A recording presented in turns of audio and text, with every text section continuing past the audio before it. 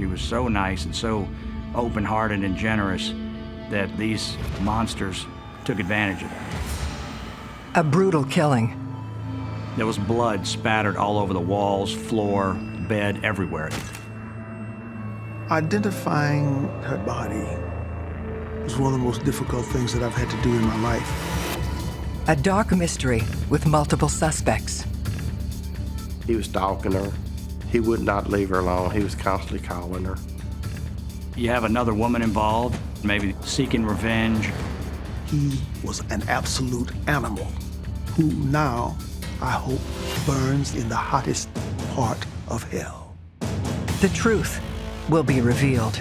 You know, he kind of had a smile on his face, and he called it the perfect murder.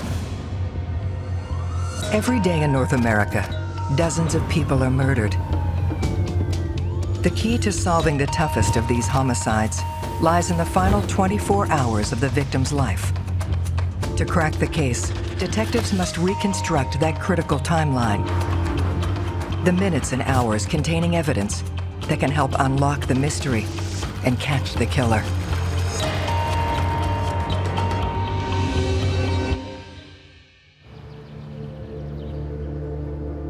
Clinton, Louisiana. A tiny town just north of Baton Rouge. Home to less than 2,000 residents. Clinton has a reputation for being a very comfortable, very safe, small town. It's really a quiet parish with a low crime rate.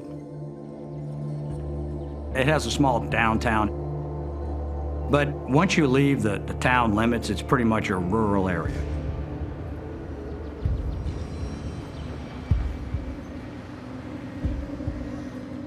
On the morning of June 26, a woman co-workers called and asked that we go check on her.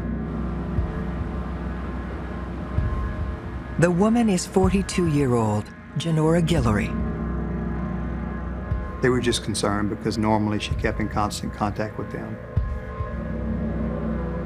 When our first deputy arrived at the house, the side door by the carport was partially opened and had a dog tied up under the steps. Once he made entry into the house, when he walked around the corner, he looked in the room, and that's where he found Miss Gillery, covered with blood and on the floor. The room was in total disarray. Lamp had been shattered. There were what appeared to be bullet holes in the window. There was blood spattered all over the walls, floor, bed, everywhere. She had a nightshirt or a nightgown that was pushed up. It was a scene of gruesome violence.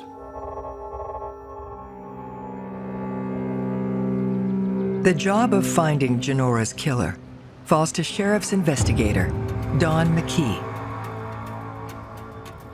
This case was really my first homicide to work, and the scene was really bad. Miss Gillery died from the beating. She'd also been shot several times, and she had also been stabbed several times. You just have to do your job and try to put it to the side. His first task is to notify Janora's family. Disbelief was my reaction when I heard. When we arrived, we had to face the crime scene.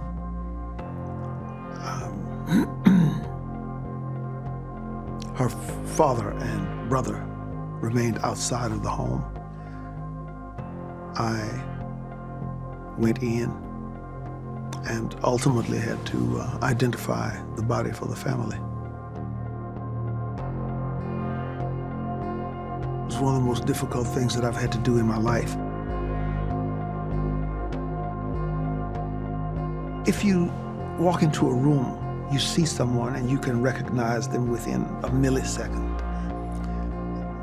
I had to spend about 3 minutes, 4 minutes comparing things like her lips and the finger structure. And by taking little bits and pieces like that, only then could I make a definite identification.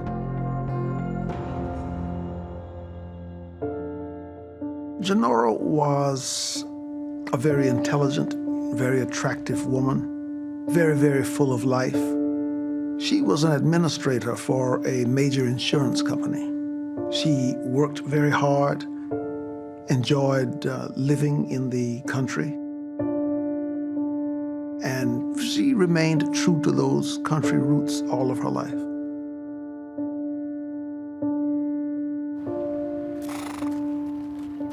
You never heard anything bad about Miss Janora. What we learned is she would help anyone that needed help and do whatever she could for people, and she was just a caring person. She just couldn't say no to human or animal. I think Janora just couldn't pass up an animal that needed help. That's why she ended up with, 20 or 25 dogs and a giant kennel on her property. That's why she ended up with, horses. Many of her animals were strays, particularly the dogs and cats. She purchased the horses, enjoyed riding and enjoyed being just around those horses.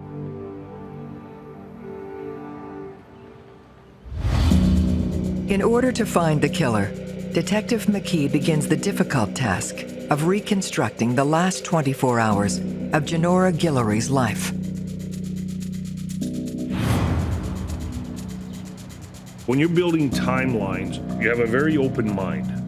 A timeline can be filled in by almost any kind of information. You don't know how far back you have to go until you find somebody to fill the puzzle in. The only timeline we had was when she left work early that Friday to come home. Her co-worker advised us that she did leave early that Friday. It was shortly after noon. The autopsy shows that the homicide could have happened anywhere from noon on Saturday to noon on Sunday. With a wide window of time for her murder, Detective McKee looks to the scene for clues that may lead him to the killer. There's blood by the drawer where the knives were. There's blood on the counter. I think at one time she tried to get a knife or something to defend herself with. The pattern from the side door showed spots of blood to where she ran towards the front door. There was keys in the front door. It was a deadbolt lock. There was blood on them keys that indicated she was trying to get out of that door, that she was trying to run away. Her phone was knocked off the hook. There was blood on the wall there. Despite the violence, there is no physical or forensic evidence pointing to a potential suspect. There was a gun involved, there was a knife, and some type of blunt object. And none of those were found on the scene, so the perpetrator took them away with them. The fact that no murder weapons were left on the scene means that the perpetrator at least had the presence of mind to try and cover their tracks.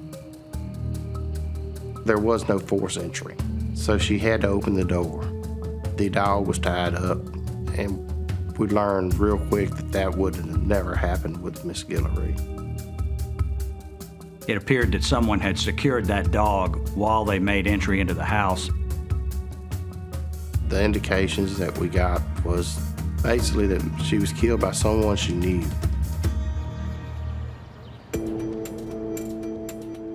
Police begin to canvass the area to see if anyone saw or heard anything during the window in which Janora was killed. Miss Gillery had very few neighbors right in the area, and the closest neighbor was across the street from her, and that turned out to be the Skippers. Amy and Philip Skipper live with their newborn and a young man they had taken in. Philip Skipper was the guardian or sort of de facto stepfather to a teenage boy named John Aoyo. The Skippers and John Aoyo were very cooperative. Philip Skipper said that he and John Aoyo had been helping a neighbor move on Saturday and didn't arrive home until late that night. Philip said that he, his wife, and child were at the Skipper's trailer across the street after that, and they didn't hear anything. Amy was emotionally destroyed, talking about how well Miss Gillery had treated them and how much Miss Janora had done for them and helped them out. The relationship between Janora Gillery and the Skippers was close. They saw each other all the time, and Janora did whatever she could to help them out because they were poor. They initially lived in this really dilapidated trailer. She helped them get a newer one. She sometimes bought things for them, especially for their baby, diapers, some baby food, formula. She even decided to go ahead and name her good friends across the street as the beneficiaries of a life insurance policy. They would also, in return, do things for Miss Gillery that when she would have to go out of town for her job, they would take care of the animals. She gave them money. They cleaned her house. They were in constant communication all the time. During their interview with the Skippers, they never could come up with anybody to lead us to anybody that would do anything to Miss Janora. They advised that she very seldom had company, so they was unable to give us any names or anywhere to look for a suspect. Despite their willingness to talk, something seems off. Philip Skipper was just overwhelmingly trying to assist the family. He talked good about Miss Janora, but then he would constantly go to, I'll clean it up, I'll do this, I'll do that, I'll take care of the dogs, I'll take care of the animals. I've never seen somebody that was willing to help as much as Philip was. I felt that they knew something. Detective McKee observes something that needs explaining. We'd noticed some scratches on his arm. He said that him and his stepson were wrestling in the yard. And John did have scratches on his arms also, and his story was the same as Philip's story, which was really suspicious to me. So they need to look at the neighbors and see if they're actually involved in it. Bloody scratches on the arms of two of Janora Gillery's neighbors has police questioning if they were involved in her murder. In a case like this, in which the victim struggles with the assailant, it would not be unusual that there be some blood from the victim scratching the assailant. When pressed for an explanation, Philip makes an unusual admission. He said that Miss Gillery had argued with the Skippers due to the fact that a dog had killed one of the Skippers' goats. And they was blaming it on Miss Janora's dog. And Miss Janora was sure it was not her dog. She had told the Skippers that they was no longer welcome to come to her house, that she would stay to herself, they needed to stay to themselves. The argument took place just 1 month prior to her death. Tension between neighbors, that's always kind of a red flag that goes up. But you need something in a murder, you know. Why would you do it? You need a motive, an opportunity. They had an opportunity, they were right across the street. They had a semi-motive that was a tension. But it's kind of like cutting the arm that feeds you. You know, she was helping them a lot. You know, why murder her? They ask both Philip and his stepson, John, to take a polygraph. In some cases, when you're investigating murders, you will use a polygraph as an investigative aid. It is to send messages to the person. You don't believe them. Why would you ask them to take a polygraph otherwise? My advice to anybody who's asked to take a polygraph is say, sure, I'll take it. If you're an innocent person, the police are going to say, well, you're no longer a suspect, so take the polygraph.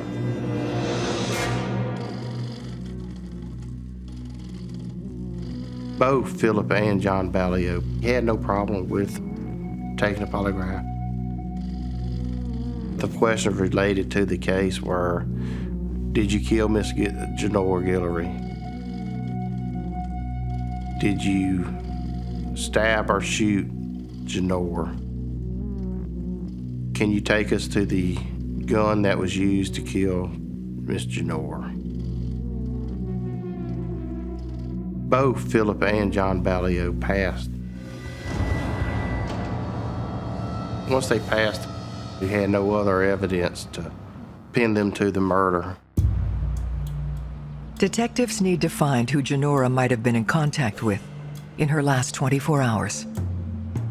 Her co-workers provide the name of a recent boyfriend, Tommy Alexander. Basically, they met through horses. Janora owned horses, Tommy Alexander owned horses. They met at the feed store in the nearby town. They started dating. They dated a little while. Then that ended when Janora found out that Tommy Alexander had another girlfriend. That opens up all kind of possibilities. I mean, you have another woman involved. Maybe Tommy would be mad about something. Maybe the other woman would be seeking revenge. It's a crime of passion. People act without thinking. If you can show me a love triangle, I'll tell you have a potential homicide on your hands. They bring Tommy Alexander in. Tommy, when talking to him, he was calm. He was saddened by Miss Janora's death. He was saying how good of a person she was, just like everybody else we had talking to had said. They question him about his most recent interaction with Janora. Tommy Alexander told the detectives that he had spoken to Janora on Wednesday. They had seen each other. One was transferring horses to another. There were some papers to sign. So that was the last time he spoke to her, was on Friday. Police must confirm his whereabouts during the time in which Janora was killed. He had an alibi. He said he had been home all weekend with his girlfriend, which turned out to be true. She backed him up on that story. They were able to eliminate him in the investigation as a possible suspect. He was really upset. Nothing to raise an eyebrow to think that he was involved in the homicide. Based on his story and the lack of evidence we had, we really had to start looking other places.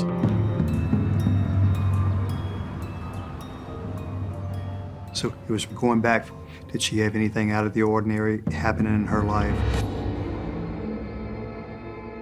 Looking for answers, they turned to Janora's phone records. We had a phone call that would have matched the last day that Miss Janora was alive. We traced it, we tracked it. It was associated with someone named Steve Williams. The call was placed at 8:27 a.m. that Saturday, potentially making Williams the last person to speak to Janora alive. Steve Williams was a Baton Rouge police officer. He pestered her at work to the point where she eventually agreed to go on a date with him. When she got back, she told her coworkers that she never wanted to see him again. She said he was too free with his hands. He kept grabbing her and touching her, and she didn't really want to see him anymore. At the time all this was going on, Steve Williams was actually married. He and his wife had a child, but apparently that didn't stop his romantic pursuits in other areas. Janora's friends say he was relentless. We were told that Steve Williams basically was stalking her, was real aggressive towards Miss Janora. Steve had been coming to her work in Baton Rouge and had actually made everybody in the building feel uncomfortable about the way he would show up to meet Janora when she would get off from work, show up at lunchtime. He was really aggressive towards Janora, trying to get her into a relationship with him.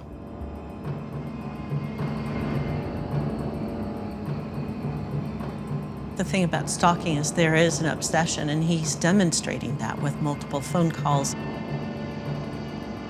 showing up just unexpectedly. So if he's obsessed with her, he may not be satisfied with the level of attention that he's getting from her, and he may progress that to aggression. That was a huge red flag for the investigators. I mean, when you have a domestic situation like that, it really puts them on high alert. So they really began to focus on Steve Williams. You know, you have a sort of a jilted boyfriend who keeps bothering her, who keeps wanting to come by and see her. And all of a sudden, he's going to come by whether she wants it or not, and then she's never seen again.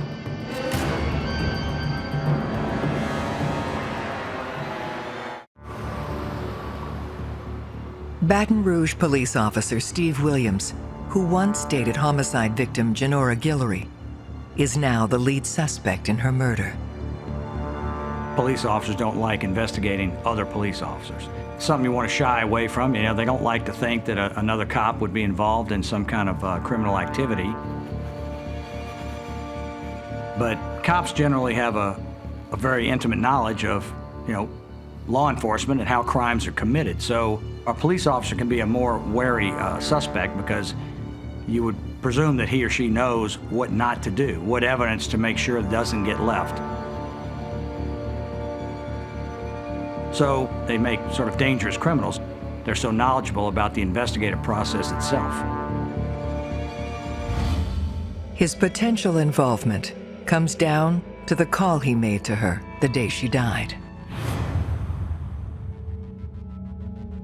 When the detectives questioned Steve Williams, you know, of course, he denied having anything to do with Janora's death.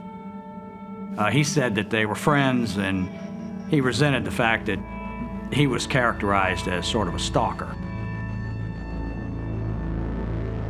He said that he did call her a few times a week, but, you know, just do some friendly chit-chatting. They narrow in on the one call they're interested in. Steve admitted to calling her Saturday.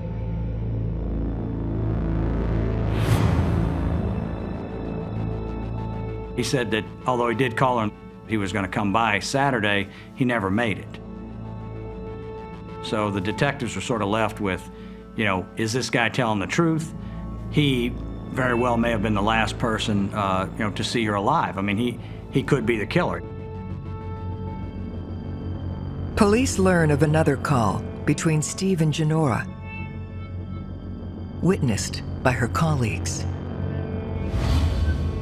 So the Friday before Janora was killed, Steve Williams called her work.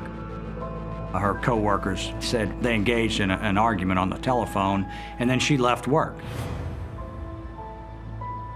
So, you know, whether that argument played into her leaving work early or it was strictly just to go do some chores around her house, you know, nobody really knows.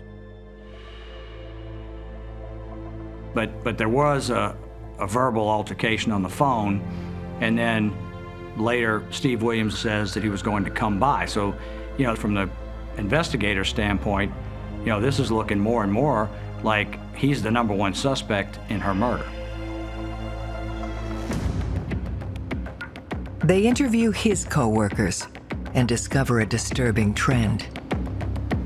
Steve Williams had a reputation, a history of this sort of overly aggressive pursuit of whatever love interest he had.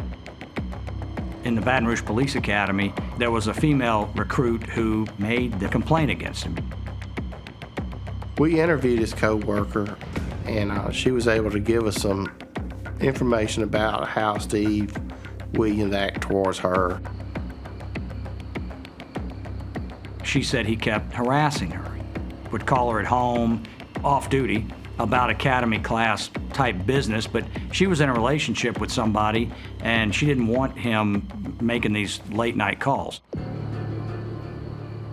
Based on the information we got about Steve Williams going after her, it was basically the same way that he went after Miss Janora.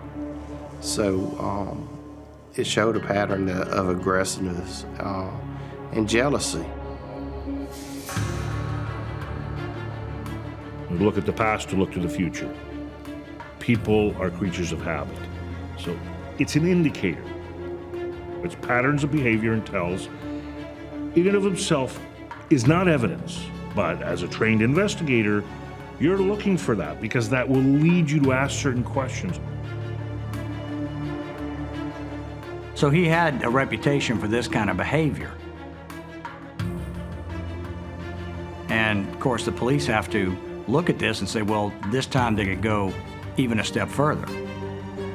Did he kill her?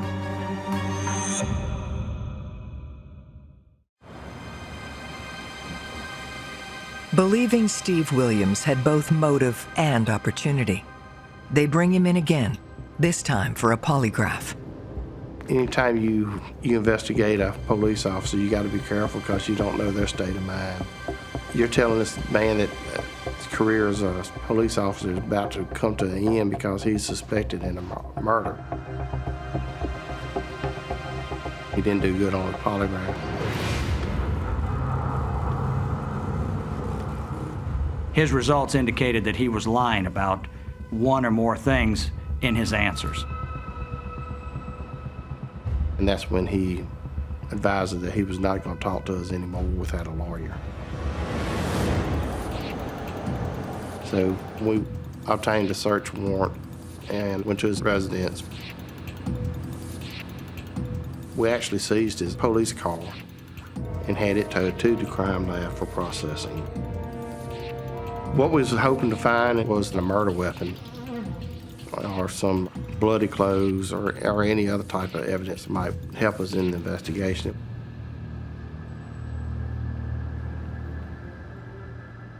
Unfortunately, we came up with no weapon that would have matched what we was looking for.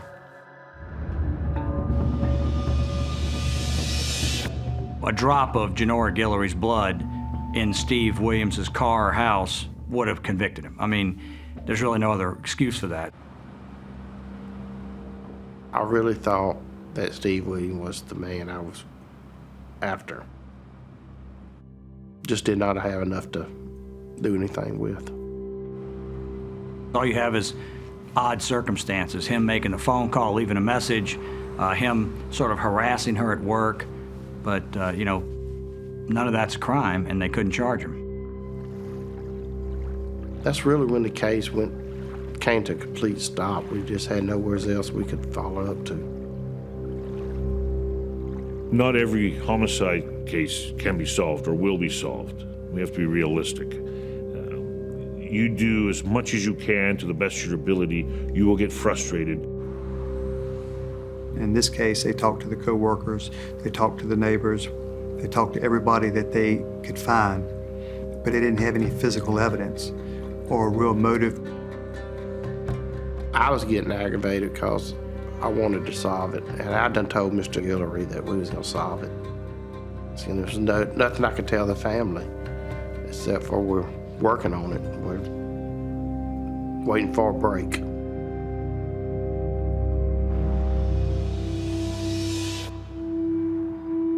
Janora's death took a tremendous toll on her family.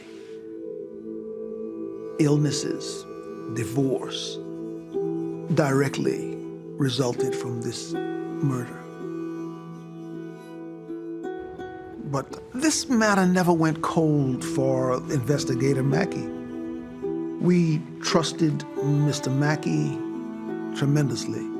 We knew that Mackie was doing a great job.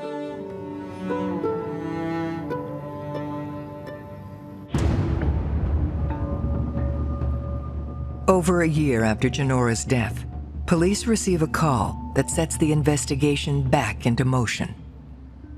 The detectives got a tip from another jurisdiction. They went over to interview this alleged witness, a guy named Donnie Fisher.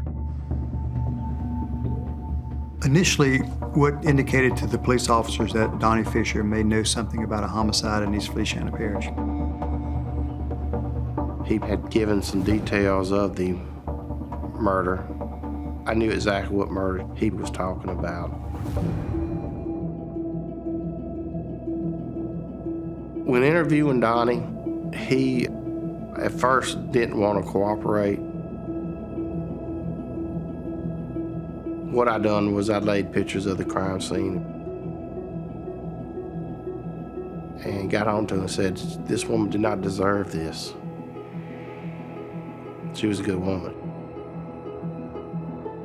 After I showed him that, he told us what was told to him. He was friends with Philip Skipper and John Aoyo. Fisher says Janora's neighbors took him to her house after the murder. Donnie Fisher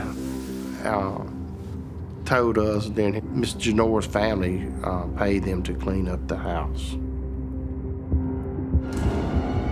Philip Skipper told me, what would I think if I killed Gillery?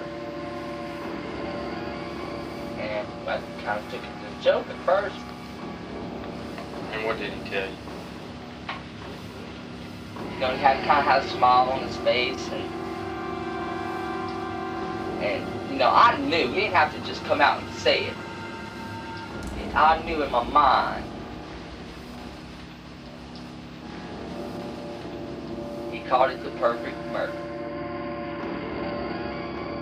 And then he said that John Aoyo had taken him into the house and told him step by step how they killed Miss G. When he was taken to the house, what was he saying? He was saying where the blood was. He was telling me everything. If Fisher is telling the truth, this means Skipper and Aoyo lied about where they were the night she died. Fisher started giving details of the murder that he would not have knowledge of. And one of them held the dog back, knocked on the door, hit her with a baseball bat, knocked the teeth out, cut her up, shot her in the head. Donnie Fisher implicated Philip Skipper, Johnny Hoyt, Lisa Hoyt, and John Aoyo. This information adds 2 new names to the investigation: Philip's sister, Lisa Hoyt, and her husband, Johnny. That's the first time we heard of Johnny Hoyt's name was when we interviewed Donnie Fisher. Johnny Hoyt was kind of a stocky guy. He was kind of a bigger built, muscular type guy. So you have this little tight group of people here, and the statement from Donnie Fisher implicated them all in the murder. Donnie continues, telling police of Philip's admissions. Did he say who cut? He didn't say, he just said we. Did he say who shot? He just said we. It was a gang. It's not, they're like one people, okay? He said it's a thrill. That's what he told me. It was a thrill. He says it's the best feeling he'll ever have. The story that he told, it was no doubt in my mind that we was going after the right people this time.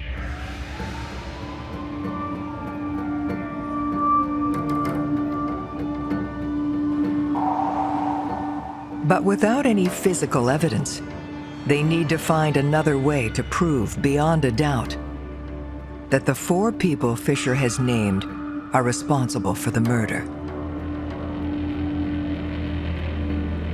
You play on what feelings of remorse they might have. You want to get them to confess. And they don't have to confess, of course. They can just ask for a lawyer and the whole thing's over.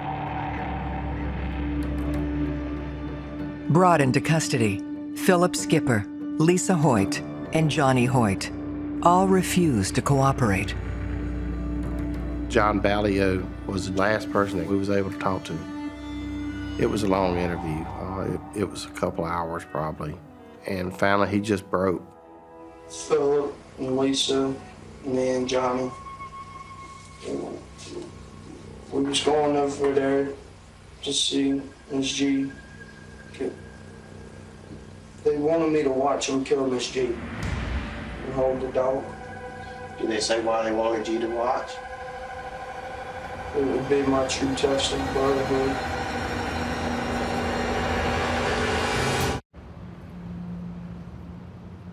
A year after the murder of Janora Gillery, police have damning testimony from a 15-year-old who was witness to the crime.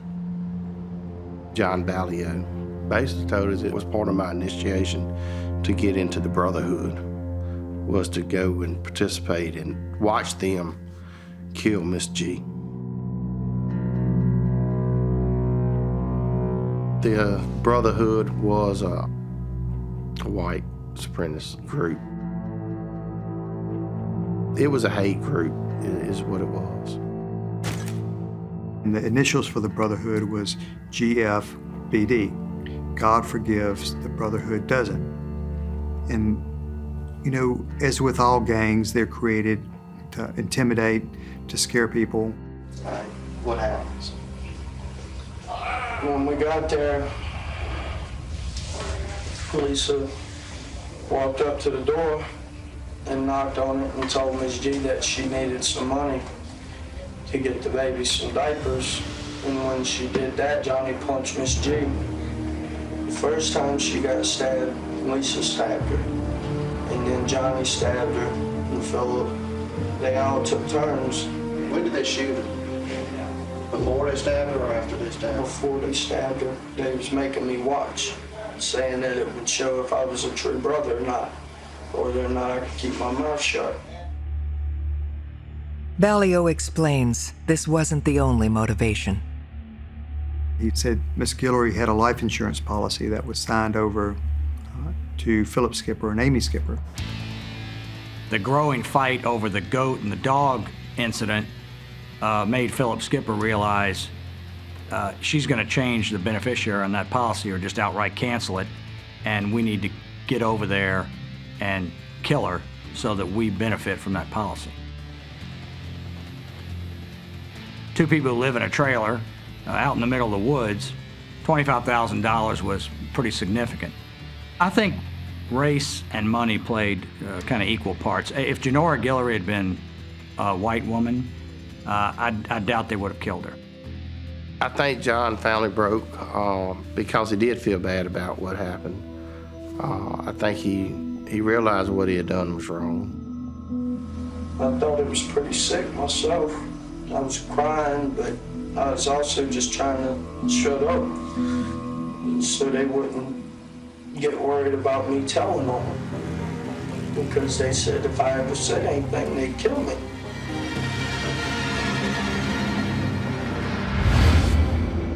Armed with Aoyo's confession and a complete understanding of the timeline, detectives now have enough to press charges against the 4 conspirators.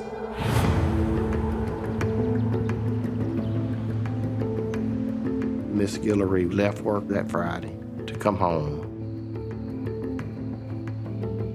Saturday, Philip Skipper, Lisa, and Johnny Hoyt, they had been popping pills, drinking all day long.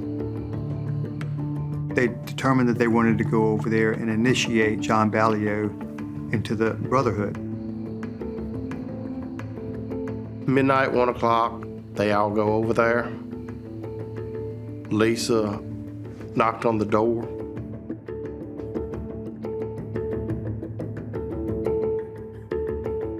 When Miss Gillery came to the door, Johnny Hoyt punched her.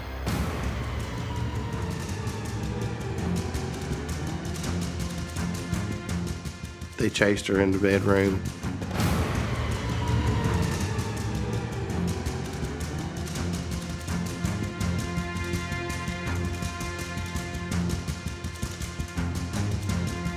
That's when they took turns shooting her, stabbing her, and then beating her with the bat.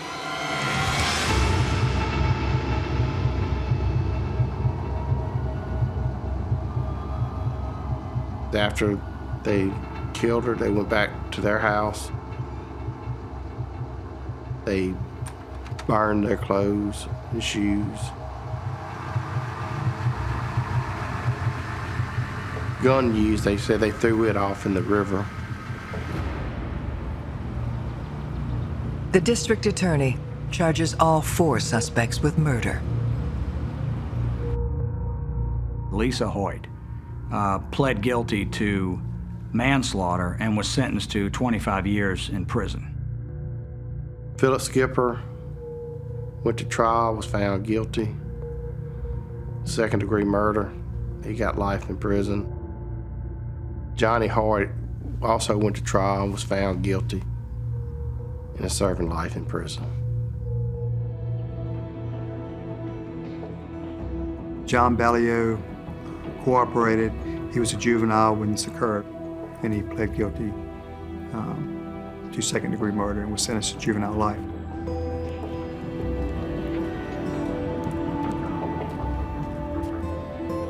Janora was so nice and so open-hearted and generous that these monsters took advantage of that.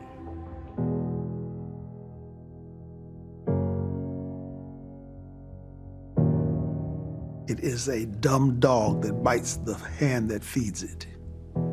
And Philip Skipper was a dumb dog, a swine, an absolute animal, who now, I hope, burns in the hottest part of hell.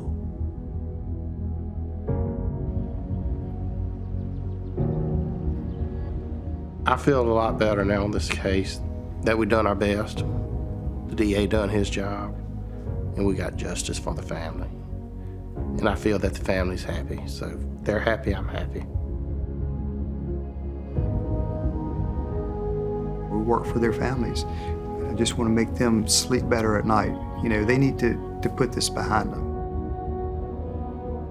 And I would not want us to forget the life, the lively, happy, smiling, beautiful person that Janora was.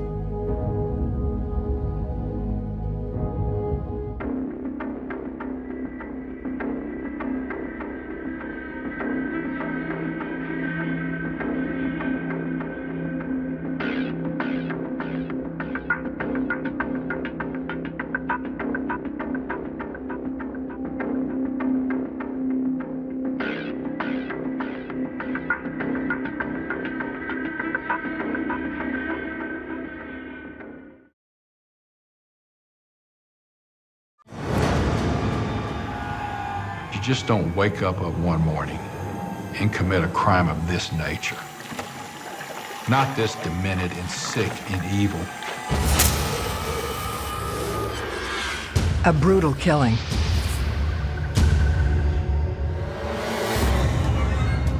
An innocent young girl should not have to worry about being murdered in her own apartment. A dark mystery with multiple suspects. There was this kind of bad blood between them. He was a registered sex offender.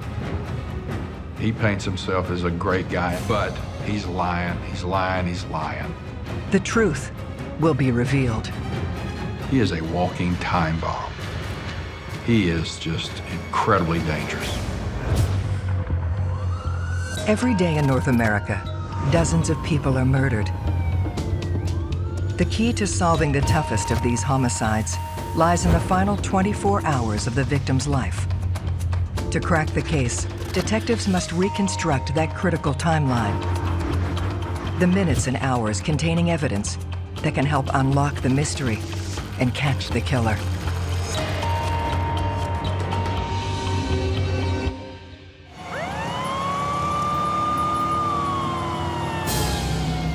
In the early morning hours in Arlington, Texas, emergency services respond to a frantic 911 call. A citizen living in the apartment complex heard glass break. They assumed that was a burglary, so the Arlington police were called. When our officers showed up, they saw the smoke and the flames in the apartment. The fire department arrives. They do what they're supposed to do, and that is put out the fire. Once the flames are extinguished, the true horror of the scene is revealed. The apartment was destroyed. It was a mess. I went into the bedroom. There was a young woman laying on her back on the bed.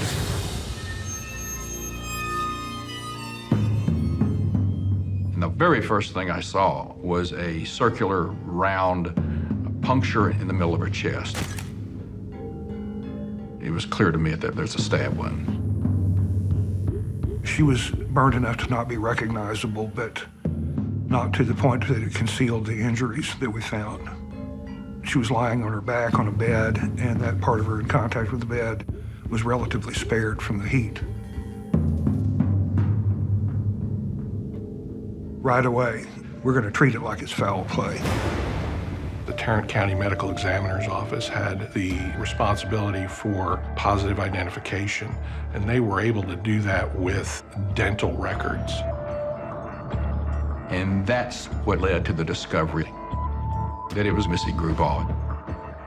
She was 19 years old, 2.5 weeks from her 20th birthday. Arlington police detectives Tommy Lenore and John Stanton are tasked with finding her killer. In order to catch the assailant, you want to know about your victim. So I learned a lot about Missy right off the bat. As a father myself, she is the daughter every father would want. She was a wonderful, wonderful kid. She was a freshman at the University of Texas at Arlington. She was an honor student from a nearby high school. She was also in the band. She had very strong religious beliefs. A young lady with incredible integrity. We found out she was also known to still be a virgin, which she apparently was not ashamed to tell people. The people who she worked with and associated with, they all were told that she had made that decision, that she was going to wait till after she was married. Someone has robbed Missy of that future. There was some effects to her body from the smoke, but you could still see that she had been beaten. Her legs were sprawled, hanging off the edge of the bed. She was wearing a shirt or a bra, but it was pulled up to her neck. It was burnt. Her panties were around her right ankle, and there was a pair of pants also on the floor. You could also see what appeared to be ligature marks. To solve the murder, detectives will need to trace the last day of Missy Grubb's young life. Missy worked 2 different restaurant jobs, was working her way through college. We learned that within 24 hours or so of Missy's death, she worked. She would stay and kind of decompress from her night's work, and then they would all call it a night and she went home. The last anyone knew from the workplace was that she had gone home alone sometime after 11 o'clock at night. Detectives work to establish time of death. In these type of cases, what you really want to find out is, was she killed before the fire or was she killed after the fire? If a person is dead from a fire, they will have almost certainly inhaled some soot and smoke, and we'll see that to the naked eye. And so if we analyze the blood, we will see that there's an elevated saturation of carbon monoxide in their red blood cells. In Missy Grubb's case, there was no soot to be found, and when we ran the laboratory studies, there was no carbon monoxide detected. She actually died of a stab wound to the chest that perforated her heart. She was dead when the fire got to her, and she had not begun to decompose. It could have been minutes or hours. So, in order to establish the time of the fire, we rely on the arson investigators. I rely on their expertise and their forensics. Arson experts determined the fire started moments before the 911 call at 3:30 a.m. With Missy arriving home sometime after 11, this gives investigators a 4 to 5 hour window for the attack. When someone attaches arson to their crime, there's two reasons to set that fire, and usually they go hand in hand. One reason is to destroy evidence. Another reason is to do what we call staging, and that is to try to disguise the death as something other than what the assailant actually did. There was information coming in from the arson investigators that the source of the fire was the front door. And then there was a trail of accelerant that led back to the bedroom where Missy was found. If a fire is set correctly, it can have devastating consequences for an investigation as far as forensic evidence. Investigating a death in which fire has been introduced to the crime scene makes that investigation 10 times harder. Fortunately, there was less than complete destruction there at the apartment. If fire doesn't have oxygen, it will go out. And what happened was the assailant shut the bedroom door, left the apartment, and the absence of oxygen in the bedroom put the fire out. You can't help but destroy things when you set it on fire, but he didn't destroy what he intended to destroy. We were able to collect a sexual assault kit that was usable. A key piece of evidence from this crime scene was DNA, collected during the autopsy from the vaginal swabs. But in 1994, it usually took a minimum of 6 to 8 weeks to get your results back. DNA is a very helpful tool in investigating a death, but it's only helpful if you have something to compare it to. When you have a suspect and their DNA, you can compare the DNA that you've collected from the body. The very nature of this crime, the arson, the sexual assault, the brutality of it, and the violence really led us to worry that we have a serial killer or a serial rapist running around. We've got someone out among us who is a violent offender. You've got a bad individual out there, without a doubt. But what we find is people who stage crime scenes, especially with arson, they were always either associated or related to the victim. There did not appear to be any forced entry that gave us some direction as to maybe this is an associate of Missy's. The careful work of forensics uncovers a key clue. We actually found some letters in her apartment. The letters were of a romantic nature. From reading it, you could tell this was a male. They were seemingly like boyfriend-girlfriend type letters. You could also see in the body of these letters that she was battling with her abstinence. You could see Missy was confused. You know, she wanted the romance, and she didn't know if this individual was going to settle for the limitations. She went a little too far with him, or was going to go a little too far with him, and she was feeling bad about that. The letters also expressed anger and maybe a little animosity towards Missy. Well, they were breaking up. We identified the person who was corresponding back and forth with Missy on these letters, and his name was Ivan. Detectives learned that Ivan and Missy were co-workers at the restaurant. This guy was a very primary person for us right away. We did a background check on Ivan. We found that Ivan was a registered sex offender. Ivan was convicted for having a sexual relationship with a minor. The fact that Ivan did have a criminal background, the fact that There was a little bit of a volatile nature to their relationship. It's certainly a red flag.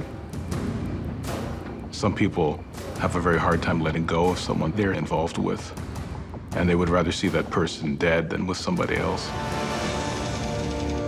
This makes him a really good suspect because that horrible sexual assault and brutal crime could simply have been triggered in an explosion from him.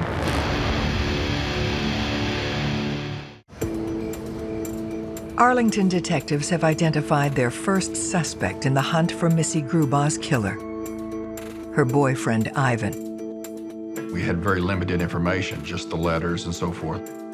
But because of the state of their relationship, he's certainly going to be a primary focus at that time. The detectives bring Ivan to the station. Ivan's demeanor was very polite. He was very open, somewhat preppy, soft-spoken. Was certainly not a gangster or a tough guy. He seemed just somewhat, actually, to the point where he was rather meek.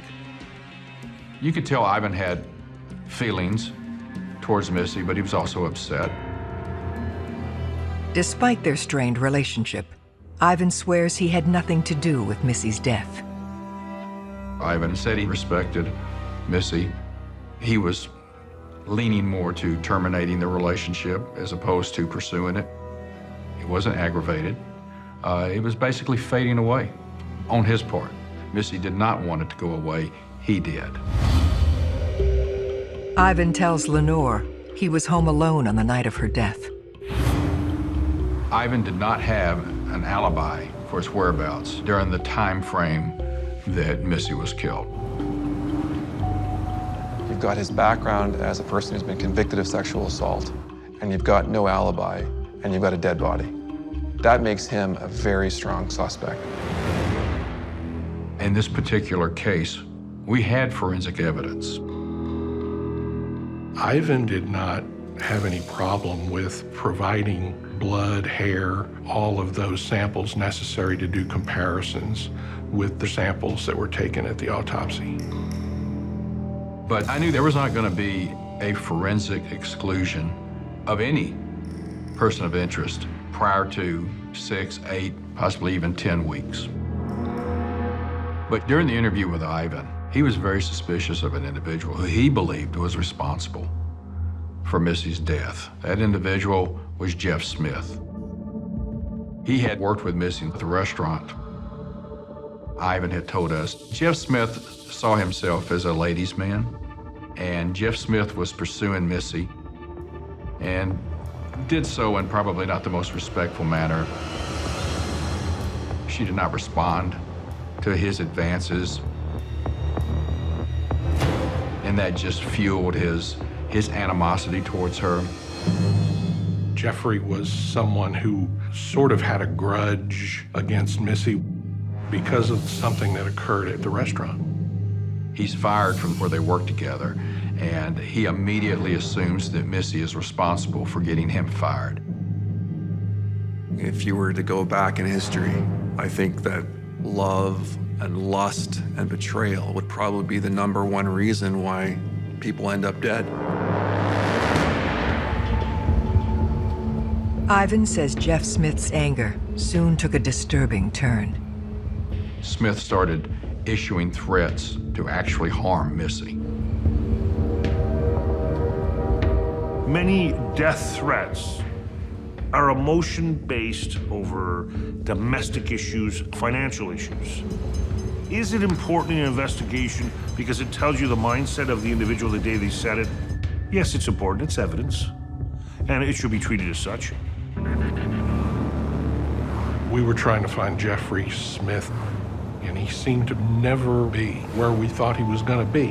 When we would show up to try to interview this guy, he was always somewhere else. The more time goes by that he doesn't make himself available, it takes it to a more suspicious level. I was actually able to locate his girlfriend. They were living together in an apartment in Arlington, and she agreed to come to the station and speak with me. The girlfriend informed us that Jeff Smith was emotionally unstable. He was also very volatile. He had a hair-trigger temper. She was very cautious of him, actually somewhat fearful of him.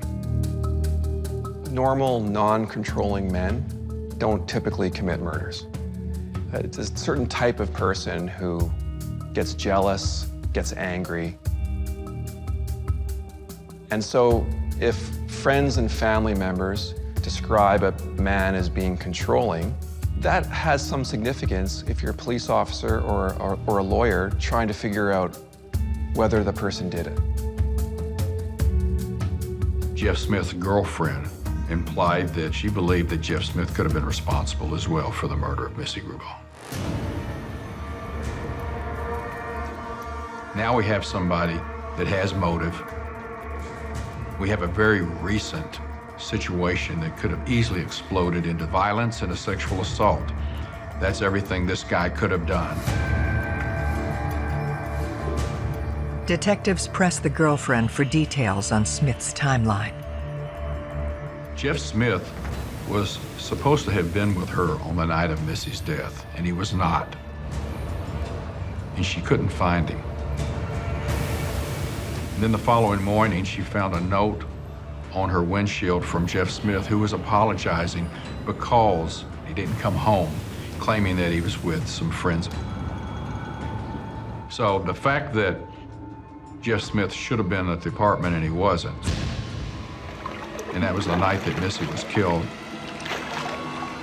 and you add that into this volatile relationship and the threats towards Missy, becomes a primary suspect at that point.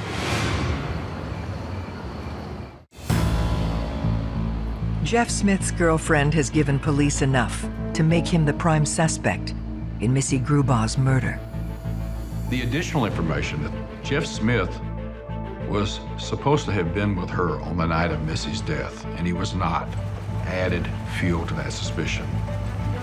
I started thinking that we may be pretty close. After days of chasing him, his girlfriend helps detectives track him down. I think the best way to describe him is a con man wannabe.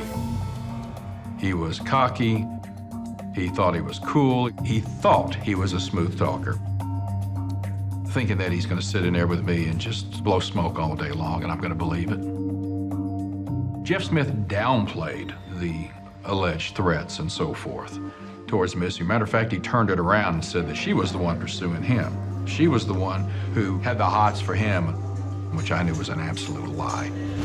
Jeff Smith denied any allegation of being violent and volatile.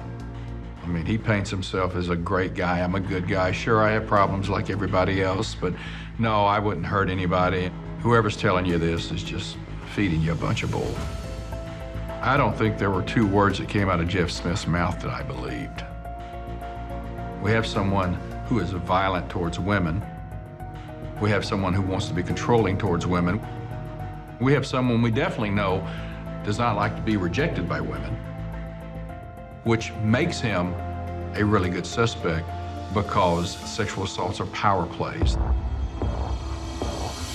I can picture him as the kind of guy that thinks he's smarter than the police. So he's the guy that's gonna set the fire and fool us and send us off in another direction. However strong the detective's suspicions, everything hinges on where Smith was the night of the crime. Jeff told me that he was with his girlfriend that night, after midnight. I knew he wasn't because the girlfriend said otherwise. That just solidified what I knew about this guy, and that is, he's lying, he's lying, he's lying. What's interesting, though, is he does agree to give me his blood and his hair and his saliva, knowing that it's going to be compared to the sexual assault examination of Missy Grubb. I've had guilty people over the years cooperate. The bad part about that, we don't know the answer for 6 to 8 weeks down the road. So I continued the investigation, working on my victimology, wanting to know more about Missy, wanting to know more about what her lifestyle was. Who could have done this? Detectives learn that a colleague from the restaurant stayed with Missy in the weeks prior to her death. His name was Charles. Charles, frankly, is probably one of the closest to Missy that we knew, other than Ivan. He was kind of down on his luck, didn't have a lot of money, needed a place to stay, and Missy, having the incredible big heart that she has, she actually allowed him to stay with her at her apartment, and he slept on the sofa. Charles soon takes advantage of Missy's good intentions. Charles steals the money out of her tip jar. Missy, being the good and wonderful kid that she is, she's also not going to put up with anything as well. She called the police department. The Arlington police made a report, and they actually issued a warrant for his arrest for theft. And Charles fled. We believe that he was still in Arlington at the time of her death. Obviously, the motive here is revenge. And he is certainly an individual that we need to find and talk to. But of course, we're on edge because we don't know where he's at. We found out that he's reportedly fled Texas. If you're already focused in on an individual and they disappear or take off somewhere for an extended period of time, it would be of great interest to me if they were a suspect. The person has a lot of explaining to do as to why they didn't commit the murder. Police now have 3 of Missy's work colleagues, all under investigation. At this stage, Jeff Smith is still my primary suspect. We certainly are interested in waiting on lab results to come back on Ivan. And we would like to catch Charles, who is a fugitive. But we don't have forensics on him because we haven't had the opportunity. Good police detectives will keep an open mind. If there are numerous suspects, you've got to investigate each of them equally with the hopes that at some point in the investigation, you're going to catch a break against one of them. I go by the belief that you just don't wake up one morning and commit a crime of this nature. Not this extreme. Not this demented and sick and evil. We want to be able to efficiently and effectively find out who this offender is. As bad an individual as this person is, they need to be removed from the general population, and I'd like to keep them away from my son and daughter as well. What happens next takes everyone by surprise. Jeff Smith kidnapped his girlfriend. You leave the police department, you're telling me what a great, wonderful guy you are, and now he kidnaps his girlfriend. I mean, this guy is just out of control, but he's out of control in a very violent, felonious way. He is a walking time bomb. And if he's capable of doing what happened to Missy, he can do it again, especially now, because now he's really just incredibly dangerous.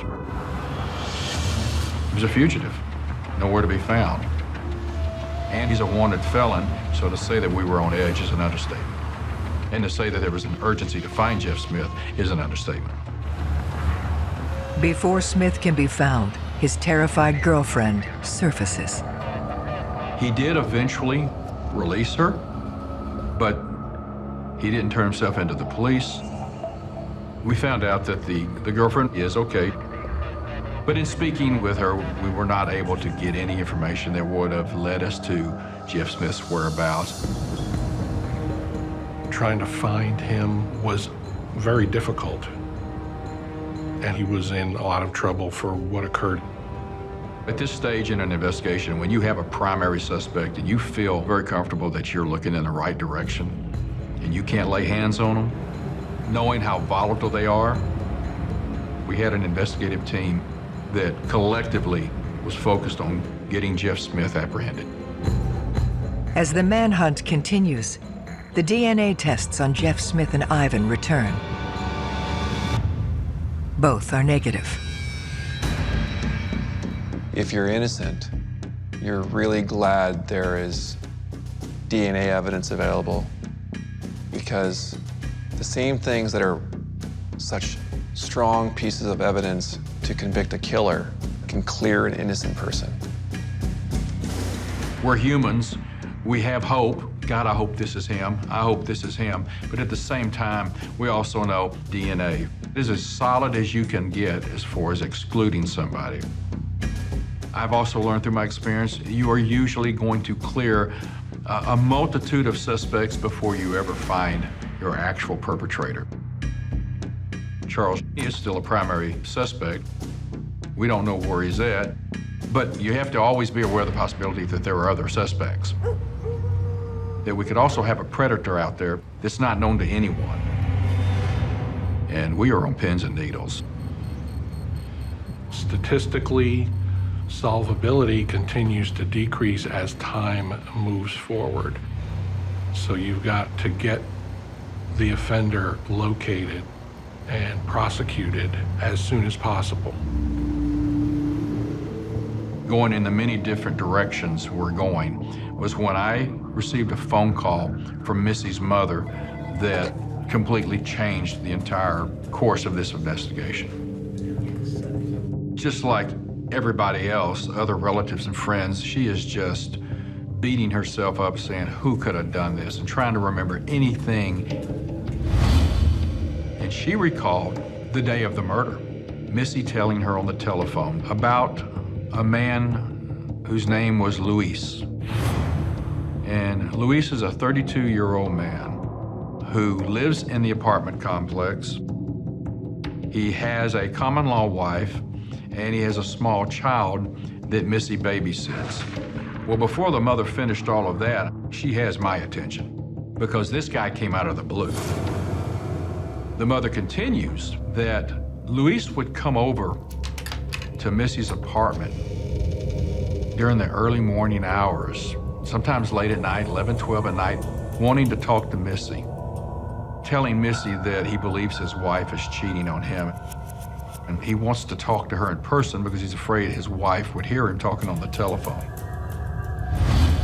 But that on this day before the incident, he was apparently over at her apartment and they were joking around. And they had what Missy described as a sort of a pillow fight. I'm thinking a 32-year-old man over here getting into a pillow fight. When I heard all of this, I mean, my stomach dropped. Detectives learn that Luis Aoyo also works with Missy at the restaurant. So he works with her. He lives in the same complex. She babysits his child, comes over late at night, and he's 32 years old and she's 19. This was jaw-dropping. We need to talk to this man. This is just not normal. Detectives have focused their attention on the strange behavior of Missy's neighbor, Luis Aoyo. Asked if he'd come speak with me. We sat down. He was polite, cooperative, you know, fairly good-looking guy, looks in shape, good manners, very pleasant individual, very smart individual. I explained to Luis that I was investigating the death of Missy Grubb. He projected himself as just, oh, it's horrible. He was sad. I knew her. This is really horrible. I hope you solve the case. What can I do to help? So I just started explaining to Luis what my goal was, and he immediately asked me if I found the gas can. The cause and the origin of the fire was not public, all right? No one said anything about a gas can. No reason he should have known that. When somebody tells you that they have information that's more than what you would read in the morning newspaper, you need to sort of take another tactic and look at this person in a different way. That changed the complexion of this interview to where Detective Lenore had to advise Luis that the things that he might say could be used against him in a court. With Missy's call to her mother confirming his visit the previous day, police need to determine if he was in the apartment the moment she died. I explained to Luis, the way I'm going to exclude the innocent in this particular case is we have forensic evidence that will not only identify the perpetrator, but it'll exclude innocent parties. That's when Luis started getting very nervous.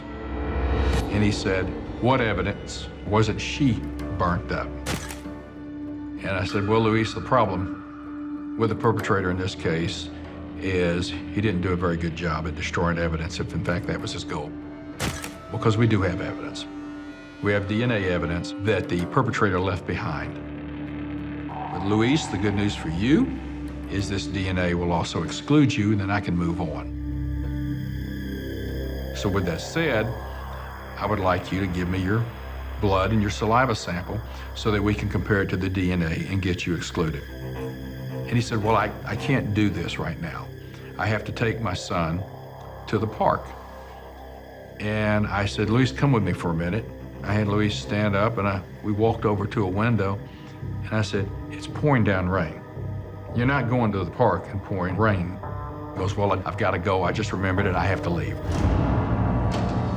It was very odd that suddenly this individual who was thought to be agreeable to having his samples taken and do whatever it would take, in his own words, to get himself eliminated as being involved in this murder, suddenly wasn't able to make the time to provide the samples. We had no probable cause. I had no evidence to arrest him. I mean, I don't issue an arrest warrant based on my gut. I issue it based on evidence. So I said, well, are we going to do this? And Luis said, yes, we're going to do it. And I said, when? And Luis says, call me tomorrow, and we'll set it up. I said, okay. And he left. With Aoyo now their top suspect, the detectives go back to the co-workers he shared with Missy. One of the employees was talking about how Luis was so distraught over the death of Missy Grubb, and that he really hoped they'd catch the killer that raped and murdered Missy. The fact that Missy was sexually assaulted was not public. It wasn't revealed to Luis Aoyo when I interviewed him that day. We just simply said we have DNA and that it wasn't burnt up. That can be anywhere. That could be anything. But he specifically said to co-workers that she was sexually assaulted. Only the killer would know that. When police visit Aoyo's home, they hit another problem. He had left. And at that time, his wife wasn't sure exactly where he went, but that he'd gone out the previous evening, and she hadn't heard from him since then. I had to explain to her, listen, I'm investigating the murder of Missy Grubb. I need to speak to Luis because he knows her. She babysits y'all's son. Because of that, he's a suspect. What can you tell me about that night? So Louise's wife came to the station voluntarily and provided a lengthy written statement. On the night of Missy's death, about 10 o'clock at night, Luis's wife heard Luis go out. Now that's not unusual because he normally goes for a jog. She's awakened later by the sound of Luis coming inside and taking a shower. In her mind, he's done his jog, but then he leaves the apartment a second time. He returns, he takes a shower again. So she gets up, she demands to know what's going on. Luis tells his wife that while he was out jogging, he heard a woman screaming. Running in the direction of those screams led him to an apartment, and he sees that the door is ajar. So he runs in there, and he sees a woman laying nude on the bed. There was blood in the middle of her chest. There was no pulse. So he attempts CPR, but he couldn't stay there because the smoke and the fire was so overwhelming. And he told his wife, I believe that was Missy, who I saw. He didn't call 911. Why would you not call 911 after you've seen all of this? All of this was very suspicious. The bond between a husband and a wife, that's tight. And by nature, even in illegal acts, they'll want to cover for their loved one, or they'll want to protect them. I have to ask myself, well, why didn't the wife come to me and tell me this the day of the murder? Was it denial? And so as I'm explaining to her what we know, I believe that during the course of that interview with her, she just realized, my God, he did this.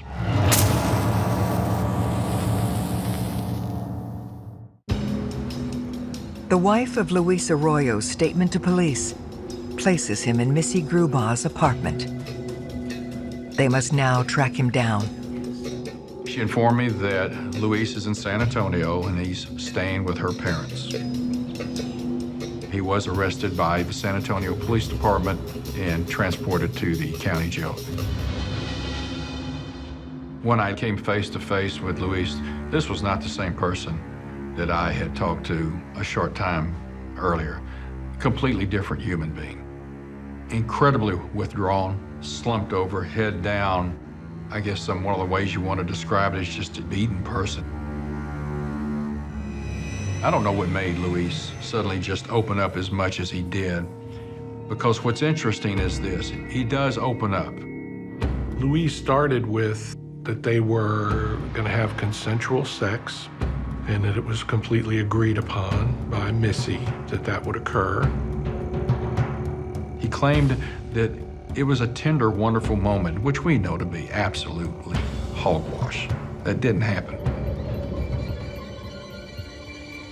He had found the knife, which was just a kitchen knife. We pretty much allowed him to indicate where he stabbed the victim.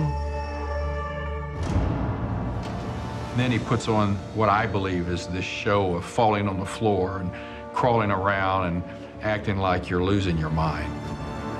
That was just a show. With all that said, he provided enough to solidify and to support evidence it was him, that he did do it. With Aoyo's confession in hand, detectives put together everything they know of the events leading up to Missy Grubb's death. At approximately 10 p.m., he leaves his apartment under the pretense of doing his jog. After 11 o'clock, he goes to see Missy. He knocks on the door. He does that all the time. She's not alarmed by it. She allows him inside. And during the time Luis Aoyo is in that apartment with Missy Grubb, he rapes and murders her. After he kills Missy, he has to do something. He has to destroy the evidence. So he gets in his car, he goes to a gas station and fills up a 1-gallon gas can. Goes back to Missy's apartment, goes into her bedroom. He douses her with gas and all around the bed, in the apartment, in the bedroom, up to the door, lights the fire, shuts the door, and leaves.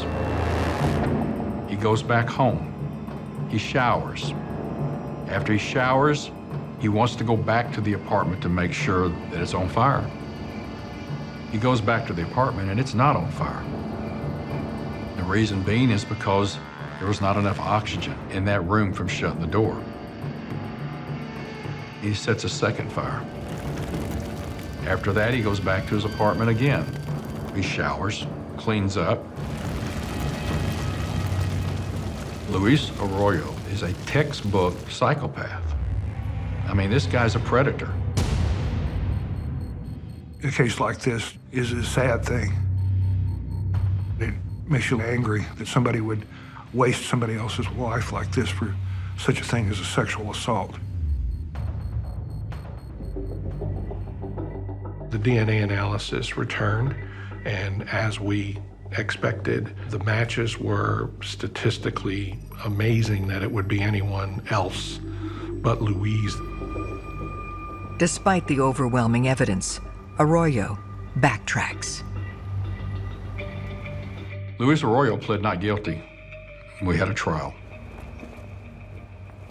The defense tried to explain the actions as something other than the psychotic predator that he is. And the jury didn't buy it and convicted Luis Aoyo of capital murder. In January 1997, Luis Aoyo is sentenced to life without parole. Charles was never prosecuted for the theft charge. Jeff Smith was sentenced to 4 years in prison for the kidnapping. What's justice? I mean, nothing compares to what happened to Missy Grubb. Nothing. It would never bring back your family member. It would never bring back a daughter. But in the society in which we live, that's about all that we can hope for. That we do identify the offender and let the justice system do the rest. I feel better knowing that Luis Aoyo is no longer on the streets. But once that sense of comfort wears off, the fear sets in that there's hundreds and hundreds and hundreds of Luis Aoyos running around out there.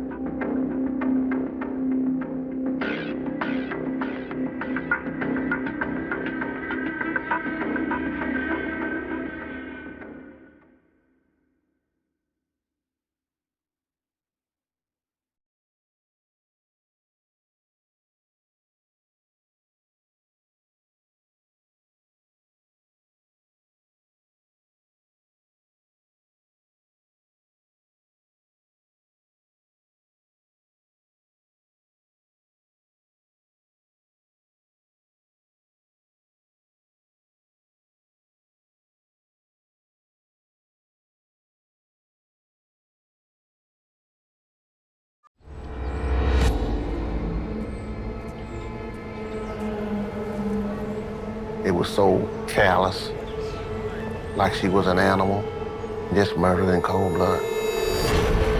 A brutal killing. We were all floored. She was very beautiful, just a sweetheart of a person. A dark mystery with multiple suspects. I mean, this guy matches so many people in Houston. His close relationship with her would have provided for opportunity. You have the woman scorned. She started acting crazy. Here's a man that just killed his girlfriend. He's telling us this. The truth will be revealed. We asked him, do you have any idea who may want to harm Jennifer Lewis? And without hesitation, he said yes. Every day in North America, dozens of people are murdered. The key to solving the toughest of these homicides lies in the final 24 hours of the victim's life. To crack the case, detectives must reconstruct that critical timeline. The minutes and hours containing evidence that can help unlock the mystery and catch the killer.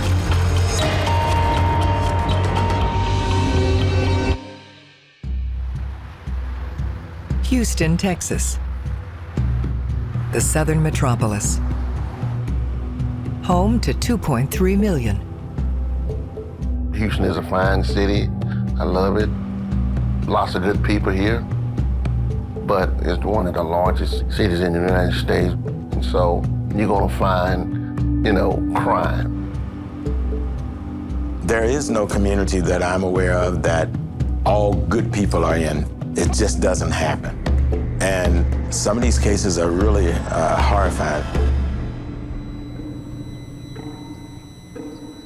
Even for experienced detectives, some murders stand out. We had a young female walking along with a friend from a parking lot to the front door of Houston Community College for Health Professions. And all of a sudden, she is shot in the back. The victim is 27-year-old nursing student Jennifer Lewis. By the time homicide investigators got there, Miss Lewis had been transported to the hospital. She was dead on arrival. Homicide investigator Clarence Douglas begins the search for her killer. Jennifer's case was one of those horrible cases. Why would someone want to shoot this young woman that's going to a nursing school to be an RN? We were 6 weeks from graduation. Going around innocently in life, thinking nothing like this will happen to me. Jennifer and I met as nursing students. It was an automatic chemistry. We would study together. We would talk about these transitional issues of 20-year-old women, boyfriends, and dreams and hopes. Jennifer was energy in a human being. She was just like a magnet. Here you had a woman that was innocent, totally innocent. And then all of a sudden, this tragic event takes place.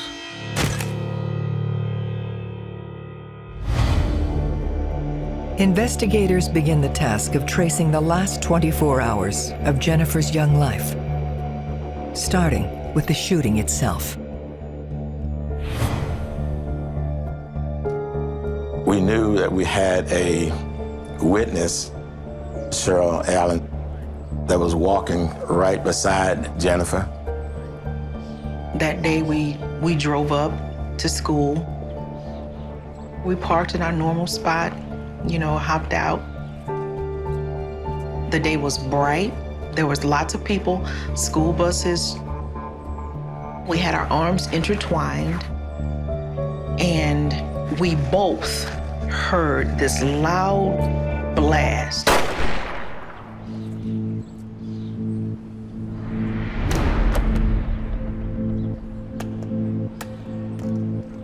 I said to her, "Did you hear that car backfire?" There was seconds of a pause, and she says, "No, I've been shot." And when she said that, her body immediately got limp, very heavy, and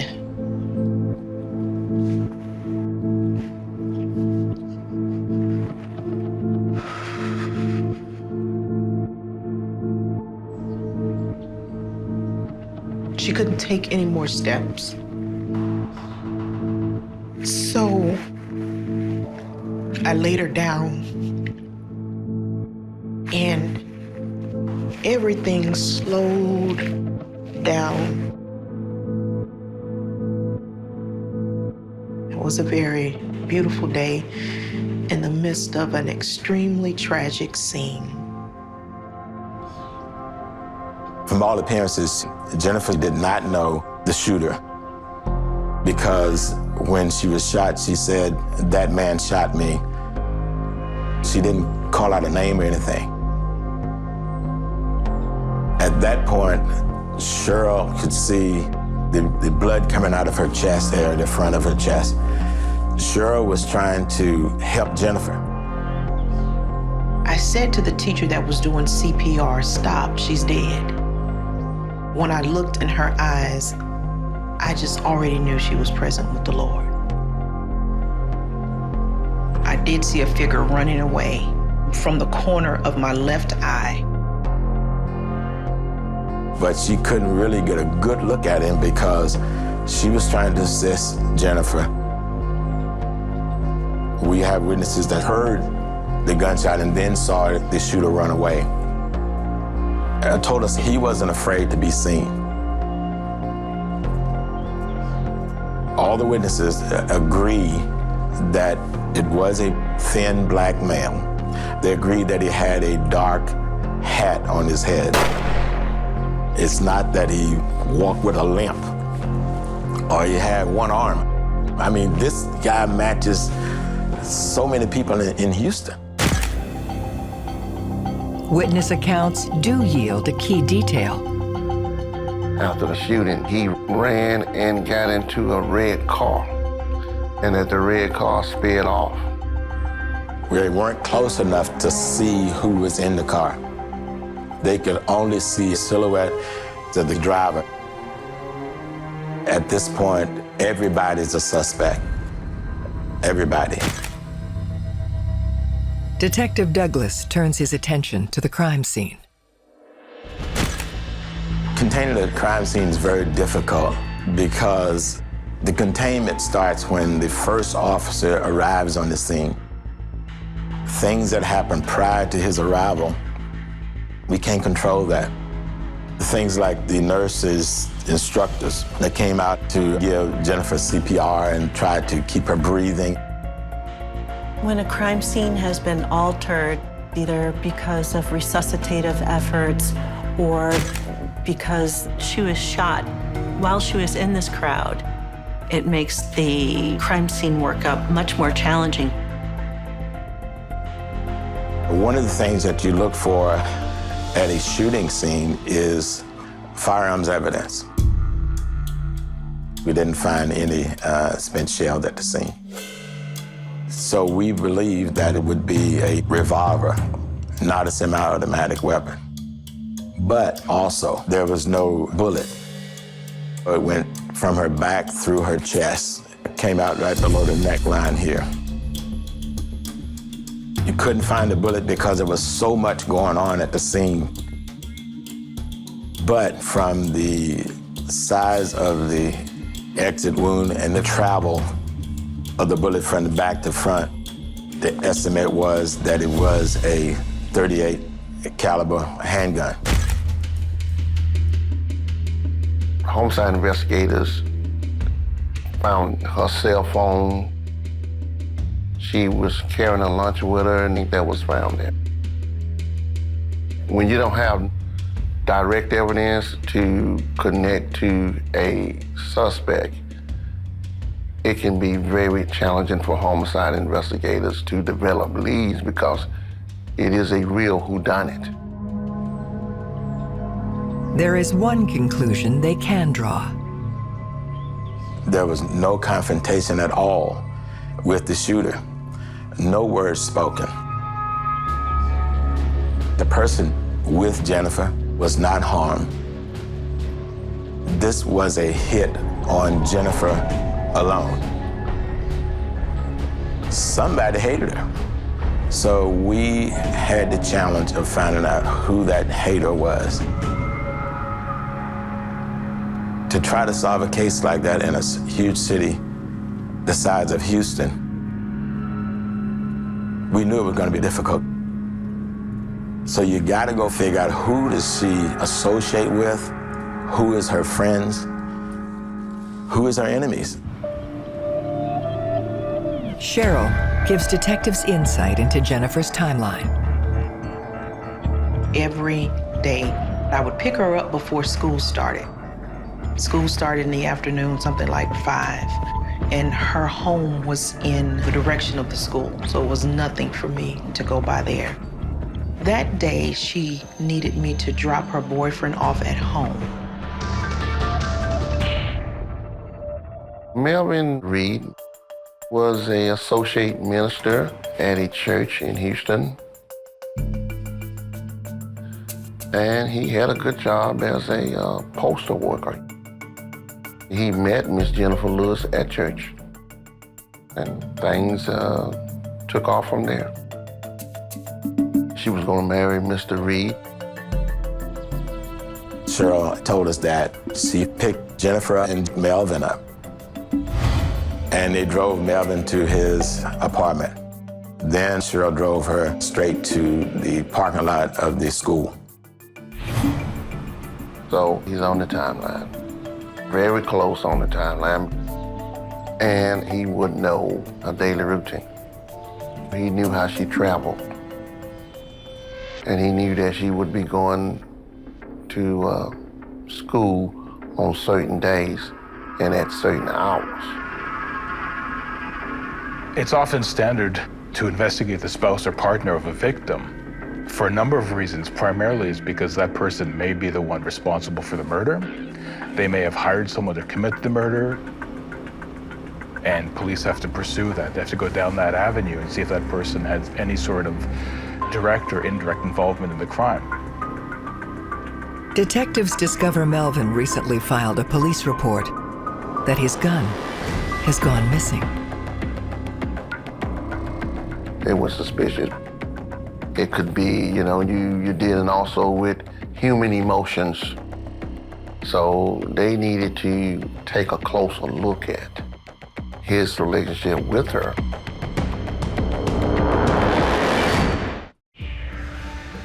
Detectives investigating the murder of Jennifer Lewis have identified their first person of interest, her boyfriend, Melvin Reed. What you do in that case, you talk with him and you ask him questions. Did you have anything to do with her getting shot? She just left your place. Have you had any arguments with her? Police asked Melvin for his account of what happened in the hours before the murder. He said they read the Bible. Jennifer got ready for school. Cheryl picked them up. And they drove Melvin to his apartment. Jennifer waited for Melvin to run upstairs and get his cell phone and bring it back to her. They embraced one another, kissed. Cheryl and Jennifer drove off. Melvin denies any knowledge of a red getaway vehicle and says he had no means of getting to campus. Either he didn't have a car or his car was in the shop being repaired.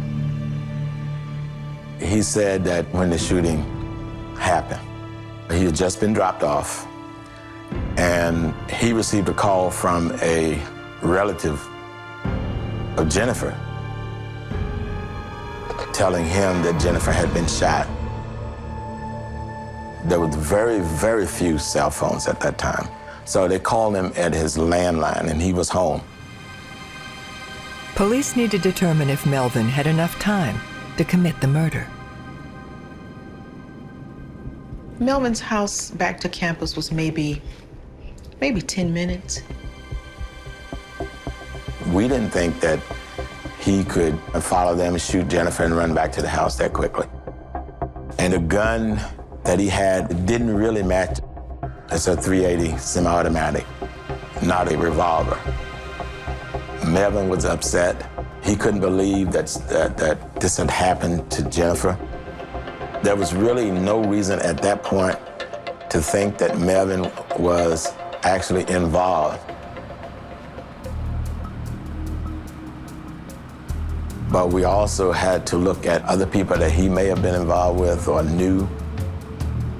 When we asked him the question, do you have any idea who may want to harm Jennifer Lewis?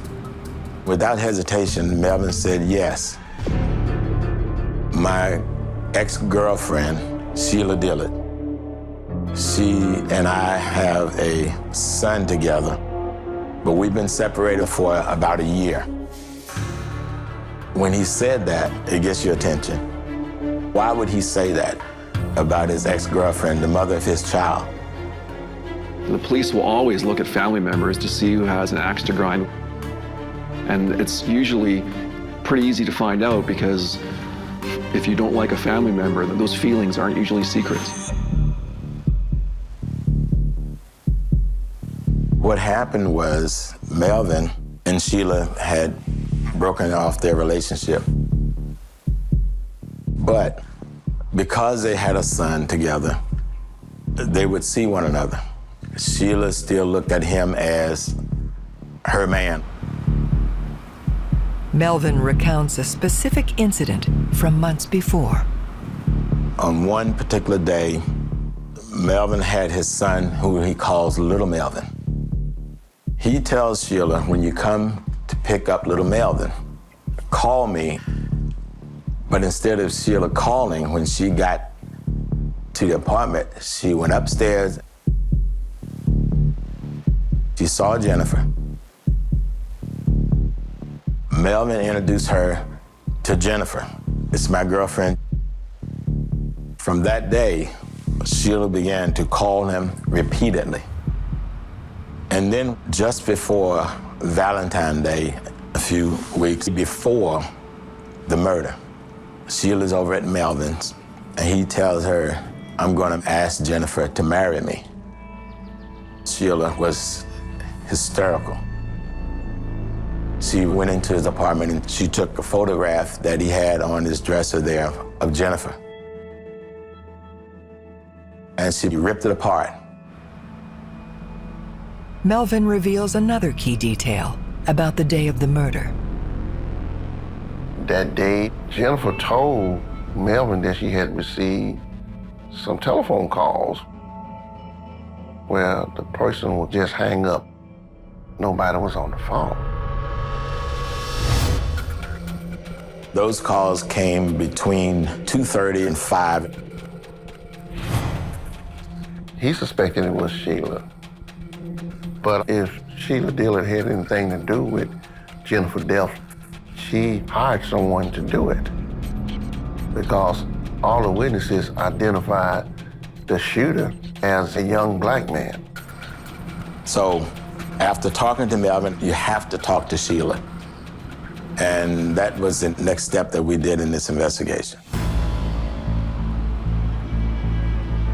She agreed to come down to the Homicide Division. We talked to Sheila extensively. Her alibi was I was at home fixing my mother's hair. Detectives need to confirm her alibi with her mother. The mother was an angry person. Police went to Sheila's mother's house and there was a big argument. When people prevent you from doing your job, that's borderline obstructionist. But it's rare for the police, even with all the lying that goes on, to charge people. Because if you start charging people for lying to you, then you may have people who will not cooperate with you down the road. We still had to get more information on Sheila. So we asked her if she would take a polygraph test. Guilty people sometimes put themselves forward and willingly offer to do a lie detector test or polygraph. And the reason they do this is because they're basically saying, look, I'm innocent, I didn't do it. And I'm willing to do this test as a means of covering for themselves. She admitted that, yeah, I was upset. Melvin hurt me. And she said she wanted to go back with Melvin. That was her child's father, and she wanted to be with him. We asked her, did you shoot Jennifer Lewis? Do you know who shot Jennifer Lewis? Were you there when Jennifer Lewis was shot and killed? All those questions were asked, and she passed all those questions according to the examiner, as showing that she was not involved. We knew Sheila didn't shoot her, but we believed she somehow had some kind of connection, and we still had to figure out what that was. We wanted more direct information that would try to connect her to that red car, to the shooter. Sheila had a small Ford, and it was kind of a goldish color. And she denied having anything to do with the red car. So we called a special unit that's attached to Houston Police Department and asked them if they would do surveillance for us. As they do so, detectives receive a new lead. Another officer that worked the street in uniform called us and said, you need to look at Jennifer's ex-boyfriend. His name is John Johnson. I remember her talking about him a lot. It was months before Melvin. I don't know quite how to define the relationship, but they were extremely fond of each other. She talked about him all the time. They did a lot of writing. She never talked about any specifics. They discovered that Johnson murdered his girlfriend, a woman named Paula Hunter. Now, here's a man that just killed his girlfriend. We just wanted to get his side of the story as far as he and Jennifer was concerned. How did she fit into that murder?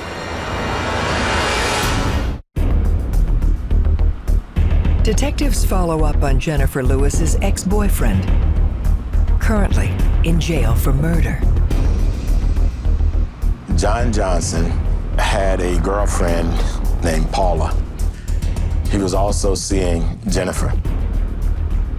One night, Jennifer spent the night with Johnson. Johnson gets up, takes Jennifer's car keys, and drives to his girlfriend Paula's. Ended up shooting and killing Paula. As he leaves, one of the witnesses writes down the license plate number. They put the license plate number on the police radio that came back to Jennifer Lewis on Daphne Street. The police go to Daphne Street and they question Jennifer about her car being at a murder scene. She tells the police she don't know anything about it because she didn't realize that he had taken her car. She talked John into, look, turn yourself in for what you've done. John turned himself in and he was put in Harris County Jail where he was awaiting trial. If Johnson knew that she would testify against him and provide damaging testimony to him, you would think that he probably would want to eliminate her, you know?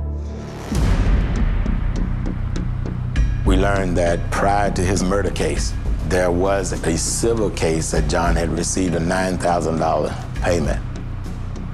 Of course, we looked at that as a possibility that he could use this money maybe to harm Jennifer.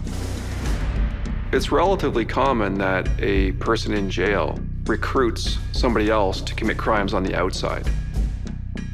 If you serve time in a federal penitentiary where other people around you are in there for violent crimes, it's easier than you might think to find somebody who's willing to kill somebody else for $2,000 or $3,000 or $4,000.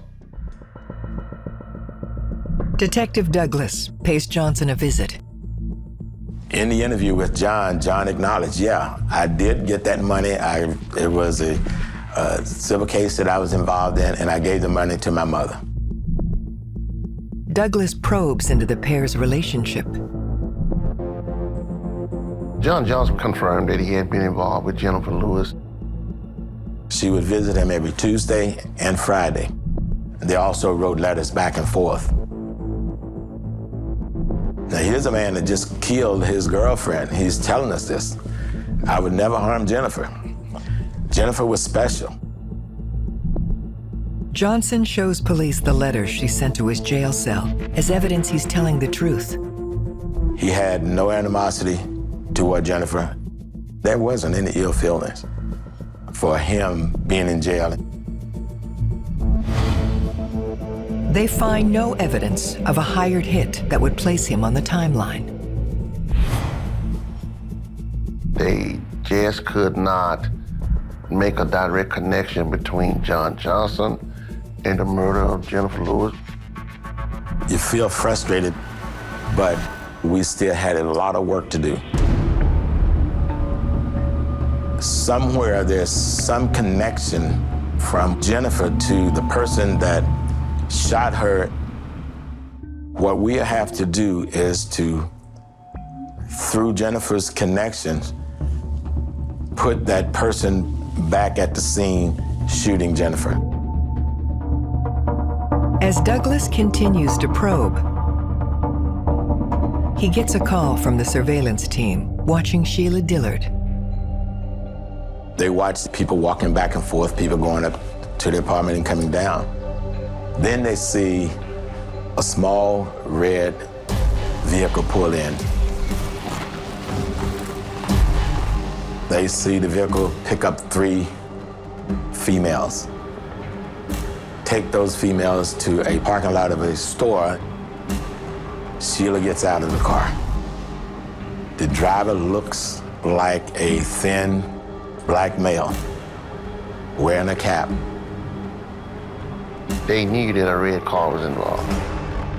Now they could connect the red car to Sheila Dillon. Police surveillance has identified the potential getaway vehicle seen on the day of Jennifer's murder. They got a license plate number. And that license plate number registered to a Broderick Franklin. We ran Broderick through the national database. We found the location of where he lived with his mother. She said he doesn't live here anymore. I don't know where he is, but when he calls me, I'll tell him that you all want to talk to him. Wasn't long that Broderick did call us. Said, I heard you're looking for me, something about some murder or something, I don't know nothing about it. Well, we asked him if he'd come down and talk with us. Eventually he did come down. And he said, I don't know a Sheila. So, well, you dropped her off at her apartment on this day, at this time. You showed him a picture, I don't know her. Well, you picked up 3 females. Oh yeah, I remember that. I took them around the corner. But I don't know Sheila, and I don't know nothing about no murder. Broderick says he was nowhere near Jennifer's college on the afternoon of the shooting. So we asked him if you'd take a polygraph. Because your car, we believe that car was involved in the murder.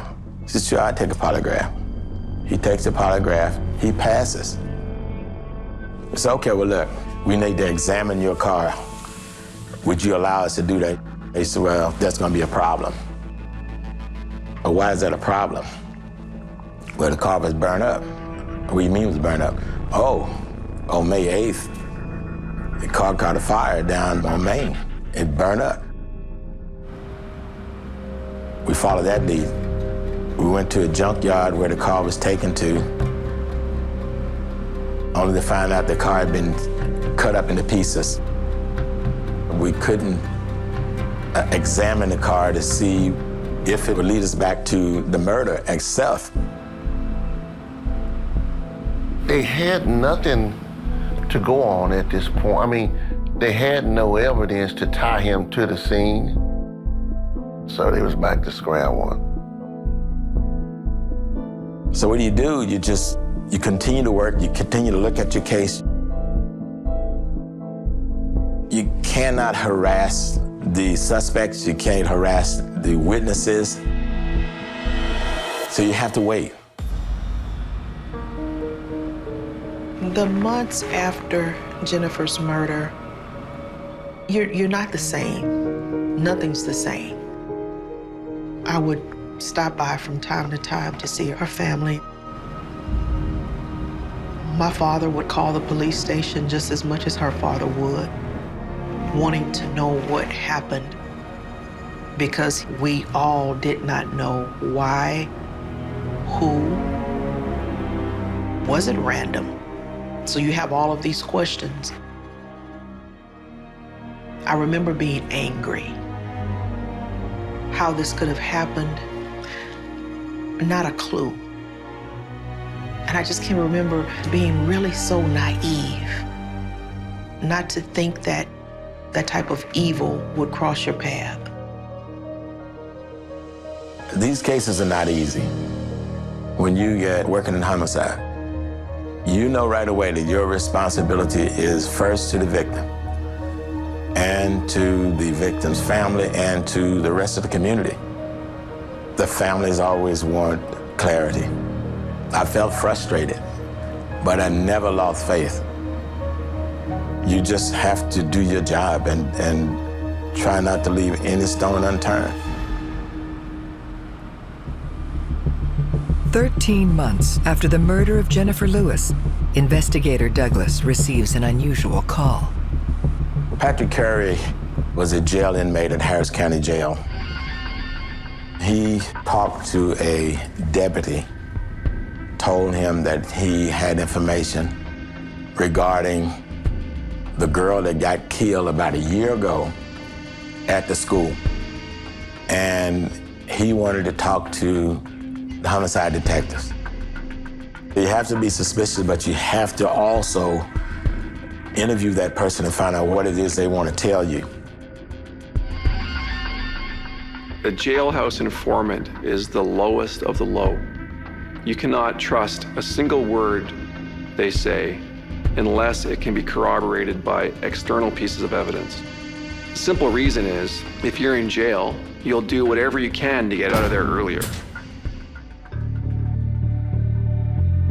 He was, very calm. He said that a couple of days or a day after the girl got shot, he said Sheila came to their house. And Sheila tell her friend, Samara, come here, I want to talk to you. They went into the bedroom. He said he listened at the door. He and Sheila Dillard and his friend talking about the death of Jennifer Lewis. Patrick Curry said you need to talk to his friend, Samara Dobbins. He believed that she knew what was going on, she knew what had happened. That was really like a bell going off. Wait a minute. Samara is a young lady that I knew from working in uniform. Douglas's knowledge stems from Samara's long history of drug abuse. A homicide investigator went to visit Samara at the rehab facility. I decided, since I knew her so well, that I would not interview her. I wanted someone else to interview her to see what she would say. What you're looking for in that interview is something that Samara can tell us about the murder that we don't know, that has not been on the television, that has not been printed in the news media, that has not been on the radio.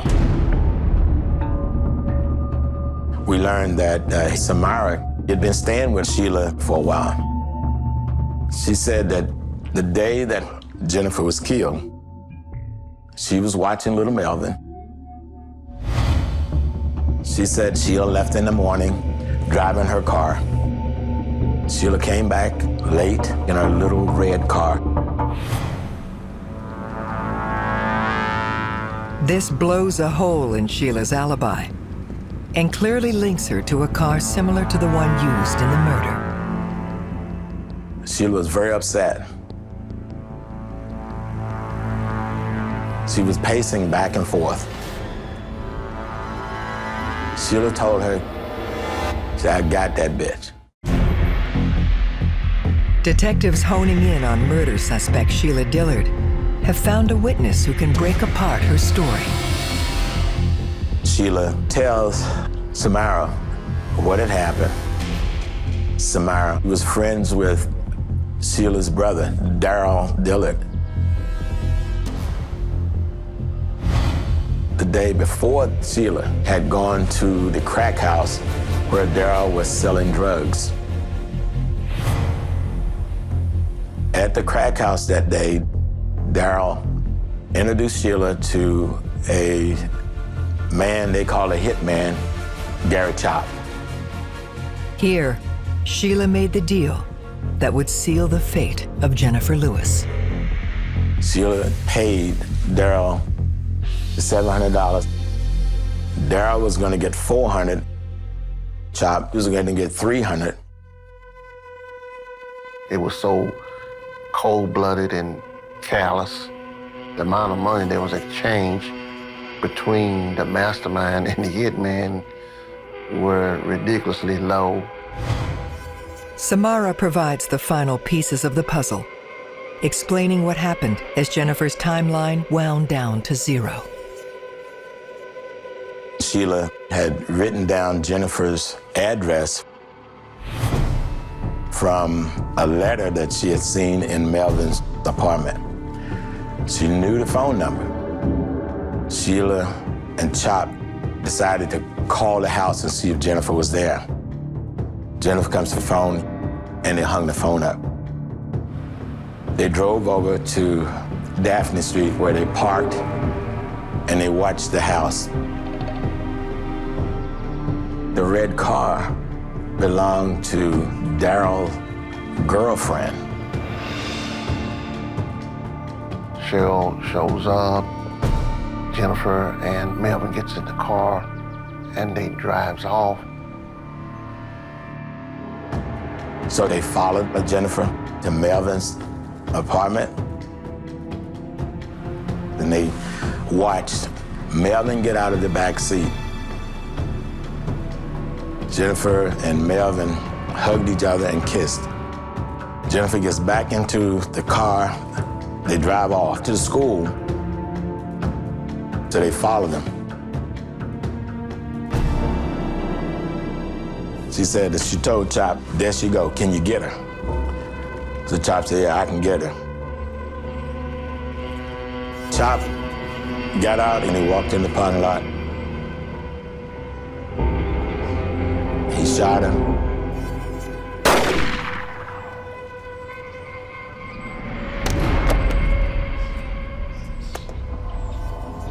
Chop came running back. He jumps in the car and he tells her, go, go, go.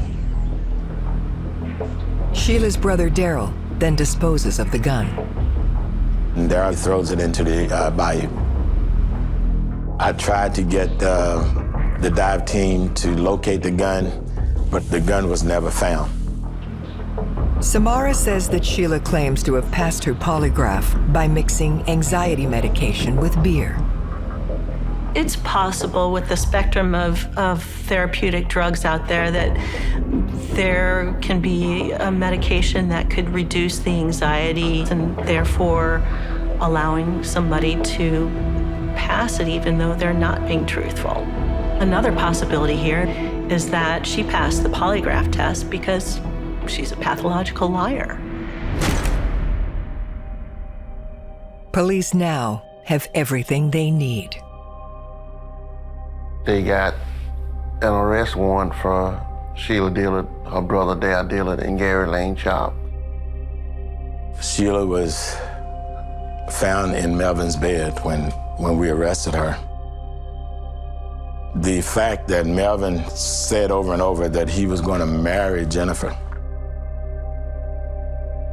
and to learn later, started a sexual relationship again with Sheila. That was very upsetting. We secured confessions from Sheila and Chop. The only reason that Sheila could give was that it's her jealous rage. She wanted Melvin, and she was going to do anything to get him. Sheila Dillard figured by having Jennifer Lewis murdered, she could continue to be with Melvin Reed. In the end, she lost because she went to prison. Sheila Dillard pled guilty to murder. She was given 50 years. Gary Lane Chop pled for life in prison. Dale Dillard, her brother, he went to trial. He was found guilty of tampering with evidence, and he was given 20 years in prison. Jennifer, her life was so precious and ended, all because a woman could not accept the fact that her lover had decided to move on.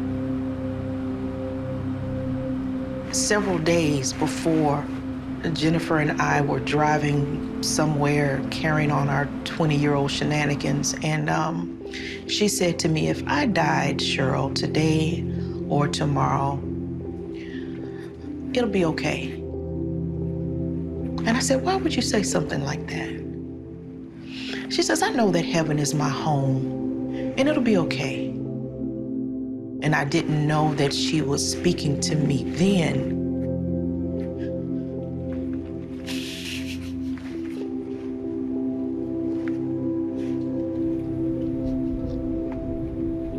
About today.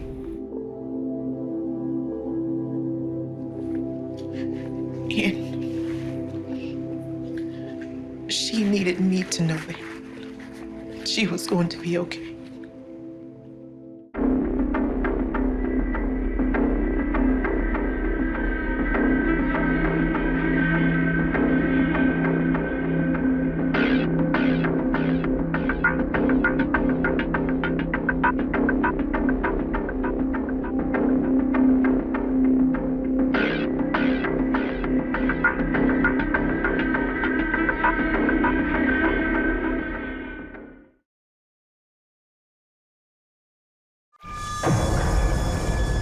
It was such an ugly deed. I want to believe that she never knew what happened. A brutal killing. There's never a motive to kill a 16-year-old high school cheerleader. A dark mystery with multiple suspects. Did she get kidnapped? Did somebody pick her up on the road? It's almost as if he was trying to insert himself into the investigation. He had a reputation of being on the criminal side of the law. You know those kids know things. You know those kids talk. The truth will be revealed. We said, you made all those choices, and you need to pay the price. Every day in North America, dozens of people are murdered. The key to solving the toughest of these homicides lies in the final 24 hours of the victim's life. To crack the case, detectives must reconstruct that critical timeline. The minutes and hours containing evidence that can help unlock the mystery and catch the killer.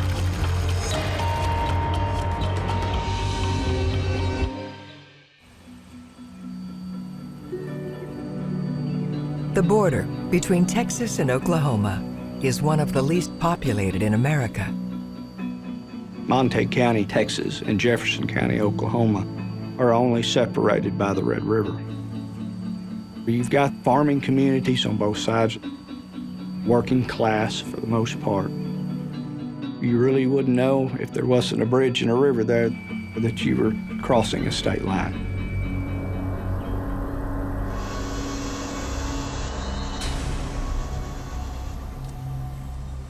There was a rancher and his granddaughter who were crossing the bridge. And the rancher looked out into those murky waters. And he saw something floating. And he thought that there was a calf that had fallen dead in the river. Then his granddaughter said, "Grandpa, I believe that's a body."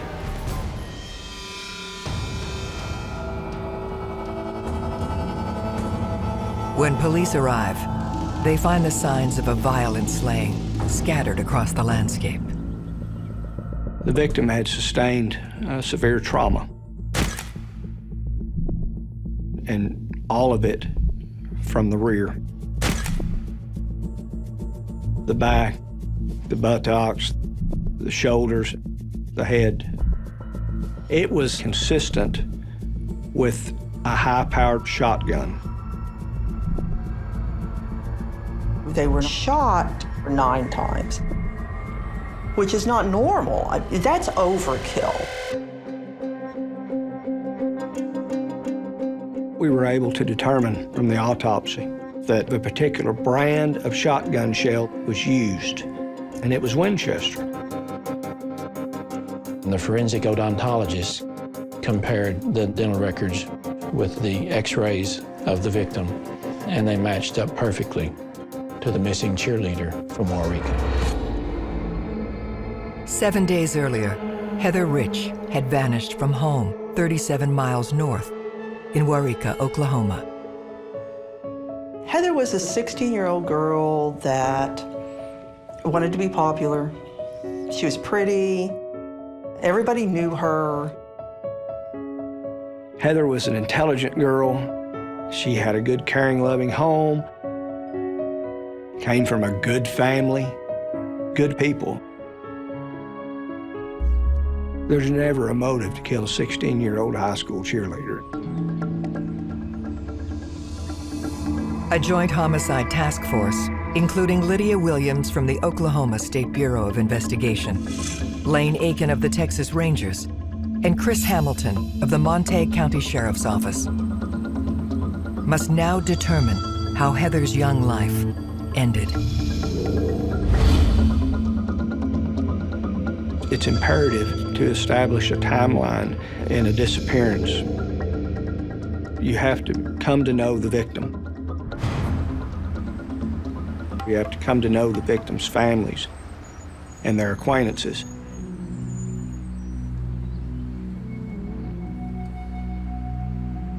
Waurika is this small little town. They took a lot of pride in their football team. They took a lot of pride in their kids. Everybody knew everybody else. Everybody knew everybody else's business. It's just a little bitty community that was very close-knit. It was like any other small town. They were not used to experiencing such a horrific murder. Her parents were shattered by the events that had occurred, and they were exceedingly cooperative with the investigation.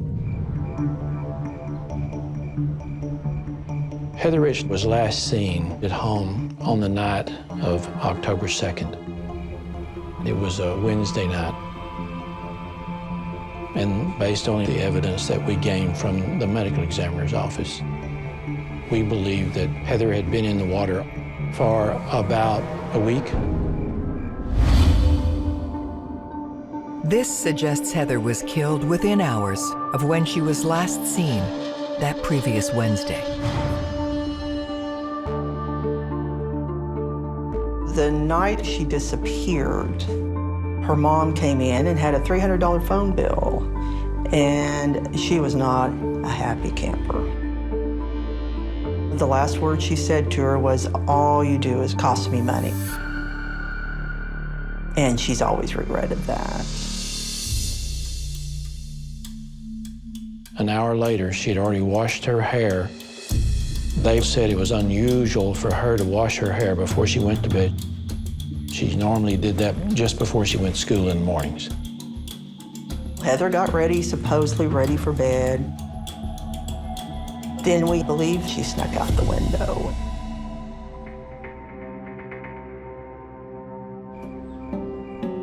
The next morning, Heather's parents go to wake her for school. They went into her room. Her bed was made, and Heather was not in the bed. Parents' initial reaction was panic.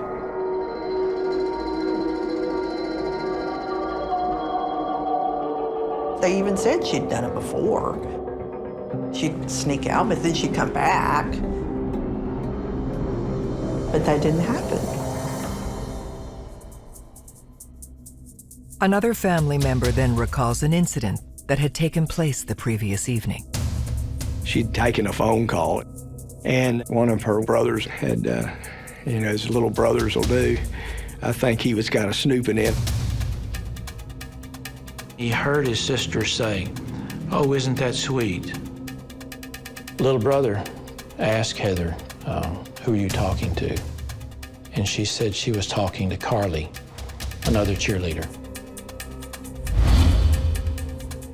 We were able to go back and look at the call logs, and it showed that that call had come from a payphone. And that was about 10 p.m. that night. Most people are harmed by people they know. So our first thought was that whoever made this phone call was likely involved in the murder. They focus their attention on the woman Heather claimed to have been talking to. Carly and Heather were best of friends. They were on the cheerleading squad together. According to Carly's mother, Carly had been grounded, so she did not have the opportunity on the night of October 2nd to have made a phone call from a payphone. When they ask Carly who she thinks Heather was speaking to, she gives them 2 names. Carly knew that Heather's past boyfriend was Randy Wood. And Carly also knew that Heather's current boyfriend was Josh Bagwell.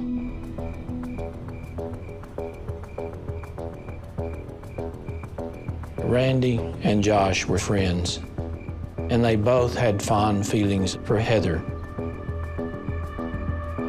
Carly told us that in Randy's mind, the relationship between Heather and Randy had been extremely serious. But that was not the case with Heather. Heather had actually broken off the relationship and then had taken up with Josh Bagwell. That type situation is wrought with difficulties. Either one of those 2 would have been easy choices for who she was talking to that night. Being in love is a dangerous thing. You can't necessarily anticipate how you're going to react if you're spurned or if someone else steps into the love triangle.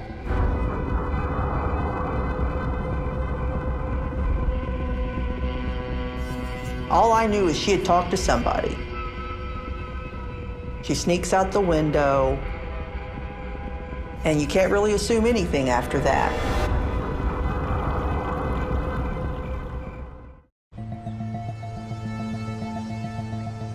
Detectives focusing on the murder of cheerleader Heather Rich have their first 2 suspects: her new boyfriend, Josh Bagwell, and her ex-boyfriend, Randy Wood. Randy Wood was an impressive-looking young man.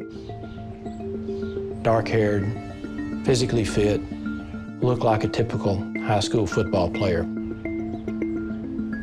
Randy was highly regarded in the community. He had even been elected homecoming king, so he was very popular on campus. He lived with his grandma, who supported him.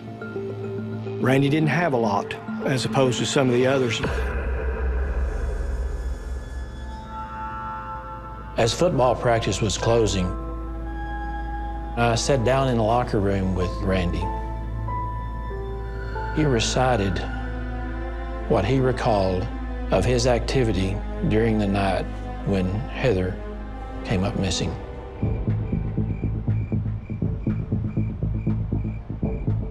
He said he was with Josh Bagwell. There was a trailer, a travel trailer. We learned that 3 guys were at that party: Randy Wood, Josh Bagwell, and Curtis Gamble. And they had been playing dominoes and drinking.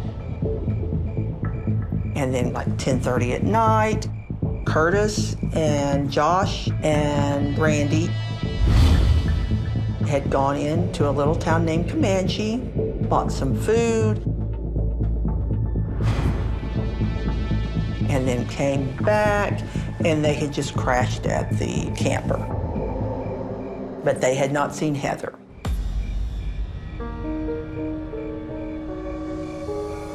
So the next thing we wanted to do was to talk to Josh and Curtis to see what their stories were. They head to the home of Josh Bagwell, Heather's current boyfriend. Josh lived with his grandparents. They were highly regarded, had been anchors of the community. Investigators speak to Josh's grandmother, who owns the trailer. She basically was telling us They had set up camp out in the travel trailer, playing dominoes. Perhaps they were drinking a little much, but they were not involved in any nefarious conduct, according to her. What did Josh say? They're all drinking a little, we get some food. Very same story. Their final stop is the third man at the trailer, Curtis Gamble. Curtis Gamble was known around town as the rebel, the one who people liked to be around, but at the same time people feared. He'd been through juvenile system before. Curtis tells us, I'm over at Josh's, haven't seen Heather. There wasn't really anything suspicious. They pretty much corroborated what they were doing that night, and it didn't concern the death of Heather. So now we're thinking, is there somebody else out there that we need to go talk to? Because somebody in this town knows something. Investigators returned to Heather's high school for new leads. The professional staff at the school was very cooperative, from the principal superintendents all the way down. The high school athletic director said that he had seen Heather in a pickup going down the street with former high school students. It was in the early morning hours after the disappearance, which obviously is big time as far as the timeline goes. He said he met a vehicle belonging to Jody Freeman and then a passenger, Eric Thompson, and claimed that in the vehicle with Jody and Eric was Heather Rich. Detectives need to question the young men about the sighting. They start with the owner of the truck, Jody Freeman. Jody admitted they was out riding around, messing around. But Freeman denied the fact that Heather had been sitting beside him. Jody claimed he really had no relationship at all with Heather. He just knew who she was. So we go to Eric Thompson. He said he knew Heather, but he also claimed that Heather hadn't been in that vehicle, that he had not seen Heather that morning. With both men's stories matching up, the team must find another way to determine if they are on Heather's timeline. They speak to Eric's girlfriend. She claimed he was home the actual night of Heather disappearing. This means he could not have been the person who called her from the payphone the night she left the house. She was able to place him at home at the appropriate times. You get a good feel of how comfortable people are on what they're telling you, how they're able to recount the events of that day. Their stories were consistent with one another's, and the other facts and circumstances that we could confirm completely led away from them. So we were able to eliminate them as suspects. The athletic director was able to identify, of course, the vehicle and the person that was driving it, and he was correct in identifying the other male passenger. He just misidentified Heather. These people are doing their best to find Heather, just like you are, so that's where you get the false sightings. As investigators continue to canvass the town, a new name starts to come up with increased frequency. And I learned from my conversations that there was a man by the name of Craig. Craig had a reputation of being a rough and tumble person that was on the criminal side of the law.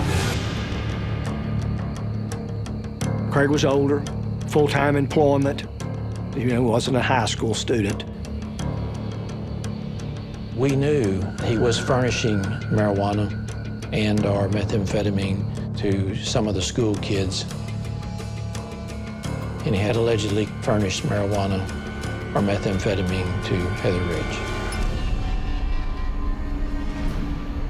It was thought that there was some sort of narcotics transaction that he may have been involved with that Heather'd find out about. Heather might have known something about that, and that's why she was killed. So Craig is someone that's getting the finger pointed at him, and someone that we need to focus on.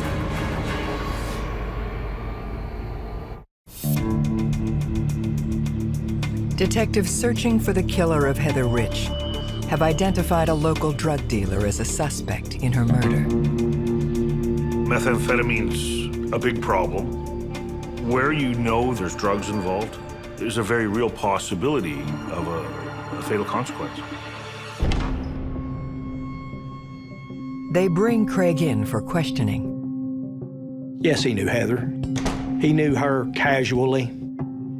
They weren't in any sort of relationship together, didn't hang out together. He did admit that he had provided her with alcohol, but he denied any knowledge, any involvement in any form or fashion with her death. Craig said that he hadn't seen Heather since a football game on September 20th, 2 weeks prior to her disappearance. We focused on his timeline, where he was the night that Heather disappeared, what was his work schedule, who could alibi him. He is more than willing to provide his alibi corroboration. Craig claims he was at home with his mother the night Heather disappeared and went straight to work the following day. His accounts of his whereabouts and his activities leading up to the disappearance of Heather was corroborated through witnesses and through his work history. There were some folks who believed Craig could have been involved because of his alleged drug dealing ways. But to me and to the other investigators, this was not a guy who would commit a murder. Pursuing the drug angle further, investigators focus on Heather's peers. The youth, the high school students, was a bit of a closed society. They were hesitant to talk to the police. There was an obvious mistrust of law enforcement. Could be a number of reasons why that was. Number one, there was a little subculture in Brink, Oklahoma, of narcotics. One of the big reasons in small towns why kids get involved in drugs is absolutely, without question, boredom and lack of opportunity. People will wax nostalgic about small town America, but part of the danger is getting wrapped up in the drugs, the alcohol, and that closed-minded behavior. These kids were going, we don't care who you are, we're not talking to you. It was the most bizarre thing I'd ever seen. You know those kids talk, they're on the phone. Heather was on the phone constantly. You know those kids know something, but they're not talking. Hoping to break the silence, detectives take a different approach. The main reason why we had the tip line was just to get the information to the investigative teams as quickly as possible. It wasn't as if we had hundreds of tips, but we'd have 20 or 30 tips every day. One of the leads quickly catches their attention. A marina employee who was working at a sizable marina on Lake Murray in Oklahoma called us and reported that he had seen Heather on I-35 that they were traveling the same direction, and he saw her in a vehicle as they passed each other. This was on October 2nd, within 12 hours of Heather's disappearance.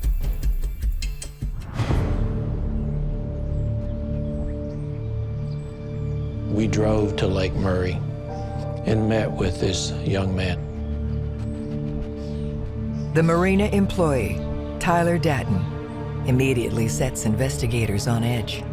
And in our conversation with this man, he became obviously nervous and was providing information which to us as investigators seemed to be a bit deceptive.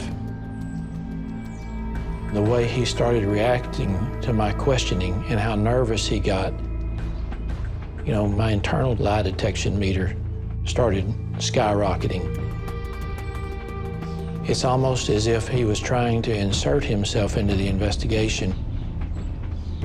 When a person is overly helpful, you have to take a step back and ask yourself, why? What are they hiding? Why are they giving me all this? Often that's a defensive mechanism. That's just to throw them off the scent mechanism as well. The local marina employee said he had met Heather when Heather's family had opened up a business through the summer at the marina. There was some sort of acquaintanceship there. What that acquaintanceship is, I believe, was very casual from Heather's side and probably a little more of a fixation from the employee's side. Maybe he had envisioned some sort of relationship with the victim that was just a vision and not a reality, and had acted upon that fantasy.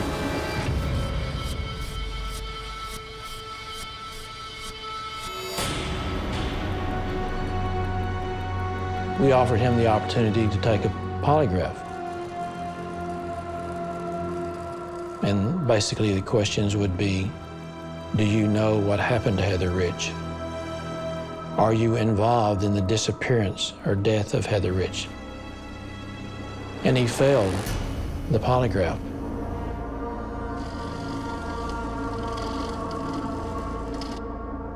So we continued to think that there was some possibility he had knowledge that he didn't want to share it. It didn't add up. And you start questioning as to the motives. This person had a connection to Heather that was not normal.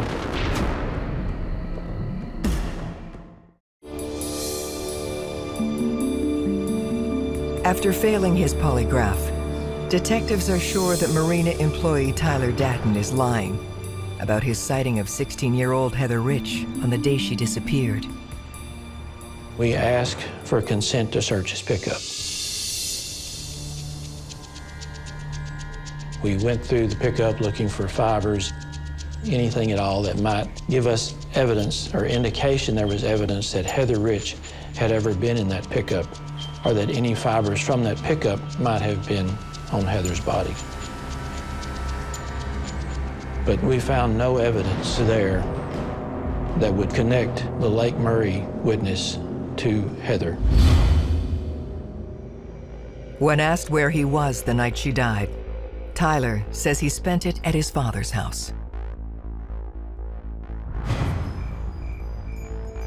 We were able to verify that that was accurate. He did not have the opportunity on the night of October 2nd to have made a phone call from a payphone. So we were able to say fairly definitively that this guy did not kill Heather Rich.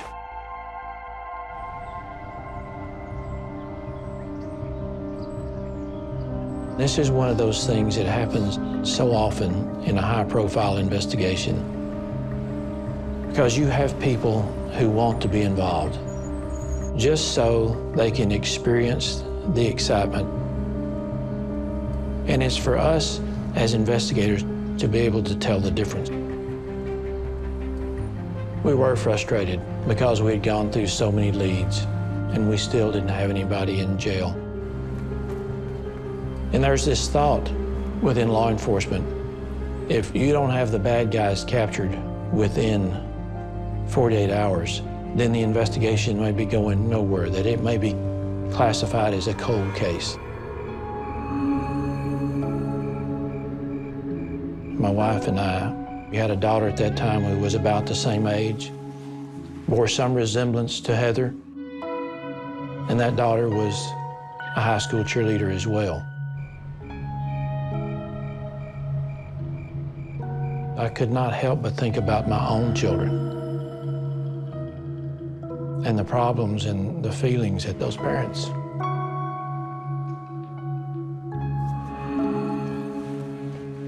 parents may have had.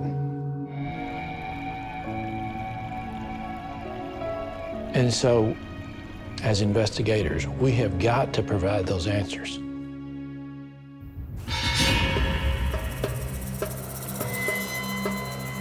"19 days after Heather's disappearance, investigators get a break. The owner of the local hardware store called and said, just prior to Heather's disappearance, 2 young men had come in, and that those 2 young men had purchased 4 boxes of shotgun shells. They had actually purchased Winchester double-aught buck, the same brand and type of shotgun shell that was used to cause Heather's death. And they provided us with a receipt showing those 20 rounds of shotgun shells were purchased by Josh Bagwell.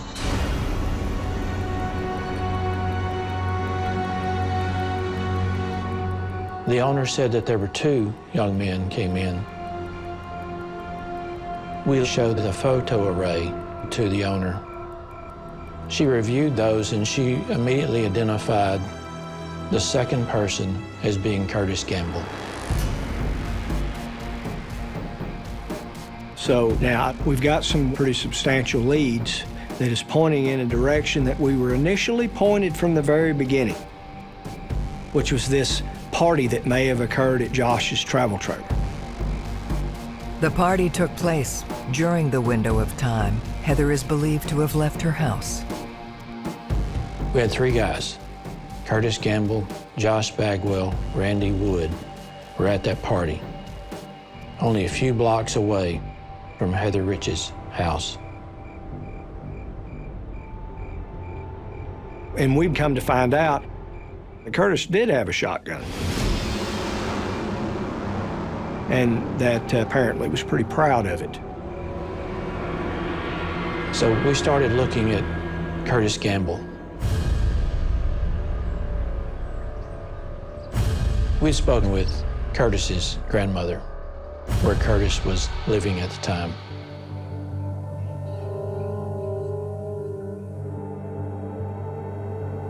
She was concerned about a statement that Curtis had made to her. Curtis told his grandmother that he knew of someone who had been murdered. The grandmother then reveals another damning fact. Heather's body was found off the Belknap Creek Bridge. The grandmother knew that spot.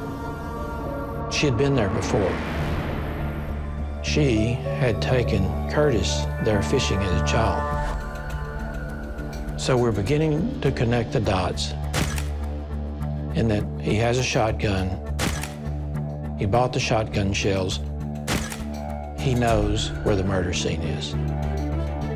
At this point, the investigation is closing in a particular area, and it's closing in very quickly.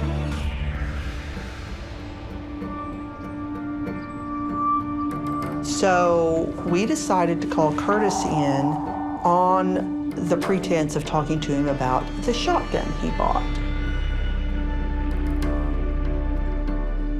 I introduced myself to Curtis and I started our interview. He denied any knowledge of Heather Rich's death. I asked him what kind of shotgun he had. It was one of the shotguns that we knew that could shoot 9 rounds without being reloaded. They press him about the shells he purchased with Josh Bagwell. Curtis had claimed that the shotgun shells that they had purchased, that he was just using that for sporting reasons, shooting frogs, target practice. He said he could take us to those shotgun shells. He knew exactly where they were.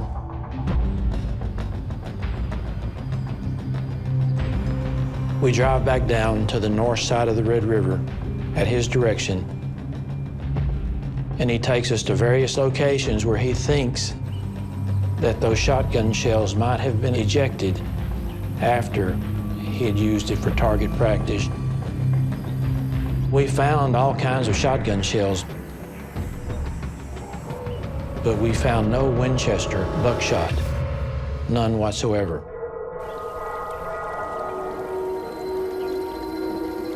At that point, I believe he realized that we had so much evidence that he could probably never get out of it.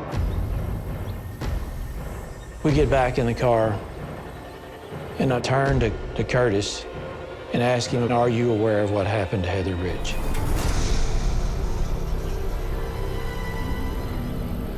Finally, he admitted that he knew what happened.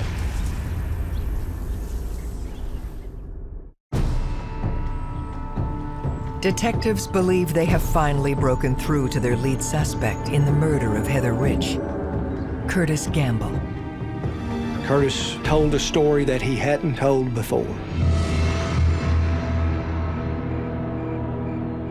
Curtis says Heather did party with them that night at the trailer and claims her former boyfriend, Randy Wood, sexually assaulted her. Curtis said that Randy was concerned because he thought that Heather was going to charge him with rape. So according to Curtis, it was Randy's idea to shoot and kill her. But after the statement had been taken from Curtis, we arrested Randy Wood, along with Josh Bagwell. Josh lawyered up. He didn't want to talk. When detectives turn to Randy, he offers up a very different story. Randy said it was Curtis who fired the 9 fatal shots, and that he basically sat in the pickup with his hands over his face, knowing what was about to happen. When you have multiple suspects, you have to find a way to corroborate who might have had the firearm on the fateful evening. You're looking for evidence that one or the other is in fact the killer. Determined to get to the truth, the team scours the records of both men and uncovers something damning in Curtis's juvenile report. Curtis had said prior to this event that he had fantasized about raping and killing a girl. It had been Curtis's dream all along to commit a murder such as this. After what we know about him and the physical evidence that we've already gathered, we believed Curtis was the person responsible. Using the reconstructed timeline, the team believes they have enough to prove that Curtis Gamble was the ringleader in the brutal slaying of 16-year-old Heather Rich.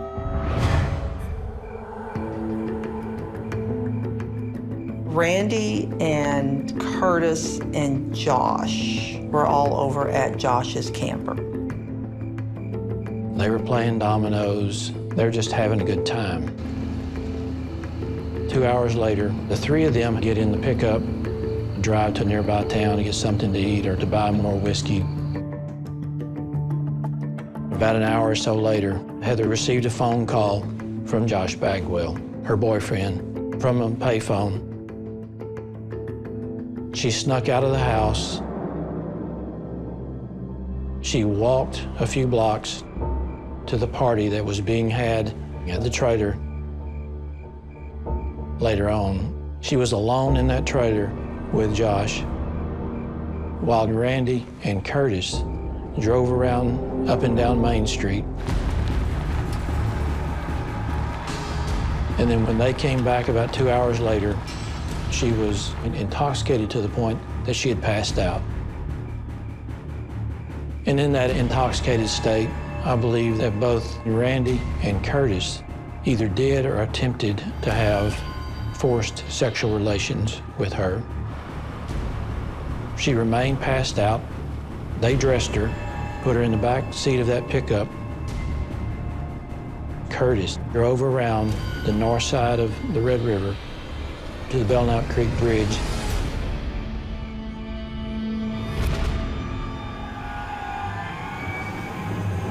And then he takes his shotgun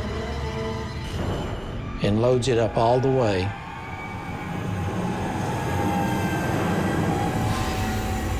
And then he unloads that shotgun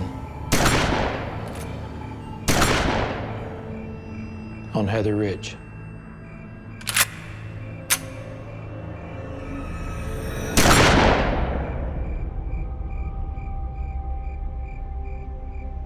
I want to believe that she never knew what happened when she was shot that 9 times and her body dumped into the creek.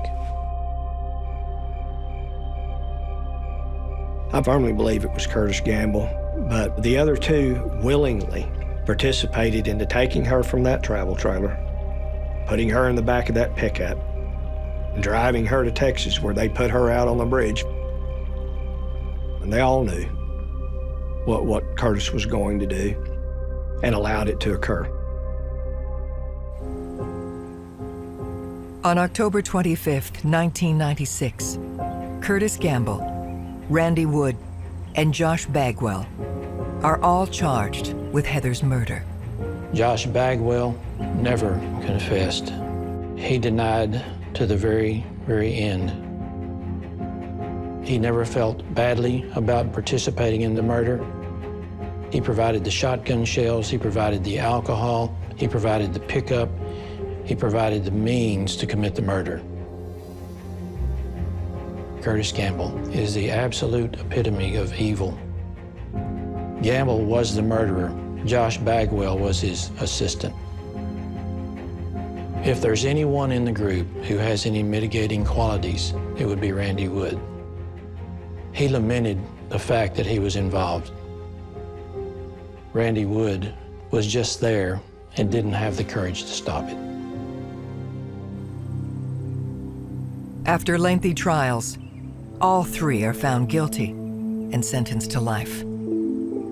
For you to take this girl's life and affect their parents, affect their family, affect their community, affect your own future, affect your own life, that's beyond me. I don't understand. What I have peace over is these three won't be killing again.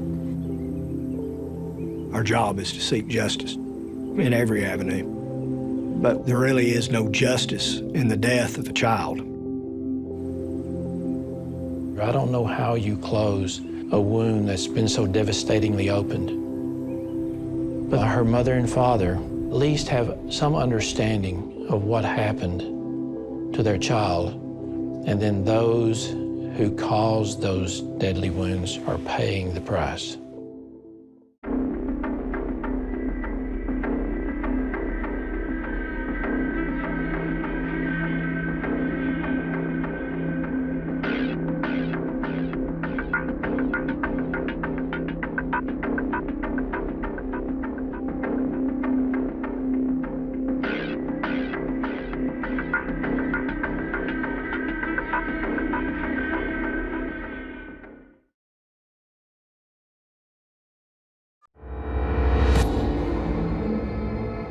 Two people shot in the head, execution style. That looks like a hit to me. A brutal killing.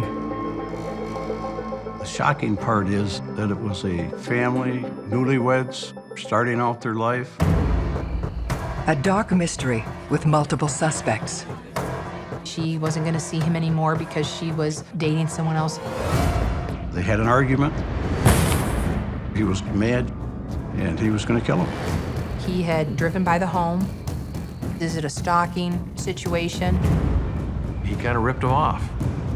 And you don't do that to the Brotherhood. The truth will be revealed. He lived a very dark world, and he knew that he was going to be exposed.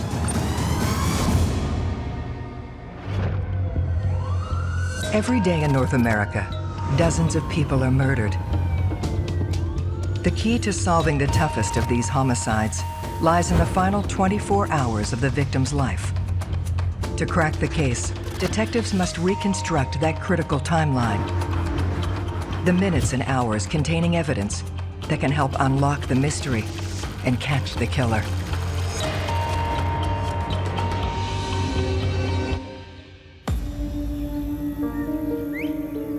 Holland, Michigan. One of the Midwest's oldest and prettiest towns. It's kind of originally a Dutch community that was formed many, many years ago.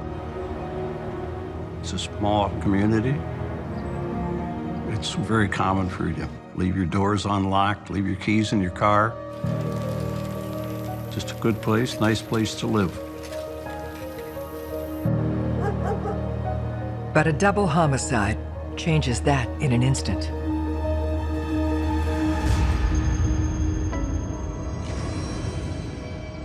When I first got to the scene, I was approached by the responding officer. He informed me that there was a female victim in the house and that there was another victim in the automobile outside of the house. The couple are identified as Rick and Gail Brink. The victim in the house was lying on her back in bed. She had 3 wounds in her head. The male victim had 2 bullet holes in the left side of his head. The passenger front window was shot out, so there was at least 3 rounds that we knew of that were shot. He was lying face down. His torso was over the console, and his head was face down on the passenger seat. Detective Lauren Wasink is now responsible for finding the couple's killer. Your on-the-spot reporter, reporting to you from Ransom Street. This is the new residence of Rick and Gail Brink. It was a family, just a newlyweds, lived out in the country, starting out their life. They recently just bought this house with the help of Rick's father. And the house needed a lot of work, and between he and Gail, they done the work over a period of months to get it prepared to live in. Now that we've got that on film, at least soundtrack. They had a lot of friends, well-liked. Gail was always a very social person. Rick was in sales in his company, very respected, was doing very well. The shocking part is the fact there was someone out there who was capable of killing this young family. Rick, on the ranch, signing off. Bye. The key to solving their murder will be in unpacking every detail of the last day of their lives. Whenever you're doing any type of investigation, it's just kind of basic that you do get a timeline where your victims were prior to their homicide. The first indication that particular morning that there may have been a problem was when Rick didn't show up for work. His employer called a company where Gail worked, found out that Gail hadn't come to work. Someone in the meantime got a hold of Rick's parents. Rick's mother decided that she'd like to go out there and check. So the bodies were discovered by Rick's parents. Based on the medical examiner, stomach contents gives us a pretty good idea that they were probably killed between Saturday night late and early Sunday morning. Detectives examine the crime scene to determine the events leading up to the murder. Rick was dressed in his dress slacks. I believe he had on suspenders, a belt, and a shirt. And then he had on his work galoshes that he appears to have kind of slid on. It appeared as though Rick might have been drinking a beer, watching TV. At some point, something caused him to put his boots on and his coat on and to go out to the vehicle. But the ignition was off. The window was rolled 3/4 down. Cold weather, why is his window open? Was Rick on his way someplace? And did he then encounter someone? At that time, we didn't know. We checked for casings inside and outside of the house. None were found. So either the suspect cleaned up the shell casings, or it was a revolver and they remained within the gun. After autopsies, it was confirmed that they were .22 caliber rounds. Gail's dress was basically dropped along the floor next to the bed. So it would have appeared that she would have basically disrobed and then crawled right in bed. The contents of Gail's purse were emptied out. Rick's wallet was lying there open. There was $400 and some in a drawer, so we don't feel robbery was an issue at all. That, to me, says it was somebody who knew the victim. From there on, it was from the inner circle and going out, talking to family members and seeing what they knew. As police continue to work the scene, Gail's brother, Ryan Wingarden, arrives. Ryan and his sister always seemed to have gotten along well. He was obviously somewhat distraught over what had happened. Ryan indicated that he was with his girlfriend, Pam, all weekend. Ryan said they didn't see Rick and Gail, and they didn't find out that they were dead until Monday morning. Ryan is, however, quick to tell detectives about a turbulent relationship from Gail's past. Ryan told us about Gail's ex-boyfriend. Lars was quite a serious boyfriend. In fact, they lived together for a length of time and were planning on getting married. Well, that fell apart when Gail met Rick. Ryan tells detectives when they parted ways, things turned violent. Lars had packed up Gail's belongings, knowing she was going to come and pick him up. They got into a confrontation about what she was taking. And he slapped Gail. Gail's brother Ryan went after him, and, he backed off right away. Jealousy can be a very powerful, potent emotion that drives people to do irrational things and violent things. Ryan then adds something that potentially puts Lars directly on the timeline of the murder. Ryan had told us that he talked to Lars at a laundromat on Saturday evening before this killing.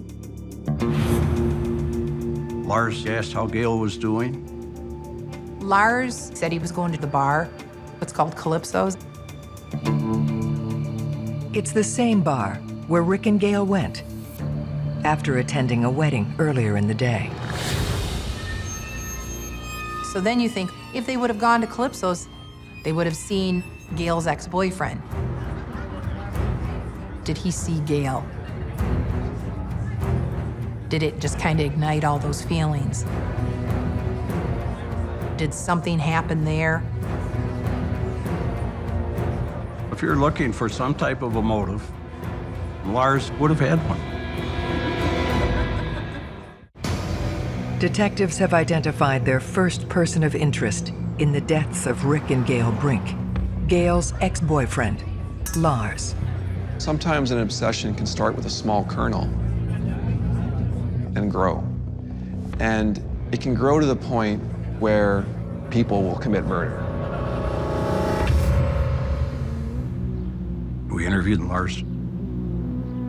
I asked him how he felt about Gail and about Rick. He said he would be happy if Rick and Gail split up because he still loved her. At one point, he admitted that he had driven by the home just because, you know, he was really infatuated with her.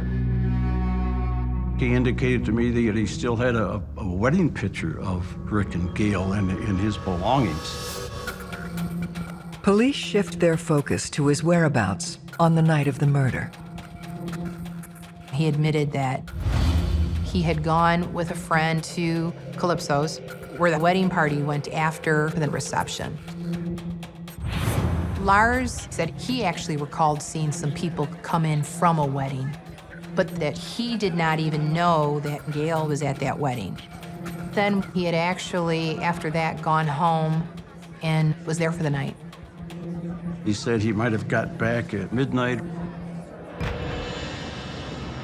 Detectives must determine if Lars is telling the truth. We started interviewing those people that were present at the wedding, trying to gain any information that we could get, whether there had been some difficulties between the two of them. Gail was not a really big drinker, and I think she had had some champagne and got a little tipsy. When you start adding alcohol to any incident, sometimes, you know, either people are gonna be happy drunks or they're not gonna be. But there was no fight that broke out. And everybody said Rick was just kind of, you know, good old Rick. Come on, I'm gonna take my wife home. In talking to persons with Rick and Gail, they thought they left between 10:30 and 11:30 at night. And that was the last they were seen. This lines up with Lars' version of events, but doesn't rule out the possibility he went to their house later that night. We polygraphed him. Lars was more than willing to take a polygraph. He passed without any problem. Looking at the whole scope of it, the polygraph, his demeanor, his feelings towards Gail, I'm convinced he would have never hurt Gail, even though he slapped her. People can wrong you. You don't go kill them. I felt in my mind that Lars was not involved and we should go on to some other place. And by that time, there was tips coming in, many calls about the person who lived there prior to Rick and Gail Brink. Sid Colby lived there with his girlfriend, and they were about to lose the home, so they sold it. He was a road knight, which is a biker gang that was in existence in the Holland area. If ever there was anything going on that was illegal, a lot of times Sid Colby was involved in it. People were concerned, could he have been involved because of the fact that Sid was not happy that he lost his home? He was always on the edge, always dealing in drugs. He'd try to impress people that I'm armed, you don't mess with me, you don't mess with my girlfriend. Sid Colby, he was crazy. I mean, he was nuts. He was a habitual liar, and he was paranoid. A lot of the paranoia, I think, was because he took a lot of drugs. So it was definitely something you had to look at. It carried a little different priority level than just random guy that lived there.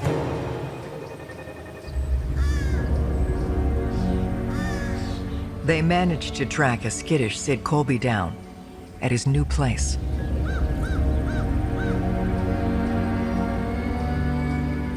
We determined that night, Sid said he was at a local bar where he hung out frequently, and then he said he went home.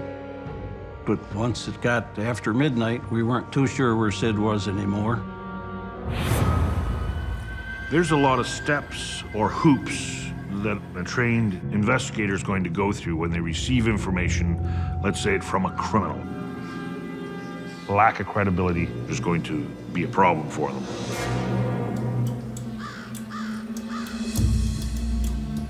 So we had a polygraph done. Polygraph was that Sid was telling us the truth when he said he was not involved in the crime. There was just nothing there that we could come up with which would cause any type of a motive. As strange as what Sid was, he didn't have any guts at all. He's scared, he's paranoid, and I don't think Sid could do it. When detectives press Sid for information, he puts forward an interesting theory. He told the investigators about people that were after him and his girlfriend, and he felt that they were the intended victims of this shooting. They had very dangerous connections with a motorcycle group out of Detroit. He'd sell them narcotics, but he'd either short them or he wouldn't pay enough, and he'd get in trouble because of it. He had actually been shot at, allegedly, out at the local motorcycle club's house. But it was one event in particular that led Sid to believe he'd become a target. At one point, Sid had agreed to fix a car for one of the group's girlfriends. And Sid and his girlfriend, Chico, decided they'd be better off selling the car. They used the money for themselves, and obviously got into a lot of hot water with this group out of Detroit. If you're in a motorcycle gang, you don't do that to the Brotherhood. He claims that after that, these people came to his house to get him prior to this killing, and he ran them off with an automatic rifle. Sid believes this may have led the gang to hire a hitman. He'd be told where to go, and that there'll be a guy and a gal at that house, and their job would be to take care of the guy and the gal. And Sid believed that this was what happened with Rick and Gail, and that it was meant for he and Chico.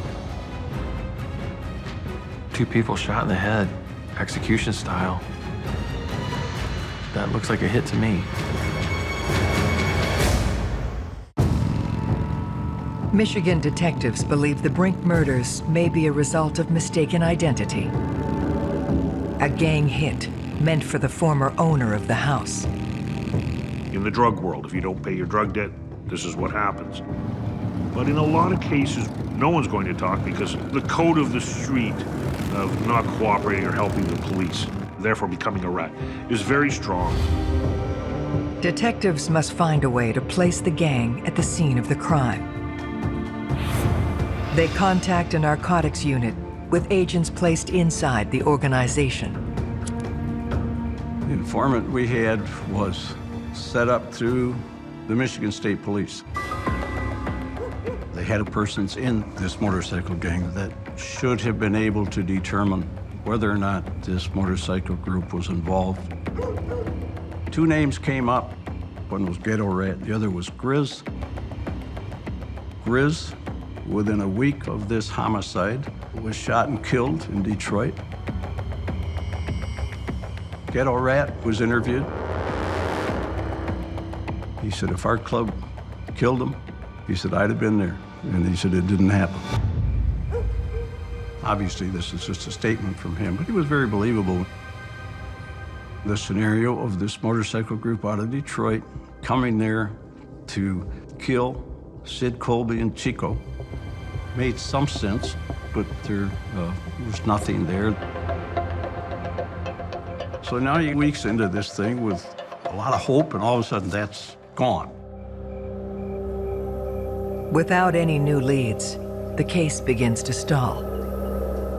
There isn't anybody else out there that we could come up with that had any motive or any reason to kill Rick and Gail Brink. With a motive, it's pretty difficult to solve the crime. I would go back to the family, telling them we don't have anything more, telling them that we're going to keep working on it, and each time going back and not having anything to give them, I think was the most difficult and frustrating part of it. In 1995, Detective Wassing retires after 31 years on the force. I didn't like leaving with open cases. Some of these cases can wear on you. This one probably weighed on me the greatest of all of them.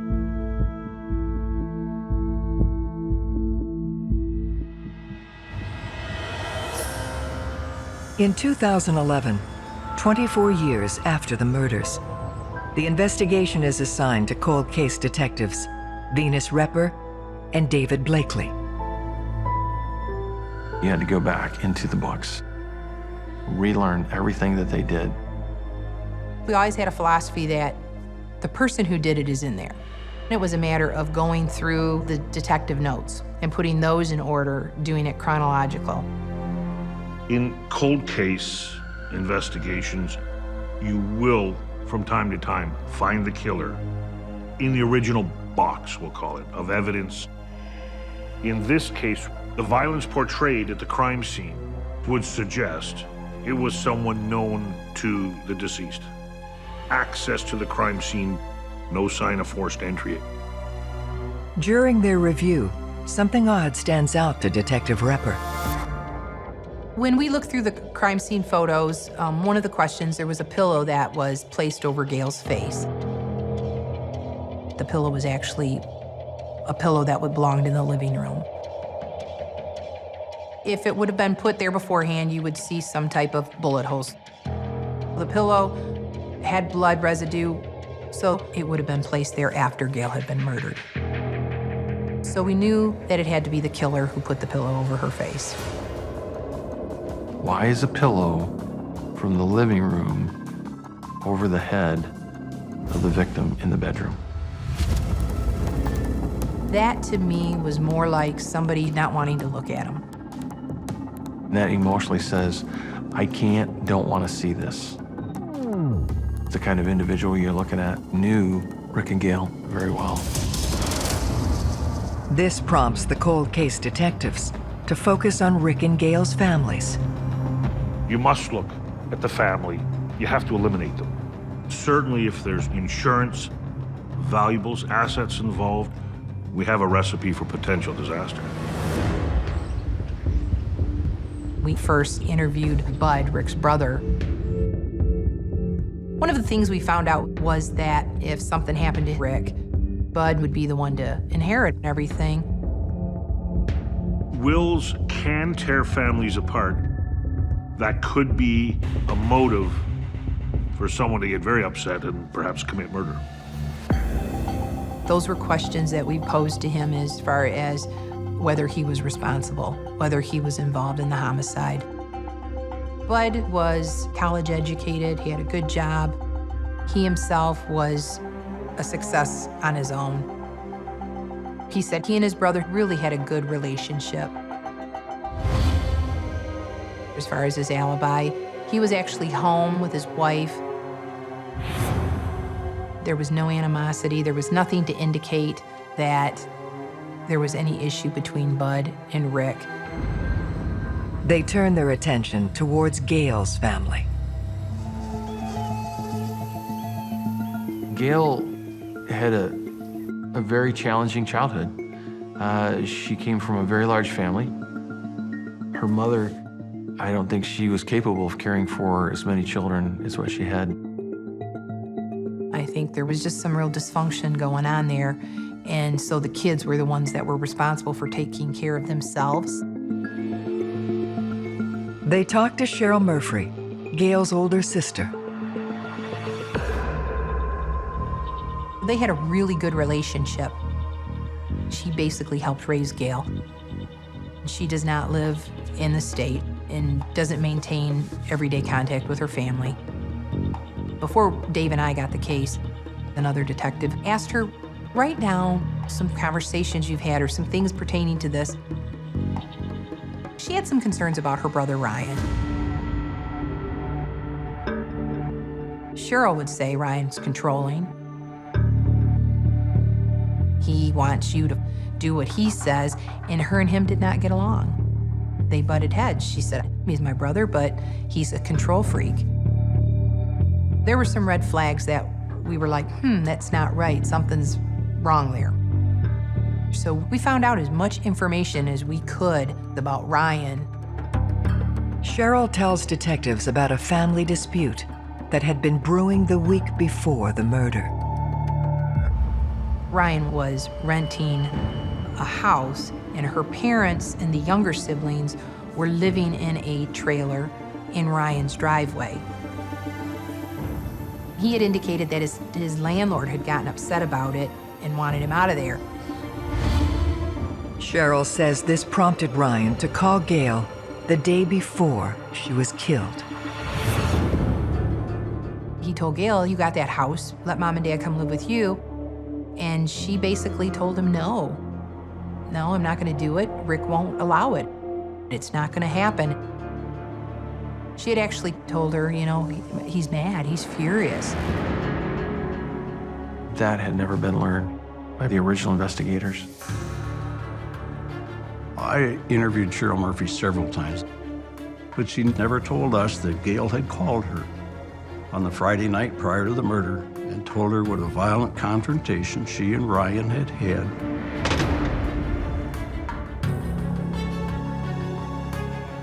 Cheryl goes even further.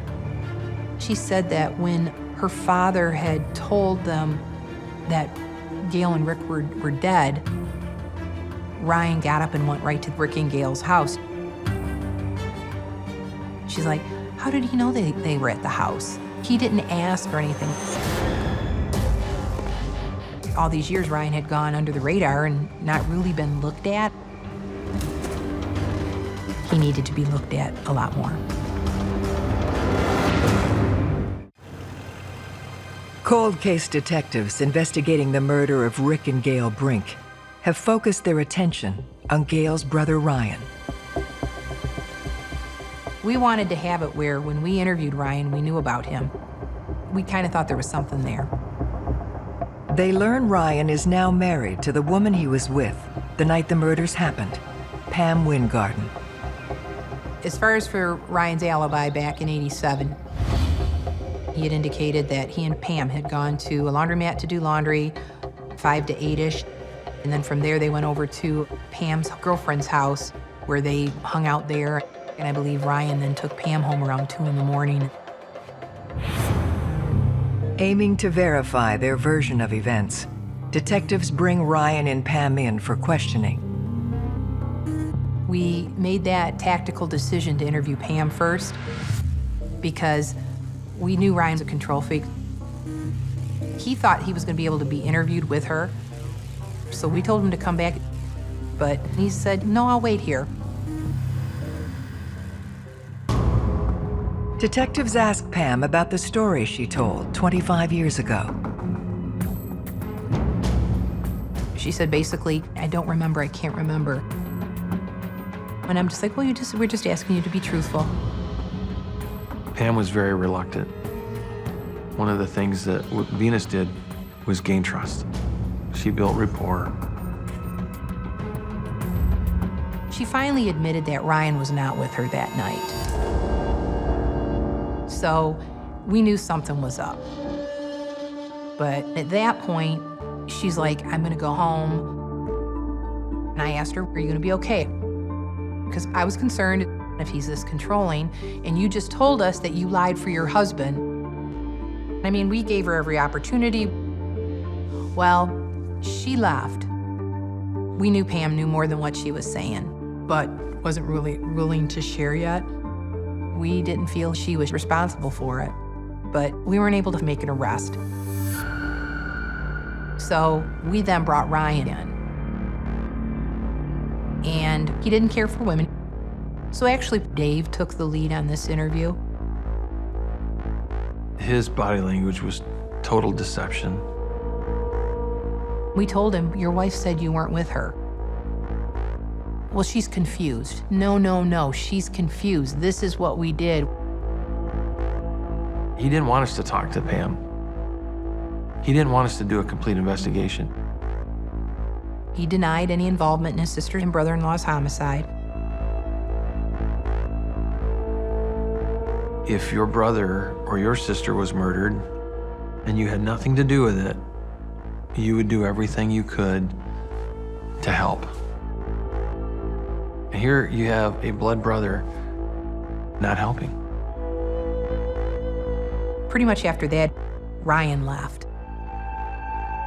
With differing accounts from Pam and Ryan, detectives must find a way to verify his whereabouts the night his sister was murdered. Back in 1987, Ryan was not only dating Pam, but he was dating another girl named Chris. So we then went and interviewed her. Talked to her about her relationship with Ryan and things that had happened. She said, Ryan wanted kids, I couldn't give him kids. And so that was the demise of their relationship. We kind of went through the interview.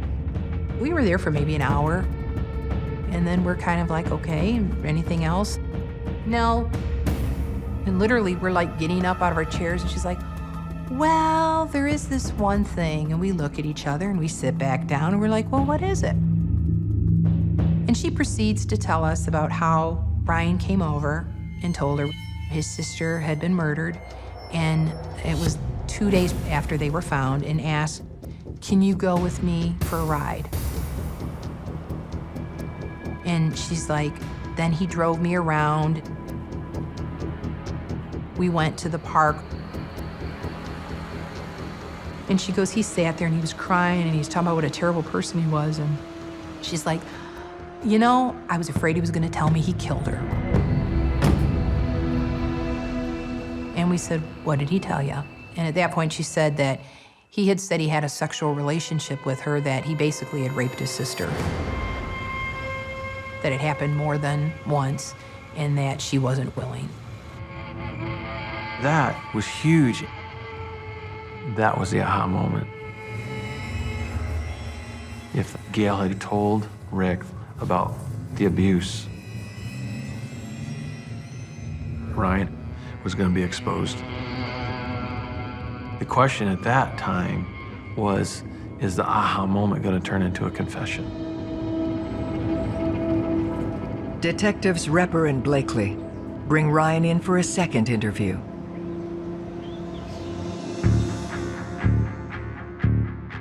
Dave started talking to him about his relationship with Gail.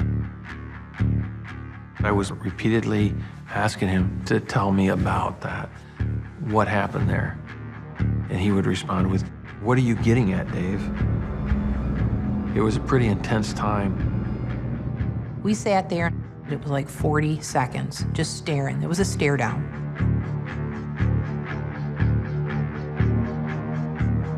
And finally, Ryan admitted at that point that he had a sexual relationship with his sister. And he said it was just kids play, kids play. We kind of threw out there, well, you told Chris that, you know, it was basically like rape. He again downplayed the abuse. It was experimentation. No one was hurt, it only happened a little bit and that was it. Despite this admission, Ryan remained steadfast in denying his involvement in the murders. So we still didn't have enough, but we at least had now a different path that we were going. Detectives must prove beyond doubt that Ryan pulled the trigger 25 years ago. We basically interviewed people all around him. interviewed his friends. We found Jim Meacham. Jim is a good friend of Ryan's. They hung out, they'd known each other for years. They kind of ran in the same circle. We interviewed him, and he recalled how he found out that Gail had been murdered. Jim, he would go to Ryan's house in the morning and he would have coffee with Ryan before he'd go to work sometimes. And he said it would be really, really early. He had gone there the day the bodies were discovered. And Ryan was up and Pam was up, and he's like, they're both crying, tears and everything. And he's like, what's wrong? And he said that Ryan had said, my sister's been murdered. The importance of that is Rick and Gail were not found murdered until 11 o'clock in the morning on that Monday. So the only way he could tell Jim Meacham that they were dead that early is if he was involved in the homicide. After 25 years of investigation, detectives have found a flaw in Ryan Wingarden's timeline that convinces them of his guilt. So you've got motive and you've got opportunity. You've got them both in spades. But you're going to need more than that to prove beyond a reasonable doubt that the person committed this murder. Armed with their new information, detectives decide to re-interview his wife, Pam. Along with the fact that she had lied to police about his alibi, we knew that she was hiding information. That's a lot of pressure on an individual. But we said, you know what? She is a victim too. She's basically married this man after he may have done this horrible thing, and you have to get her to feel comfortable to come out with this information and share it. So at that point, Dave and I then made the decision to go to Pam's work. We just basically said, you know, we'd like to talk to you. And she said, yeah, I'll listen. We said, we are giving you the opportunity to come forward and tell us your story. The truth is going to come out. You need to do what's right for your kids. And we said, Pam, you need to come clean on this deal. Which she did. She basically came out and admitted that Ryan had come over that night, was all upset, and had said, I killed Rick and Gail. Pam's confession, along with the reconstructed timeline, lays out the final hours of Rick and Gail Brink and how a secret between siblings was the spark for their murder. On Saturday, they went to the wedding. A bunch of people went to the bar after the wedding, and they were at the bar till probably around 11-ish. They would have been home no later than 11:30. Rick and Gail were up watching TV. Ryan came over. There was a confrontation. I think Ryan knew that Rick knew about the abusive relationship that he had with his sister. And I think Ryan was jealous of the life that Gail was starting to get for herself. Gail told Ryan to get out and not to come back. Gail turned around, walked down the hall, went to bed. And at that point, Rick looked at him and said, you really need to go. So Ryan then left the home. Ryan came back to the door saying he had car trouble. And then Rick had slipped on his galoshes. He still had on his wedding attire, put his old work coat on, went, got in the truck in the driver's side. And that's where Ryan shot him with a .22 in the head.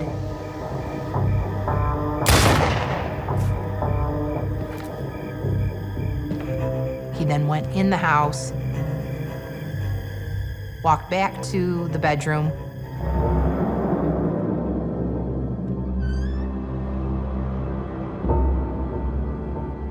Where he then shot Gail in the head 3 times.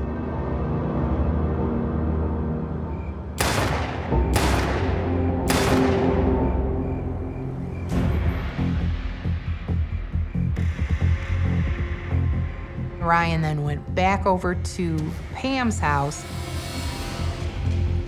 He then takes Pam back to Rick and Gail's home where he killed him.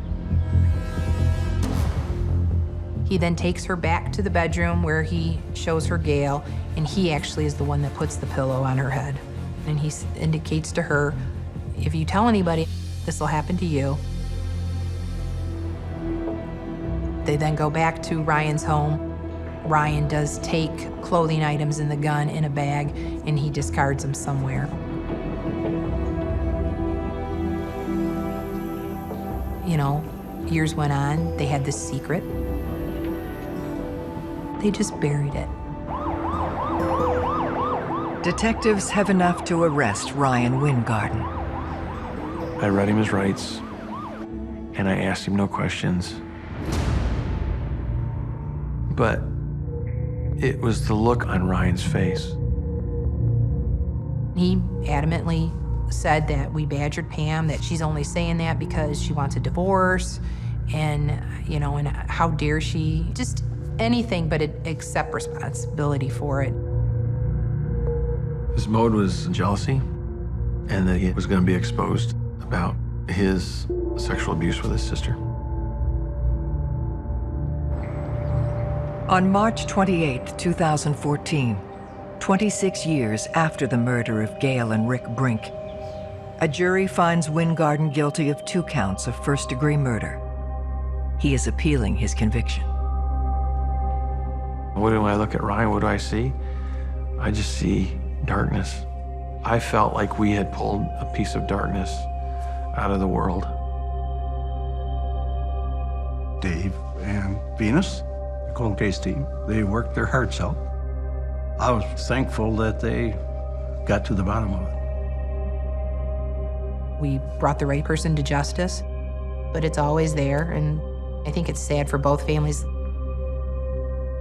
The Wingarden family, you know, they lost their daughter by the hands of their own son. The Brinks, they lost their son, and they lost a daughter-in-law. It's just something their family will always have to deal with.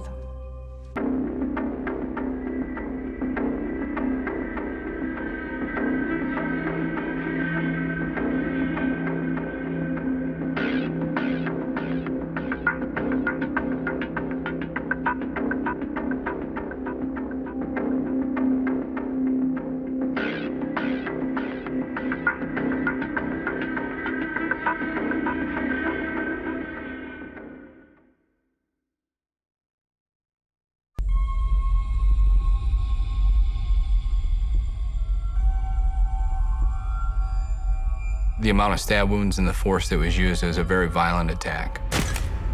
A brutal killing. She didn't deserve this. She was totally innocent. A dark mystery with multiple suspects. She had come into a lump sum of money not too long before her murder. He seemed to have been communicating with a number of other women. This guy is a cold-blooded sociopath. I've never had any suspect be able to give me the chills like he did. The truth will be revealed. He said, "No, man, you got it all wrong."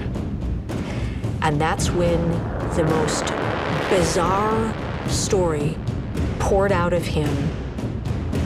You could not write this script for a movie.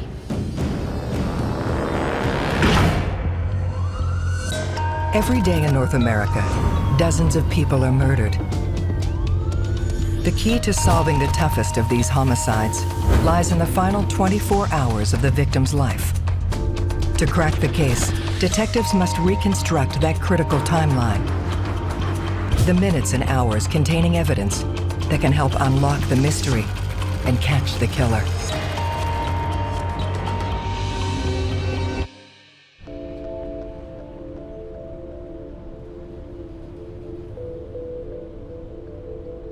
"80 miles west of Detroit lies the city of Jackson, Michigan.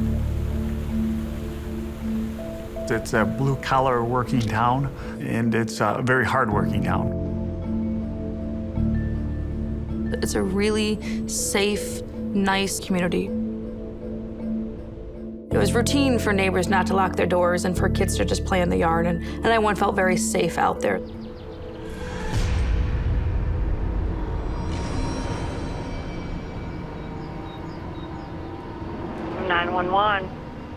I need somebody outside my house right now. My fiance, I think she's dead. Sick? There's blood everywhere. Do you know where it's coming from? I don't know. Okay, can you tell if she's breathing? She's not. She's cold. She's dead. She's dead. Oh my God.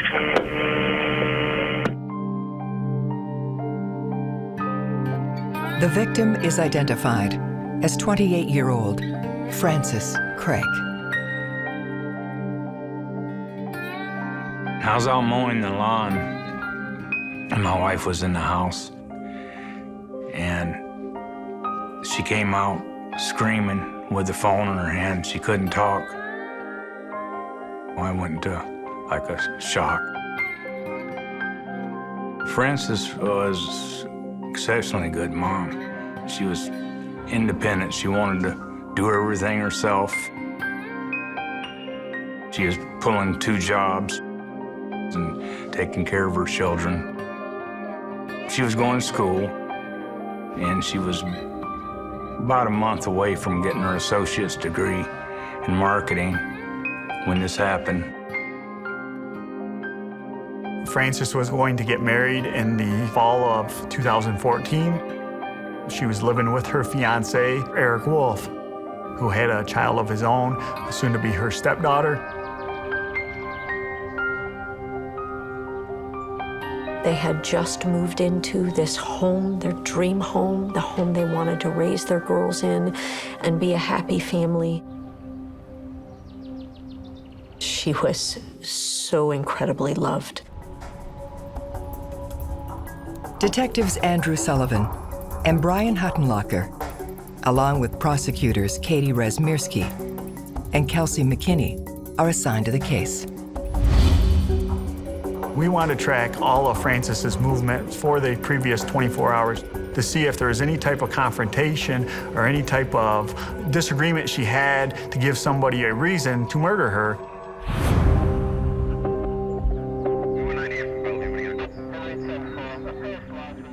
When I arrived on scene, they pointed me in the direction of Eric Wolf, who was the fiancé of the victim and also the 911 caller.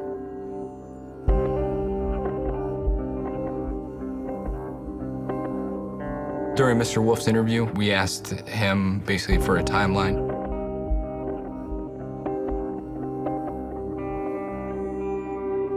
Mr. Wolf informed us that he worked an overnight shift at a local factory. He said he had been at work that evening from 6 p.m. till 6 in the morning. Stated he had found her not breathing, unresponsive, and indicated dispatch that she was deceased. When I entered the master bedroom where Frances Craig was located,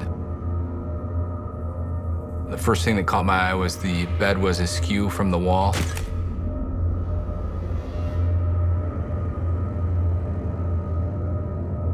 The bed had a large pool of blood on it. It did appear like there was some type of struggle. We did observe zip ties on the victim's left wrist.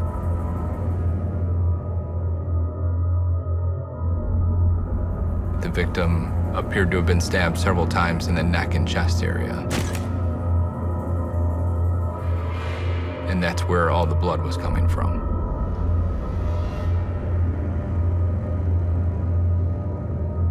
The way that she was killed was a brutal, seemingly very angry stabbing.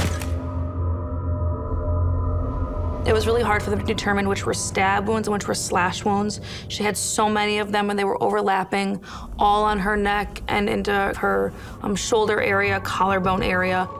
Over 20 stab and slash wounds. Also appeared that she had been gagged, and it appeared to be some type of scarf.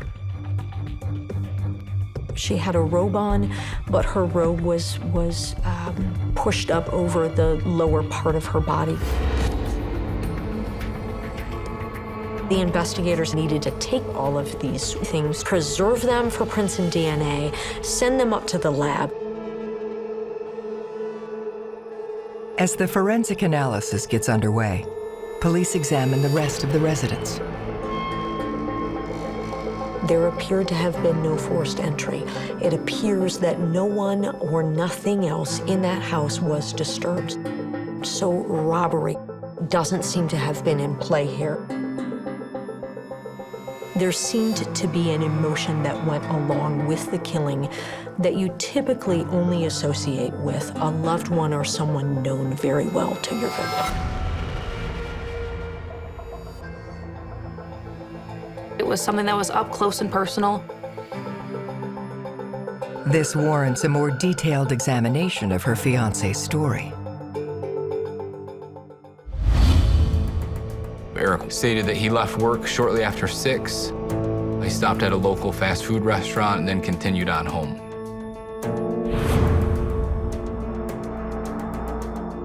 Eric saw her lying on the floor. He thought that maybe she had had too much to drink and thought she had just passed out in that condition. We didn't completely buy that. Even if they thought they were drunk and passed out, they would still try to shake them to make sure they're okay.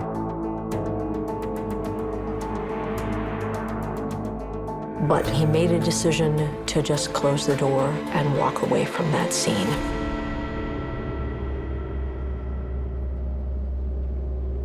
At some point thereafter, Franny's daughters went to the bedroom. We know, unfortunately, that they saw her in the position that she was ultimately found. The girls then went downstairs and were able to get Eric fully awake and to let him know that something was very, very wrong. Eric's interview raises a series of troubling questions. Franny's last text to Eric was at 12:42 a.m. Something about the children and not being in bed.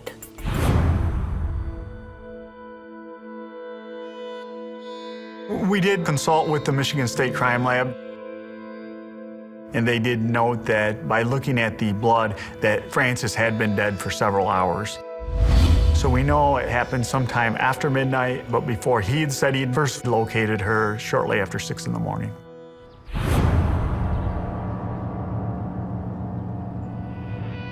He then called the police at 10:55 in the morning.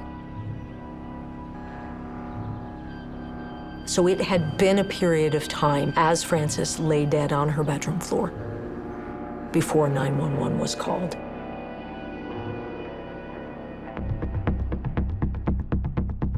Police bring Eric into the station for further questions. He wasn't super emotional, as in when somebody loses a close one. So we took that as kind of a clue. A lot of things that Eric said didn't add up to us. At some point in the interview, he makes a statement asking if she might have committed suicide. That was the question. That didn't make any sense either. She was a happy, hardworking, on the cusp of great things, kind of a gal, about to graduate, about to be married, had 3 young kids. So he gave lots of contradictory statements.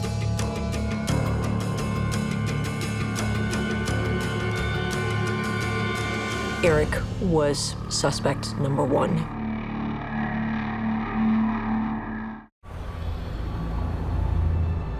Confusing statements to police have made Frances Craig's fiancé, Eric Wolf, the first suspect in her murder.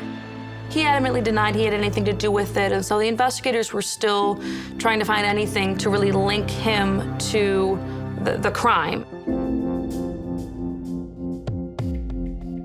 Detectives examine the couple's relationship. It appeared that both Frances and Eric had a lot of stress going on at this time. Eric was working 12-hour shifts, and Franny was taking care of the children and also working 2 jobs. We did learn of a couple incidents where other people had heard Frances and Eric arguing. Family members had seen them get in a pretty heated argument about how to discipline or raise one of the children. Eric, he always knew the answer. You didn't know anything. You know, and it didn't seem like you respected women. They might have just been at wit's end with each other and very stressed out about the upcoming wedding. One of them could have been having second thoughts. They look to their digital lives for more clues. Technology and internet open up a whole new chapter in how investigators investigate crimes. In this case, we got into Eric's iCloud account, we got into Franny's account, we pulled their IP addresses for their home internet to see what searches were done in their home from any devices that were connecting to that IP address.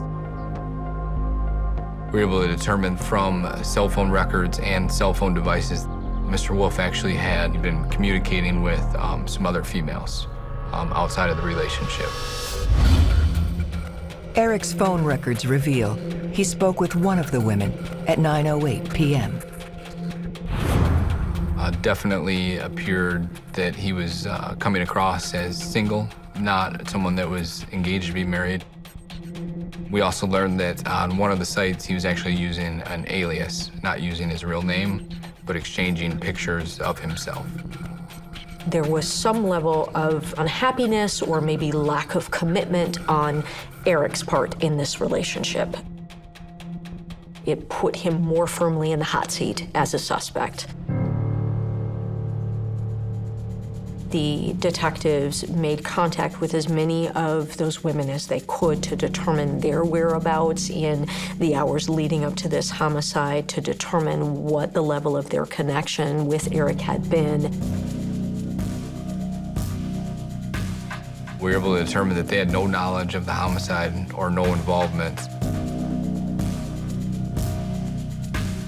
In fact, we're shocked to even learn that Mr. Wolf is engaged. We were able to rule them out as having any involvement.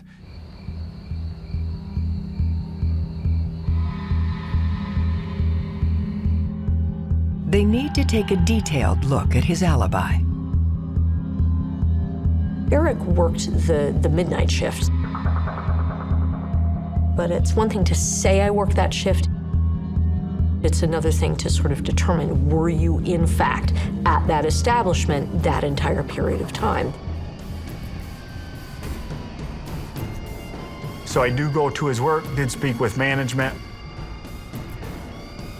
They do have cameras on their time clocks, so I did ask if they could pull the cameras. I did view that he did in fact come in just before 6 p.m. and that he left shortly after 6 a.m. This means Eric could not have been responsible for his fiancée's murder. So Eric, while had put himself on the top of our list, we had nothing to really tie him to the homicide. They looked for other clues within Frances's personal life. It was clear they had just bought this home. The detectives were interested in how did that come about, who paid for it, where did the money come from. They did find that Franny had come into a lump sum of money not too long before her murder. investigators dig into the source of her newfound wealth. As they peeled back the layers of that information, what they found was that Franny had actually been assaulted in the somewhat recent past at a clothing store that she worked at. We spoke with family and friends to see what they knew of it. The kids were in there trying to steal stuff. And my daughter kicked them out. And then the mother of the kids started beating on my daughter and another employee that was there.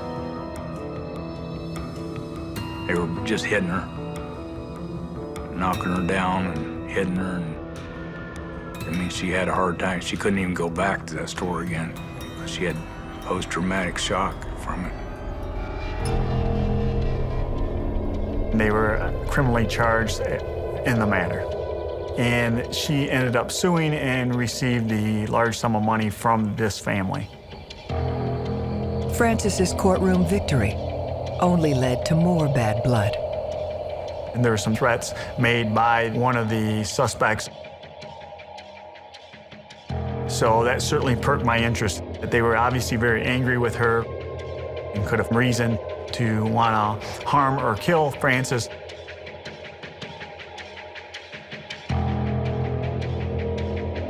There are thousands of threats that occur every day. Do we take them all seriously? It's one thing to say, I'm going to kill you. Does the victim actually believe you and feel threatened? Then it becomes a death threat and a criminal offense. She was terrified. I mean, she didn't know what they were going to do. She just went crazy.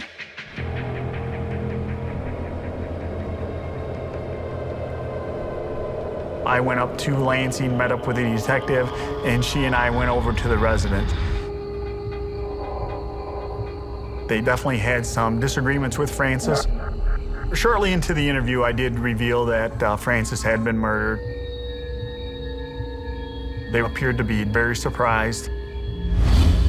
Investigators must determine if they were in the Jackson County area during the time Francis was killed. They were able to give me a pretty detailed timeline. I did check with some cameras at the locations they said they were. Also checked with their alibi witnesses. And I was able to, through all that, verify that they were, in fact, where they said they were. Hoping to uncover clues about Francis's attacker, investigators begin speaking with other people who she interacted with during her final day. We know that in the early part of the day, she spent time with friends and family. I did speak with one of her friends she had been with. She remembers looking at the clock just before Francis left. The friend specifically noted she had left at 8:09 p.m. Then she went and picked up her kids. Francis and the children, along with a family babysitter, go to the Jackson County Fair. We were able to pull some pictures off social media that she had posted from the fair and also coordinate the cell phone, GPS, that she was in fact at the fair at the exact timestamp that the photo was uploaded. We determined that she was at the fair until about closing time, which would be just around 10 o'clock. Figured she got home close to 11 o'clock in the evening. Through the analysis of her movements by cell phone, they uncover a new lead. We were able to determine that she communicated with a number that appeared to be for somewhat of a lengthy period of time. The individual was Alex, who is her ex and the father of her 2 children. We always look into the ex-husband, boyfriend of the victim, specifically when they have children involved. He definitely fell right into the timeline of the homicide, as the communication between them was the day before. Makes one wonder, was there contention between the two of them? Investigators were able to speak with Franny's parents in regards to Alex. It appeared that their relationship might not have been the best. I didn't think they got along at all, like two normal people would, you know, boyfriend, girlfriend. She tried to make it work, but he didn't want anything to do with it, so she said the heck with it and broke off.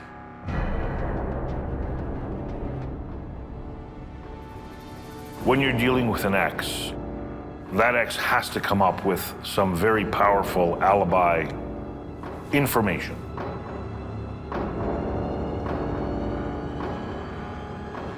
Otherwise, you are looking definitely at someone who could be a suspect.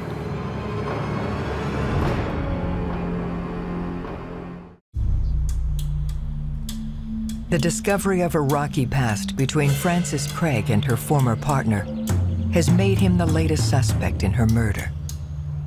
With him having a relationship with Franny previously and also still being involved in her life, being the father of her two children, it was somebody that we had to investigate further and either rule him out as a suspect or continue investigating.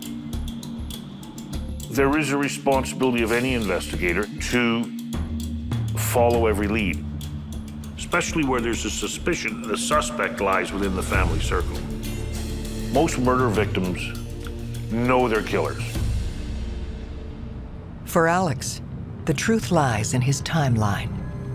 He had his cell phone with him that particular day, leading up to the homicide and during the hours of the homicide. A cell phone can tell us not just who we're communicating with at any given time. Most all of them these days place us in time and space. They ping off of different towers, and they help us know where a cell phone is location-wise. Based on that information, investigators were able to determine that Alex was nowhere in the area at the time this homicide occurred. We were comfortable enough ruling him out as having involvement in the homicide. So far, the most viable candidate is still her fiancé, Eric Wolf.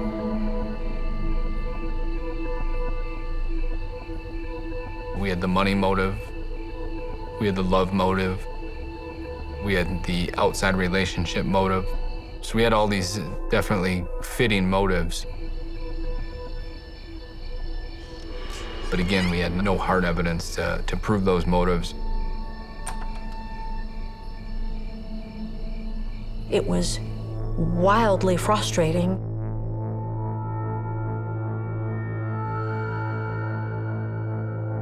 As investigators, obviously our motive is justice in the end, but we also want to get closure for the family and her friends. It was very difficult for us to go through that. Frances was a good person. She didn't deserve this. Our relationship was great with the detectives. They told us as much as they could. And I think what made us the maddest is when people would say, well, why aren't you not trying hard enough? The investigators in this case were tireless, literally tireless. There is not a stone that they left unturned. Detectives get word the forensic analysis has finally been completed. I received information from the Michigan State Police Crime Lab that they were able to get a DNA hit on the zip ties that were located on Franny's left wrist. The information I received was that it was a CODIS hit, which means that it was a known offender, and it came back to a Cortez Butler. We all just looked at each other around the table and went, who? Have you heard of this guy? Do you know this guy? Is he connected to Jackson? Is he connected to Franny? Is he connected to Eric? Does anybody know anything about Cortez Butler? And the short answer was no.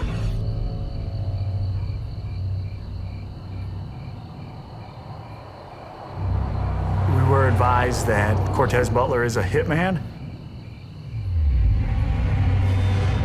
He'll murder anybody for the right price.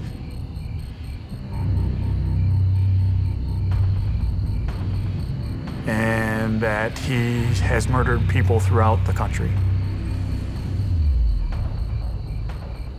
So at that point, we want to try to link Eric to Cortez.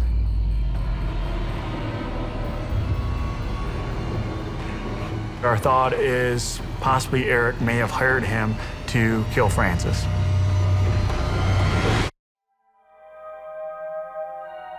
Detectives believe they've found the hitman who murdered Francis Craig, Cortez Butler. Now they have to determine what caused her to be his target. We didn't want to tip our hand at anything, so we kind of had to hold it close to the chest and figure out what we needed to do with this lead and how it needed to be followed up on. We wanted to make sure that when we found them that we had all of our ducks in a row, because we knew we'd probably only get one shot to see what his involvement was in our homicide. They contacted his parole agent to find out what they could find out about him, and immediately kicked out a search warrant for information, phone records, anything they could get. Once we got Cortez's phone records, we were able to see that he had traveled from Detroit to Jackson within that timeline of 24 hours before the homicide. We were able to watch it kind of drive down I-94 and hit off of towers as it came. But then he turned his phone off. And he turned his phone off right at the time of the murder. We were able to then pick it back up, going back down I-94. About 2:11 is when he turned his phone back on. At that point, we now know that Cortez Butler is on Francis Craig's timeline. So we have him in Jackson, but we still don't know what his relationship with either Eric or Franny actually is. To find that out, they must speak to him directly. In the middle of the night, we get a call from a captain of Detroit PD. Detroit police have tracked down Cortez Butler. At that point, Detective Sullivan and I jumped in our car and we drove to Detroit. We sat down with Mr. Butler, introduced ourselves, explained where we were from to see if that would maybe get a reaction from him, knowing that we were from Jackson. Asked him about any connections he'd ever had to Jackson, if he knows anyone in Jackson, if he would have any reason to travel to Jackson. He said no to all those. I slid the lab report over towards him and showing that his DNA was on the zip ties involved in our homicide. We did ask him whether he was hired by Mr. Wolf or whether he knew Mr. Wolf. Mr. Butler just kind of had a blank stare, and again, he repeated that he'd never been to Jackson. Mr. Butler was a cold individual. He showed no emotion, no reaction, and requested to return to his cell at that point. With Butler refusing to cooperate, they must find another way of uncovering who hired him. At Cortez's residence, among other things, several phones were located and confiscated, and ultimately they were examined. We learned that he is having contact with one other person, and he's had contact with that person more than 200 times in a pretty short amount of time. A search warrant is issued for that cell phone number. What comes back is that that phone is registered to an individual named, of all names in the world, Dorito Johnson.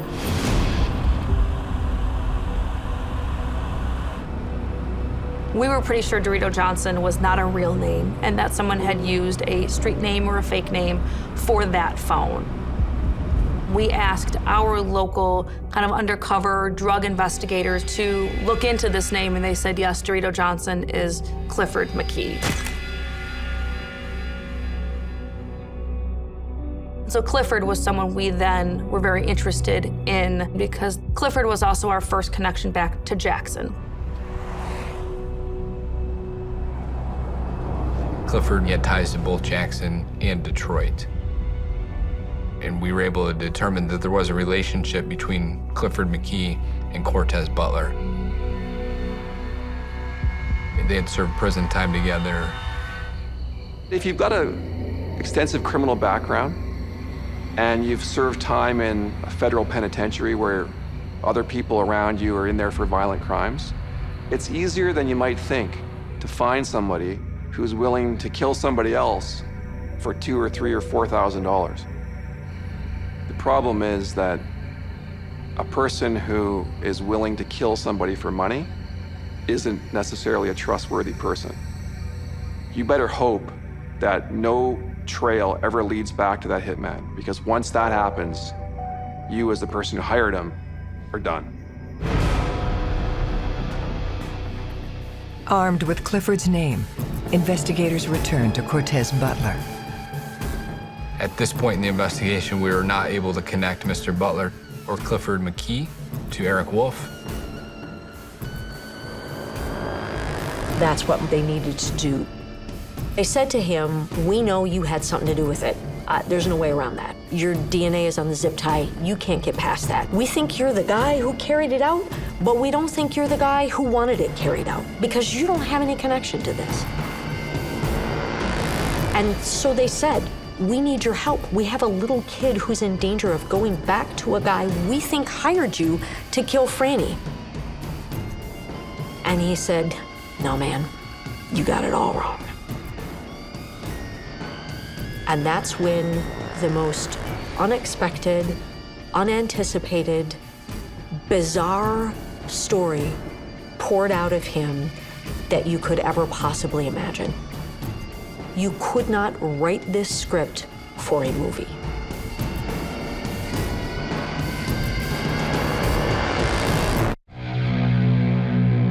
Detectives have hitman Cortez Butler cornered, but they have yet to confirm who ordered the hit.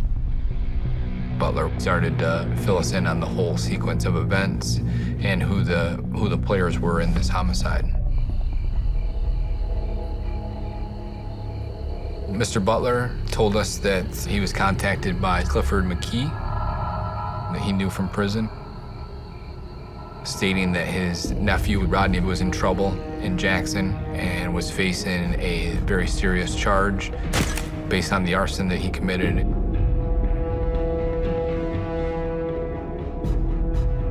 He basically needed a witness to go away.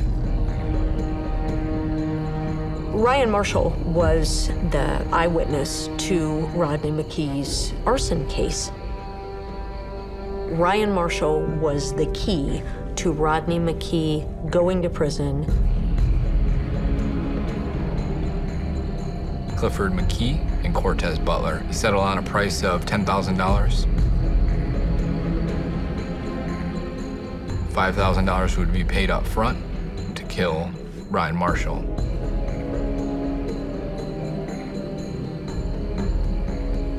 As the investigators got this story from Cortez, this confession firsthand, Detective Sullivan was almost bouncing out of his chair.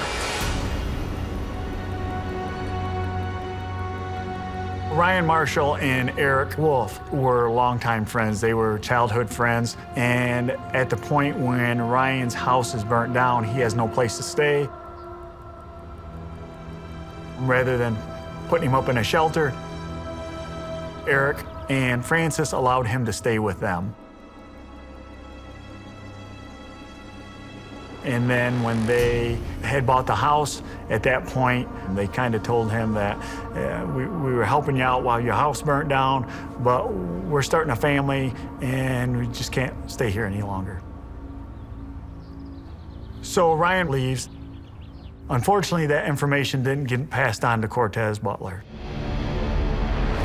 Butler lays out in gruesome detail the events that transpired in the hours before Francis Craig was murdered, and how a perfect day came to a brutal end.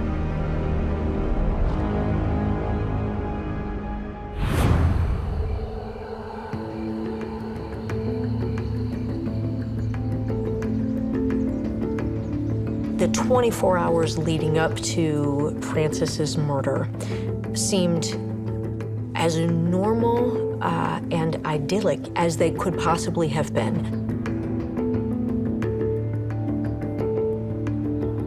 She spent this nice long time with friends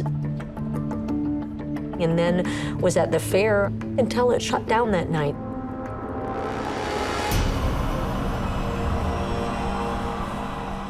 Cortez comes over from Detroit to Jackson. His phones are hitting off of all the towers down I-94.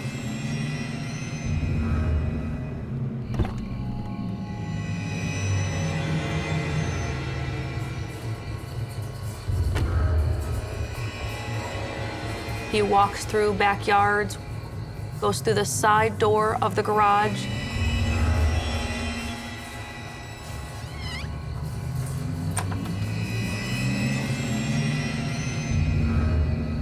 Cortez Butler talks about looking at the time on the microwave in the kitchen at 1:42 a.m.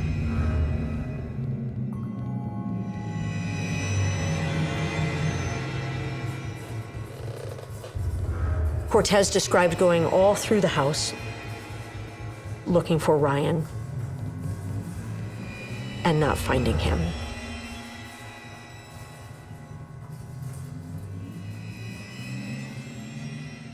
But finding Franny in her bed. He describes gagging her and binding her wrists with the zip ties and asking her about Ryan, but she kept trying to look at him. And so, in his words, he had to take her out. He stabs her repeatedly, kills her, drags her off the bed.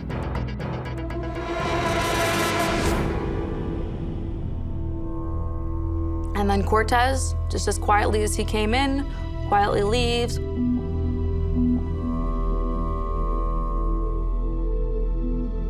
He described it so factually and so unemotionally that it appeared to not affect him at all.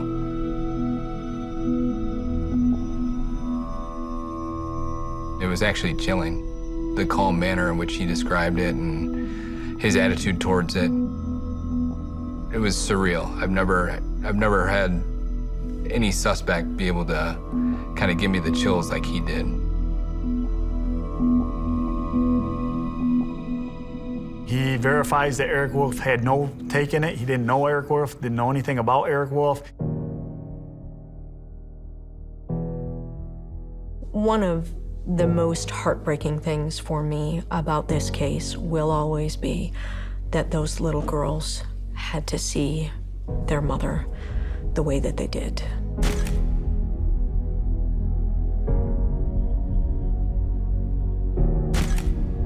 It's a tragedy. Sorry. Franny gets me, man.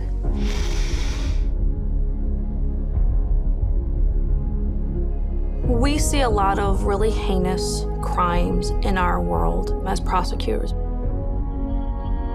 But very rarely do you have a victim who was engaged in zero risky behavior. I mean, Franny was doing nothing wrong, but at home, in her bed, taking care of those 3 little girls. And that because of 3 evil, heinous men, she had to lose her life. She's the definition of collateral damage. On October 7th, 2015, Cortez Butler is charged with first-degree murder. Clifford McKee and Rodney McKee are also charged with soliciting murder and first-degree murder. When we went to court, we didn't miss a minute of it. This involves my daughter. She would do it for me. It was a harder process, but at the end, the jury got it right. They all received life sentences without the chance of parole. Their convictions are currently under appeal. Cortez Butler, he's got a special place in hell when he finally does die. I guarantee you that. This guy is a cold-blooded sociopath. He's just a good kid. I mean, couldn't ask for better. The detectives did a fantastic job. And all my thanks would go to them for at least giving us that peace of mind that these guys are behind bars the rest of their life.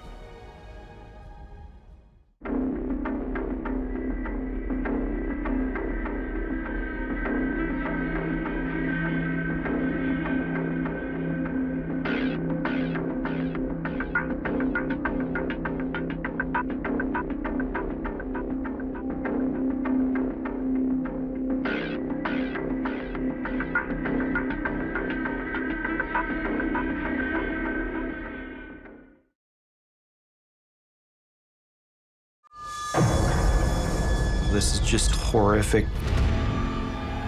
What they did to this person is just wrong. A brutal killing. It was just kind of like a dream, a bad dream. A dark mystery with multiple suspects. He built a reputation for beating people, hurting people. Make no mistake, there were people there that witnessed this, that felt that it was wrong. We're like, well, can you tell us who did it? He said, talk to the females. She was irate. She didn't want to have nothing to do with us. The truth will be revealed. He tells everybody, if anybody speaks, the same thing will happen to you. Every day in North America, dozens of people are murdered. The key to solving the toughest of these homicides lies in the final 24 hours of the victim's life. To crack the case, detectives must reconstruct that critical timeline. The minutes and hours containing evidence that can help unlock the mystery and catch the killer.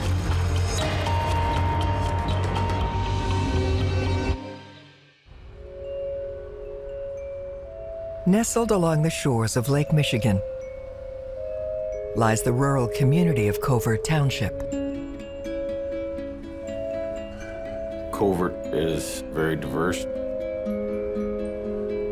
You have everybody from the fruit pickers that are coming in, the migrants,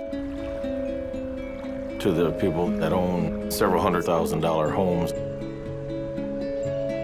A lot of families leave Chicago and come to Covert because we're trying to get away from that city life.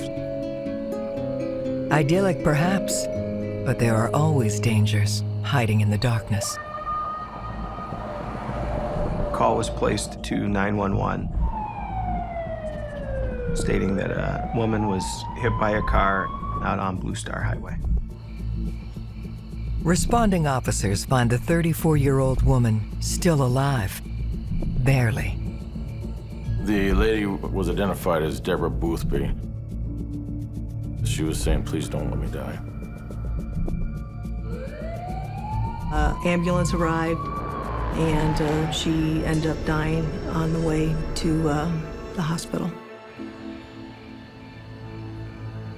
7 in the morning, just banging on my door. That's my grandmother and my cousins, and my grandma was just crying, and she was just like, your mom's dead. It was just kind of like a dream, a bad dream. I just turned around and went back in my room, lay down, and just was like, kind of in shock. My mom was kind of like the glue. When she passed away, everybody kind of just fell apart. I just cried all the time, all the time.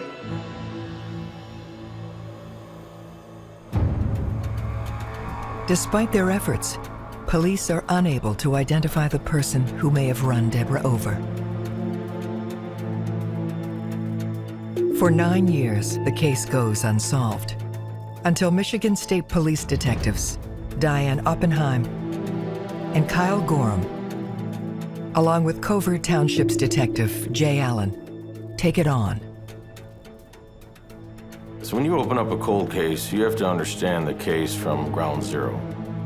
You have to take it all the way back to the very beginning. This starts with the original medical examiner's report. Forensic evidence plays a significant role in cold cases. It may cause investigators to look at something subtle that wasn't picked up initially. Sometimes it could change the entire direction of the investigation. There was a lot of bruising, and the body was mangled in such a way that it was consistent with a car running over the body. The autopsy report noted the high blood alcohol content. So the theory was she wandered into the road and got ran over. It's a rural highway. There is a lot of tree cover, especially in the evening hours. It gets very dark where you can't see much of anything.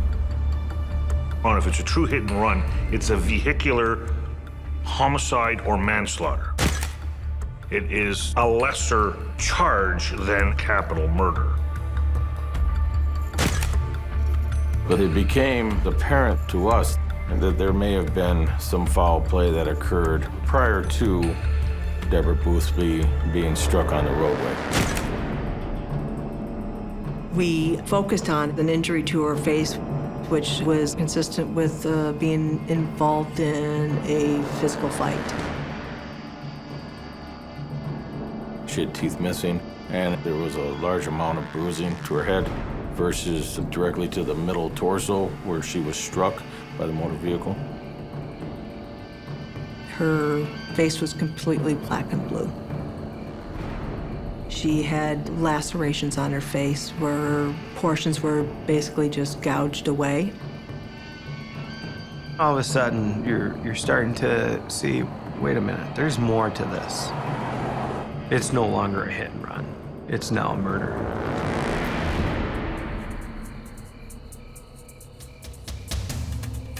In cases such as this, it's important to try to figure out the puzzle of what was the sequence of events, because it tells you the story of what happened. The cold case detectives begin to trace Deborah's movements in the last 24 hours of her life. We needed to know where she had been, where she would travel to, who she had been with, up to the point she was struck by a vehicle. We started to talk to folks that were closest to her, family members. She always worked. She was providing a good home for her family. She had a little bit of a nightlife, but other than that, for the most part, she was a single mom taking care of her children. She lived in that community her whole life. She was also one that was pretty feisty and was not one to back down from anybody. Deborah Boothby's mother said that she had been working that day. She got off work around 7 p.m. Her mother says Deborah had made plans with her cousin, Brenda. Brenda and Deborah had actually went to a bar in South Haven, which is nearby Covert Township. At one point, they split in the evening. Deborah ended up wanting to go out to the Blue Star Lounge, and Brenda wanted to stay where she was at. She ended up going out to the Blue Star Lounge about 10:45.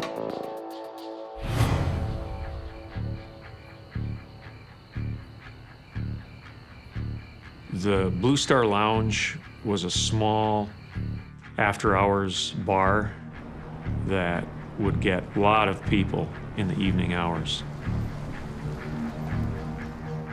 It could be a powder keg with things that could happen there.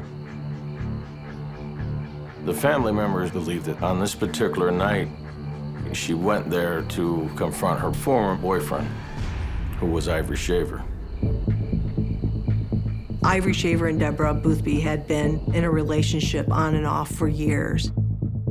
They were always fighting, and there'd been a lot of abusive past between the two of them. Ivory Shaver had had many run-ins with law enforcement. Ivory was the type of person that did what he wanted to do. He was just a bad boy, I guess. I don't know if that's what attracted my mom. The Shaver family is a very prominent family. There are a lot of nice individuals, okay? But like in any large family, there are 2 or 3 bad apples. My uncle always used to say how he never really messed with the Shavers. They came in packs. So if you had a problem with one, you had a problem with them all. Detectives learned that Deborah had been assaulted by Ivory just a few days before her death. There was an argument that took place. It appeared to be over money. He left, and Deborah was pretty pissed off. As we developed the timeline for this incident and the people of interest that we wanted to speak with, Ivory Shaver was definitely on that timeline. Ivory was a stone cold man, period.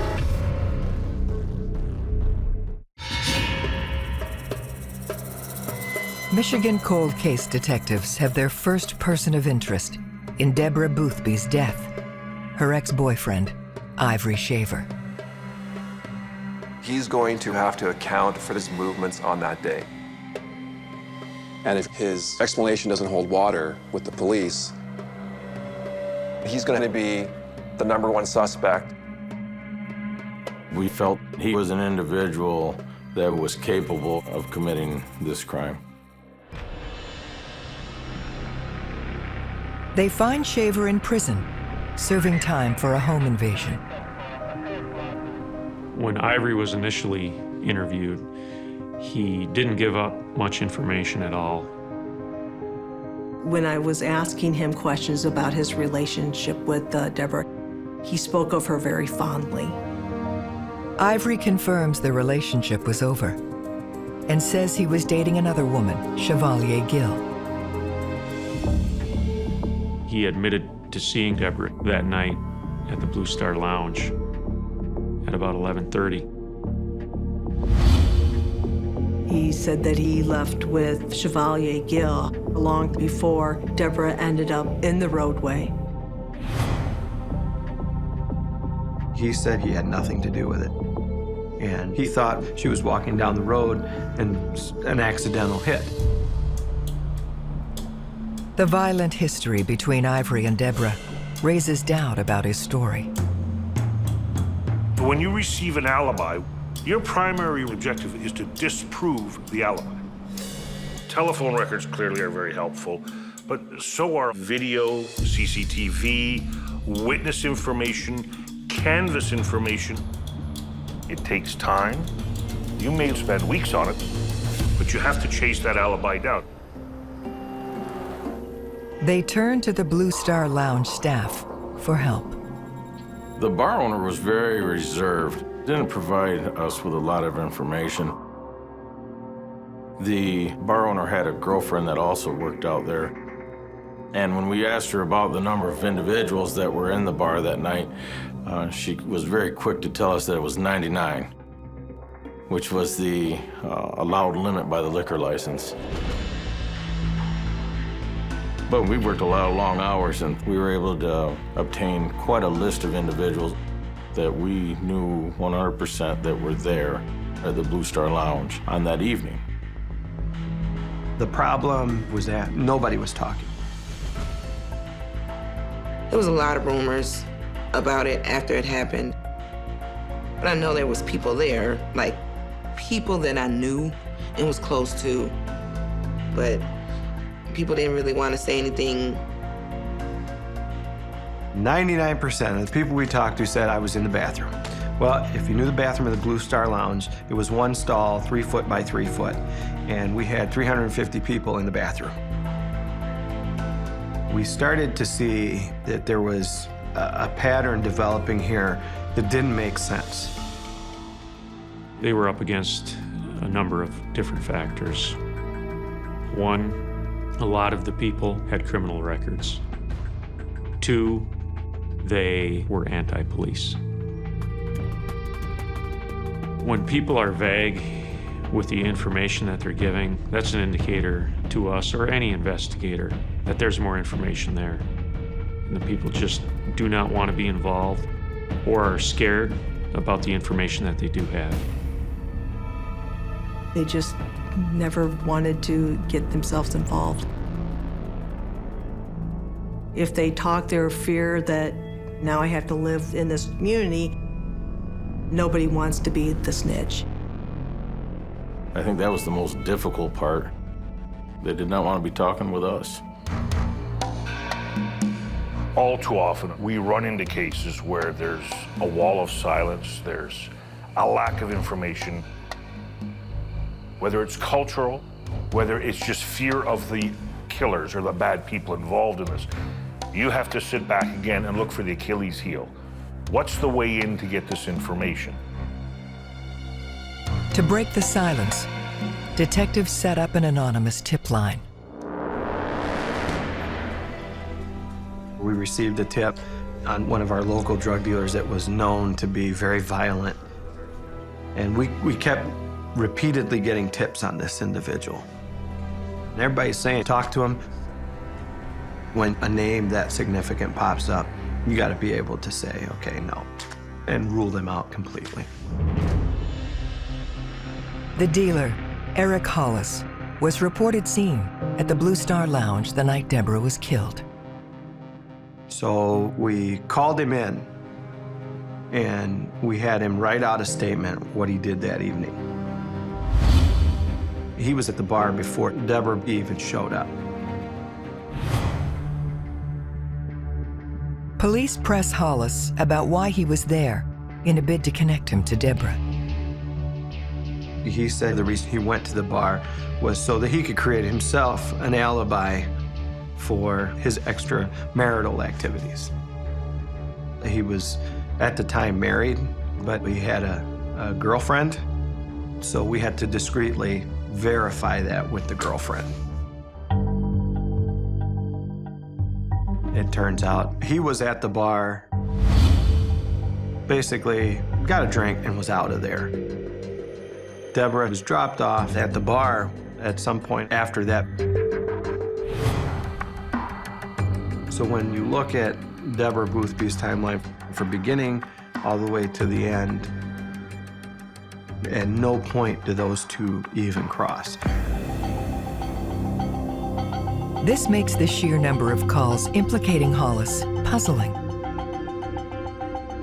In cold cases, it isn't uncommon for an individual to call in to try and deflect the investigation in another direction. But the interview isn't a complete loss. One of the questions we asked was, can you tell us who did it? And it was interesting. He didn't tell us, but he said, you need to talk to those bitches. He was telling us, talk to the females. We now have a direction to go in. There was a number of women out at the Blue Star Lounge that evening. We started off trying to build that relationship with them, but they were very difficult to gain trust. Normally, when talking to females in a cold case setting, if they're not directly involved, they're going to be the ones that will open up earlier than a male would. But in this area, domestic violence was somewhat prevalent, so there was a lot of fear. They don't want any repercussions. You've got to develop a rapport with them. It may take 4 times sitting down with that person on different occasions before they even warm up to you enough to get the information that you need. So it's a long process, and you got to have patience.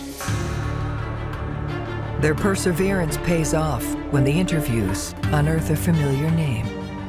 There was witnesses that talked about Letitia Holling.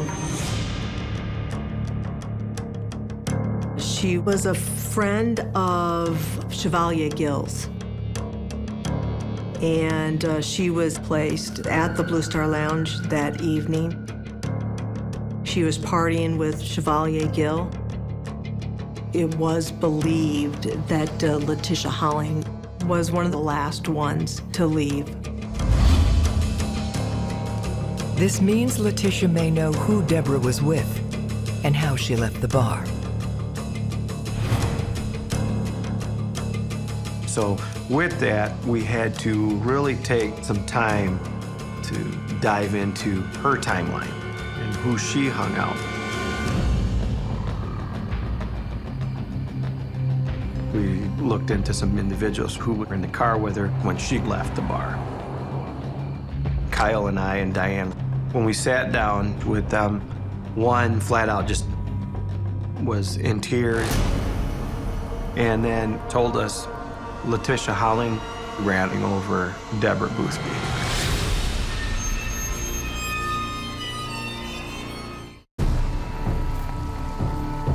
After 9 years of silence, detectives believe Letitia Holling may be involved in Deborah Boothby's tragic death.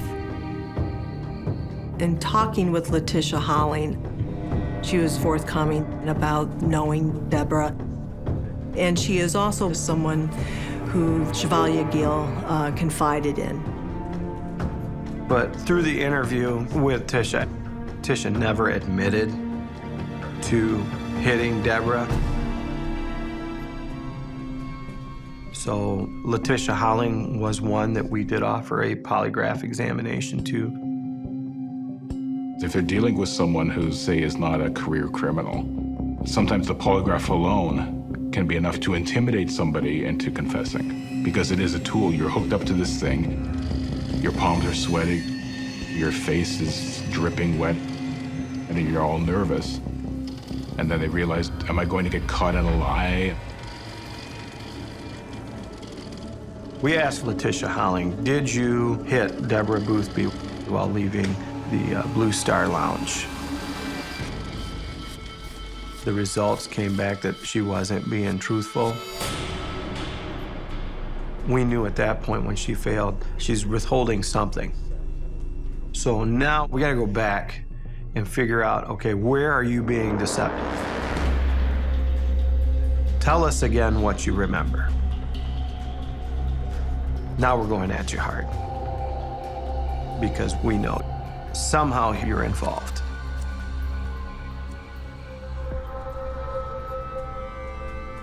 Tisha did break down crying, so I do believe that she knows something happened. But here's a single mother of 2 or 3 kids, just sitting here going, I'm not saying a word. I've got babies to raise. Is it right? Absolutely not. It's completely wrong. But sometimes as investigators, we have to put ourselves in that position and say, okay, I guess I can understand. We had to keep building that rapport, building the confidence, and really building that trust. Over 3 separate interviews, Letitia gradually begins to open up. She said she witnessed an argument between Deborah Boothby and Ivory Shaver at the Blue Star Lounge that evening. So that brought to light this whole new element. And then you add in, the altercation that they had earlier in the week. Ivory knew a lot more than what he was willing to tell us. She said Deborah confronted Ivory Shaver, whom was with Chevy Gill. It appeared to most to be a fight involving a love triangle because Deborah saw Ivory with Chevy. The drink was thrown on Ivory by Deborah. And then that caused a verbal fight. And she indicated that things were just getting out of control. And she had no way of being able to stop it. The Blue Star Lounge closed that evening early due to this altercation that was occurring inside. When we had this information about this fight, we thought, okay, maybe there's a little bit more to this story. Now, when you go and do your interviews, you want to focus on that fight. Detectives return to their pool of female observers to learn what happened to Deborah after the fight inside the bar. One witness we went into a very dangerous part of Kalamazoo to talk to. We took her to a fast food joint and purchased a burger for her. And I knew that she had some domestic violence in her past. So after about an hour of getting nowhere, again, we used that emotional side. Hey, I know you were a victim of domestic violence. This could have been you. This almost was you a couple times. And that's when she broke down.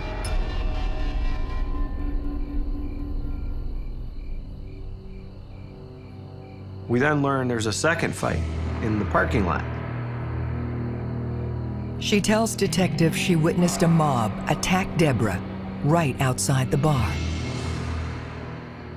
She described the beating of Deborah Boothby as dogs fighting over a bone. That's how fierce it was. Everyone was kicking and beating and stomping on her. The witness reluctantly names the ringleaders.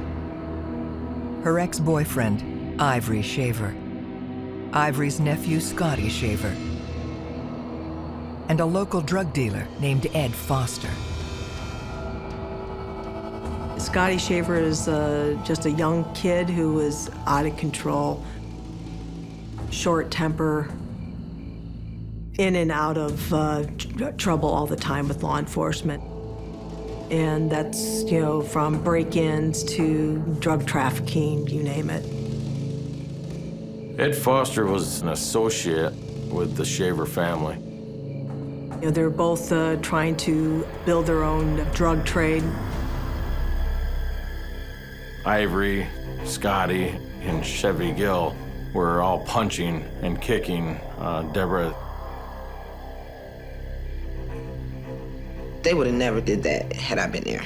Never. Somehow she ended up being there by herself. So she wouldn't have been there by herself had I been there. At one point, Ed Foster hit her so hard that she was motionless on the ground of the parking lot. Everybody froze and thought, oh my gosh, she's dead. The witness then adds a puzzling detail. Deborah had been placed into a car, unconscious. And as they were leaving the parking lot, the vehicle that she was in had turned left, which meant that the vehicle went south. That became a question point because we know that her body was found north of the Blue Star Lounge. Now all of a sudden, you're starting to go, well, wait a minute. If she's beaten And everybody's saying, oh yeah, she was knocked out, and people were gonna say, we gotta go, police are gonna come. And now she's being dragged and put in a car. At what point was she walking down the road and gets hit? And you're going, there's more to this.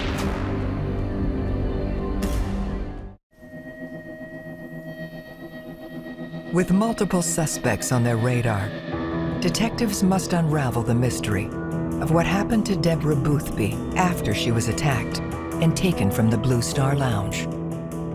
I think a lot of people were scared of Ivory Shaver and Scotty Shaver at that point in time. We knew that people were reaching out in the community from the Shaver family and were threatening witnesses. After it came out, they were investigating them. Scotty came to me, he was like, can I talk to you for a minute? And he was like, I just want to tell you, I didn't have nothing to do with it. I mean, he just swore up and down, I wasn't there, you know, I didn't do anything. We've known each other for years, I would never do nothing like that. So I said, well, the truth will come out eventually. But I just stopped talking to a lot of people because I didn't know who to trust. With the powerful Shaver family stonewalling, detectives must find a way to get straight answers about Deborah's death. We knew that Adrienne Burnett was in that circle. We were told that she was in a dating relationship with Scotty at that time. We went right to her house, knocked on the door, and she said, what can we do for you? And we said, we're here, we've reopened the Boothby case. Adrienne turned white as a ghost. You can see the fear factor in her face. Obviously, there's something. She's really concerned about why we're there. Adrienne's now a mom herself and a very good mother. I mean, she was going to school and really engaged with her kids. I could tell that this had been weighing on her. I was just hoping that she was finally gonna get some relief. We're like, talk to us about this. Adrienne Burnett admitted to saying, yes, I was at the Blue Star Lounge that night.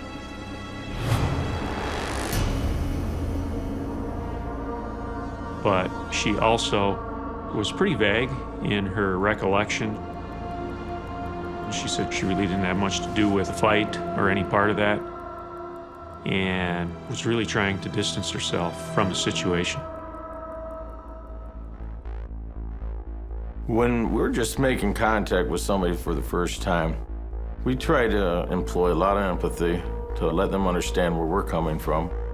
We're asking them to understand it as if this was their own loved one as well.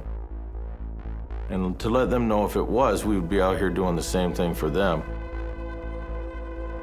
And after the course of 4 hours, Adrienne Burnett admitted to driving over Deborah Boothby. And that's when we kind of stopped and we said, okay, we want you to go through the whole timeline of what happened, what you did, and she agreed. Adrienne was at the bar when everybody got kicked out of the bar. The fight continued. Adrienne's account was when it went outside. It was a very, very brutal assault that occurred. And then what happened? She tried to defend herself. She did a very good job, you know. At first, she held her own for a minute there. But with that many people, you know, it was difficult. Deborah Boothby had gotten knocked down to the ground. Ed Foster, Ivory Shaver, and Scotty pick her up and drag her to Chevy Gill's car. Ivory and Scotty pushed her in there and made her game. Was she trying not to get her? Yes. Adrian Burnett got into her own car. Scotty gets in the car with Adrian. Scotty tells her, follow that car.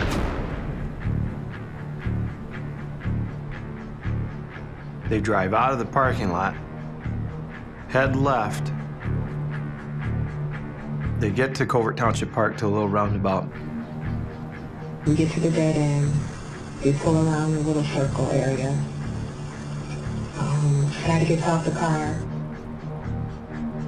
They drag her out of the car, where all four just take turns. Chevy chokes her. Scotty came and hit her. Ivory hit her. Did she appear to be scared? Yes. She's screaming, yelling. Scotty hit her one last time, and that's when she fell down to the ground. After that last punch, she didn't move anymore. They've beaten her so bad, they believe she's dead. Chevy screaming, what are we going to do with her? We can't leave her here, everybody's seen us put her in the car. Ivory said, okay, well, put her back in the car, and we're going to run over her, make it look like it was an accident. They load her up in Chevy Gill's car. They drive her back to the lounge. In the parking lot are still several individuals. Scotty gets out and tells everybody, if anybody speaks, the same thing will happen to you.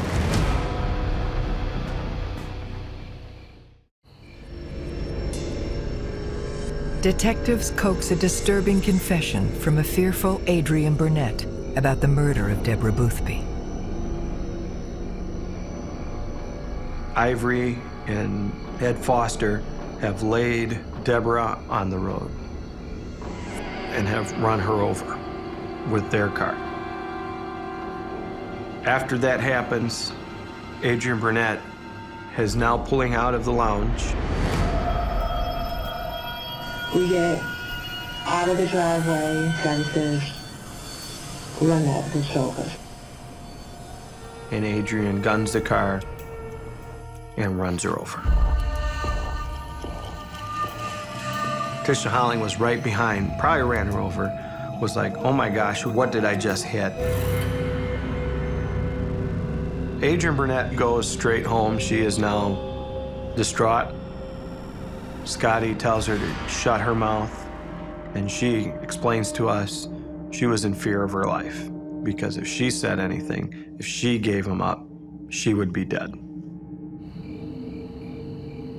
As far as brutality, this was one of the most brutal cases.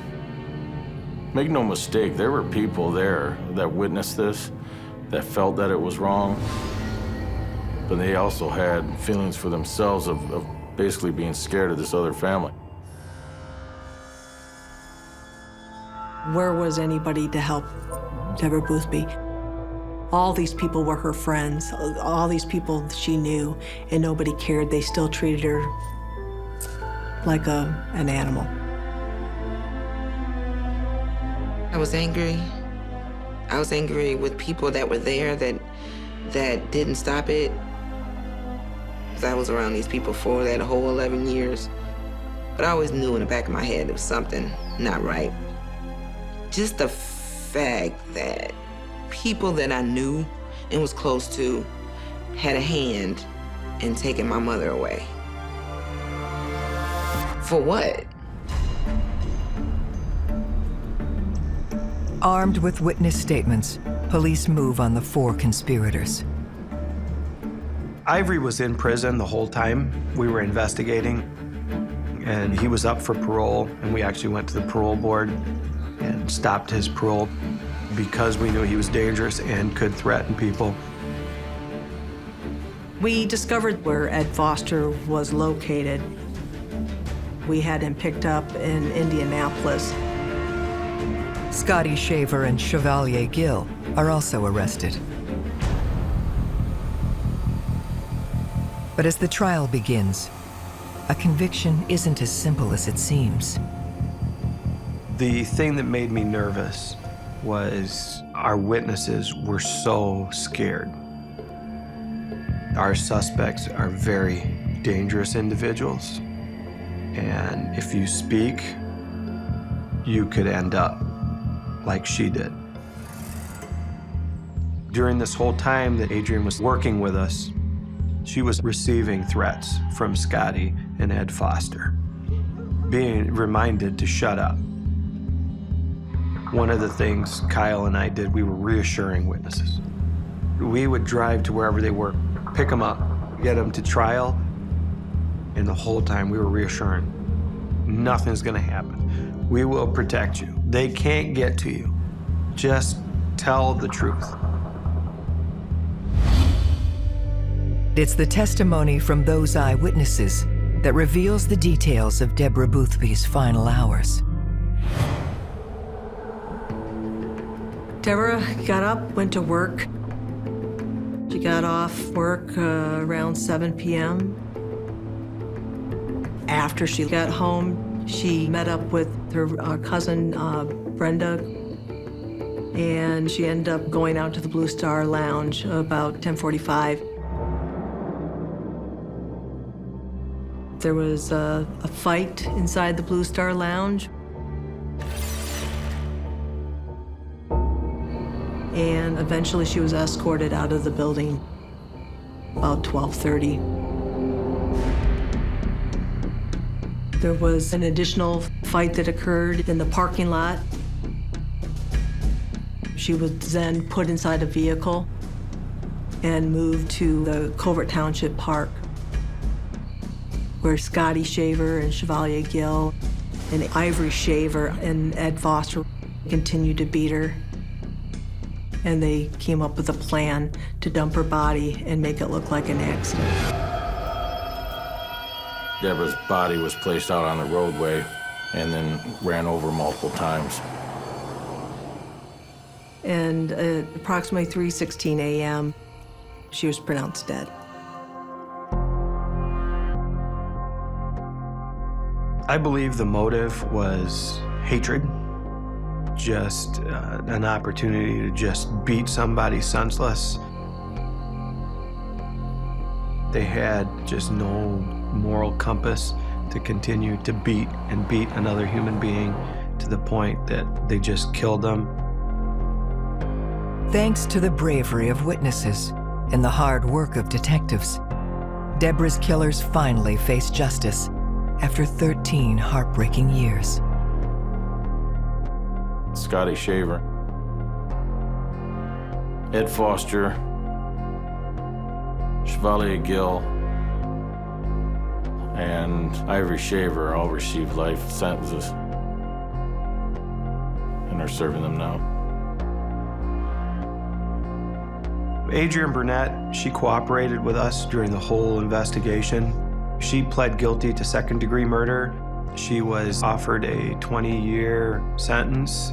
In that 20-year sentence, she would be eligible for parole in 6.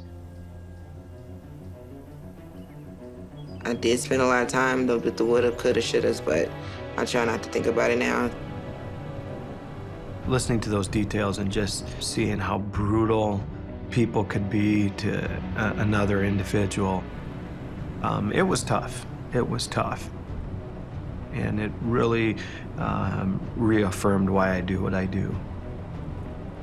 That whole law enforcement system, it just inspired me, and I just wanted to be a part of that.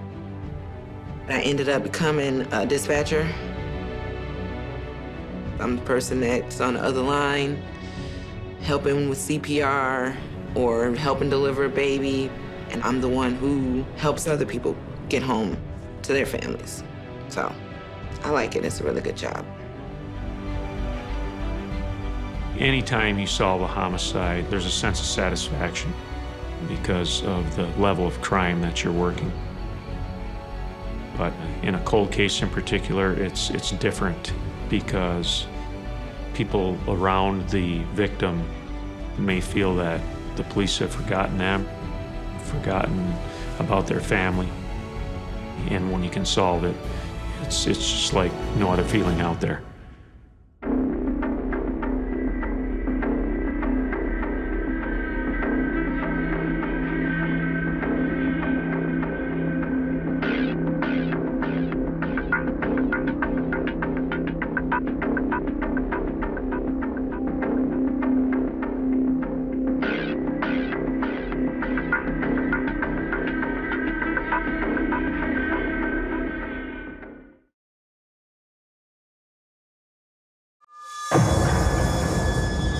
I had no clue what to do. I just knew something was wrong. A brutal killing. It was by far the worst day of my life.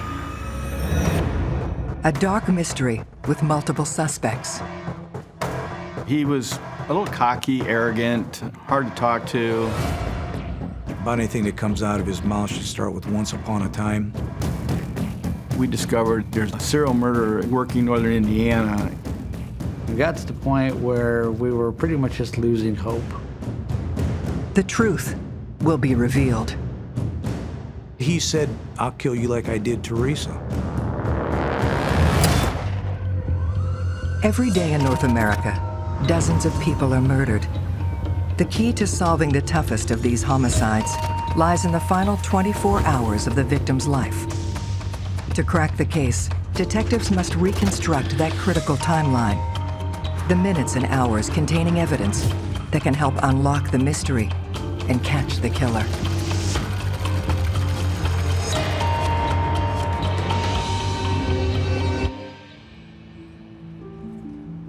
Mishawaka, Indiana, a peaceful town a few hours north of Indianapolis.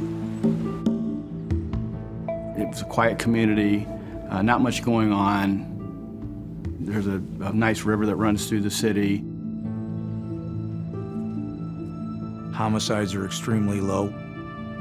We may get 1 or 2 a year in Mishawaka.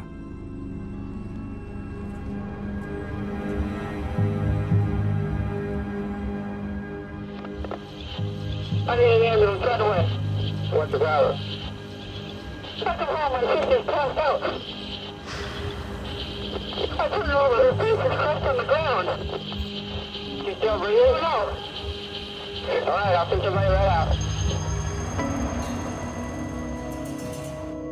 On arrival, first responders find 16-year-old Teresa Burns already dead.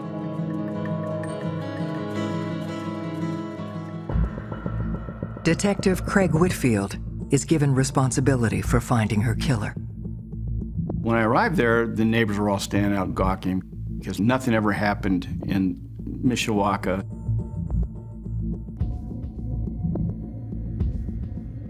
Walking into the home, I saw straight ahead, there was a doorway into the kitchen.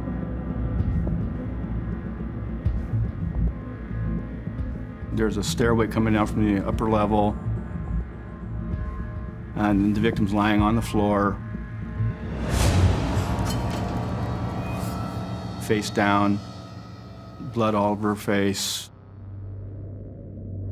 And she'd been shot to death. It was a horrible thing to see.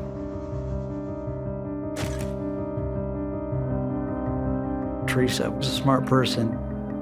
She had ambitions of being a teacher. She was this cute little girl that blossomed when she became 16. My relationship with my sister was very good. She was very loving and caring. Worst day of my life. By far the worst day of my life. To solve her murder, detectives must work backwards, reconstructing the final hours of Teresa's young life, starting with the moment her body is discovered. Steve Burns he showed up at the house at 5:15. As I walk up to the door, I hear the phone ringing, and it's my brother, Tony. He was about second grade at the time. His little brother Tony wanted to know if he could come home. And Steve said, sure, come on home. And so then he hung up the phone.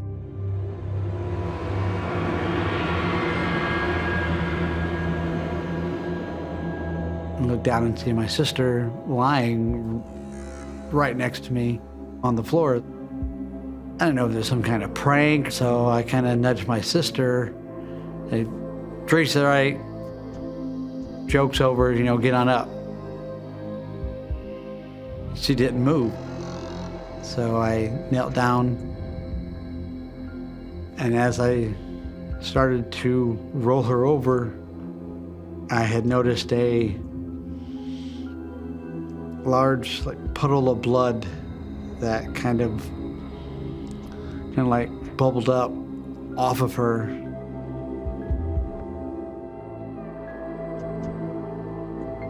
Then he realized that this wasn't a joke at all and that she was dead. And then he called the police.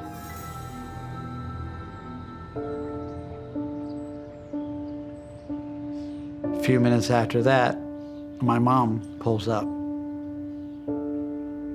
And I was not about to have a policeman that did not know my mom have to tell my mom that my sister was dead. And my mom just screamed and cried out and kind of fell down to the ground a little bit. And from there, things started to slowly just become more of a blur. Teresa Burns was a typical 16-year-old girl in high school, dating boys and doing what 16-year-olds do. Nothing to indicate that she was some kind of wild child. Everybody who said she was a very good friend, just a good girl. I learned from Teresa's mom that she had received a phone call from the school about 10 o'clock that day, and that Teresa needed to go home to change clothes. So Teresa caught the city bus at about, I think, 10:15 and arrived home around 10:30 a.m. And then at around 5 o'clock, Steve came home and found her.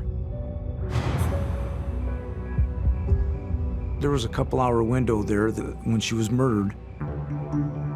But there's some blood dried on her face, so it was pretty evident that it had taken place maybe a little while back.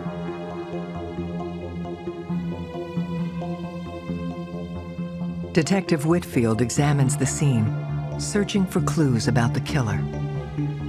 We checked the entire perimeter of the home. There were no pry marks, no forced entry. The person was either allowed into the home or the door was left unlocked and they walked into the home. Teresa was semi-nude. Her bra was pushed up. Her pants had been torn off and thrown into the kitchen. Her panties were down around her ankles. Just by surveying the scene, it would appear maybe it was some sort of a sex crime that had gone awry. Was that part of the crime interrupted somehow, or did the person change their mind? We didn't know.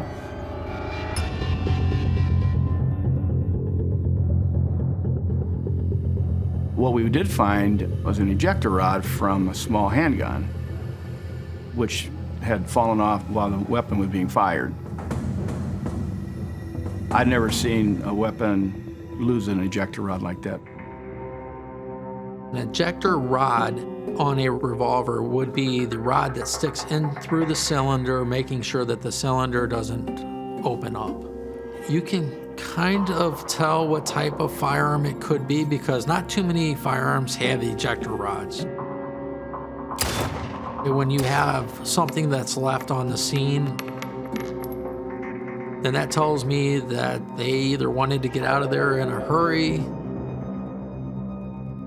or it could be just that it's an aftersight. It was just a clue that I kept very quiet.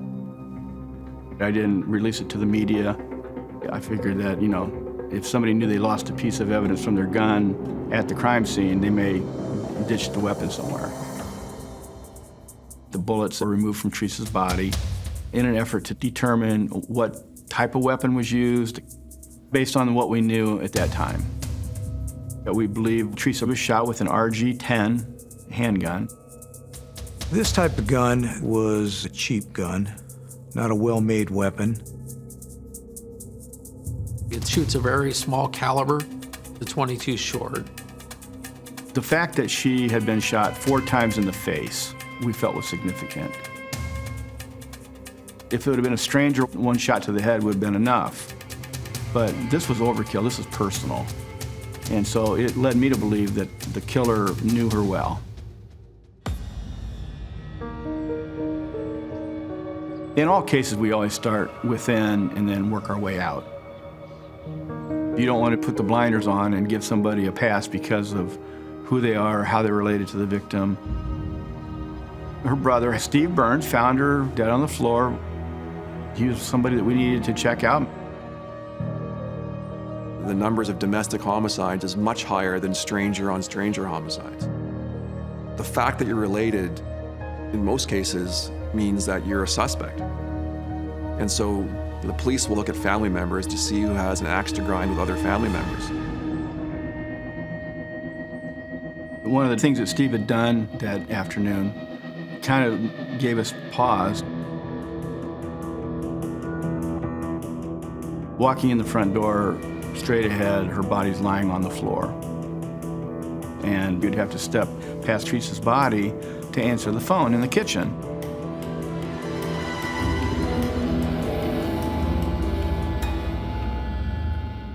It was one of those things that there was a lot of debate within the department on whether or not Steve could be somehow involved in the case. What exactly is going on?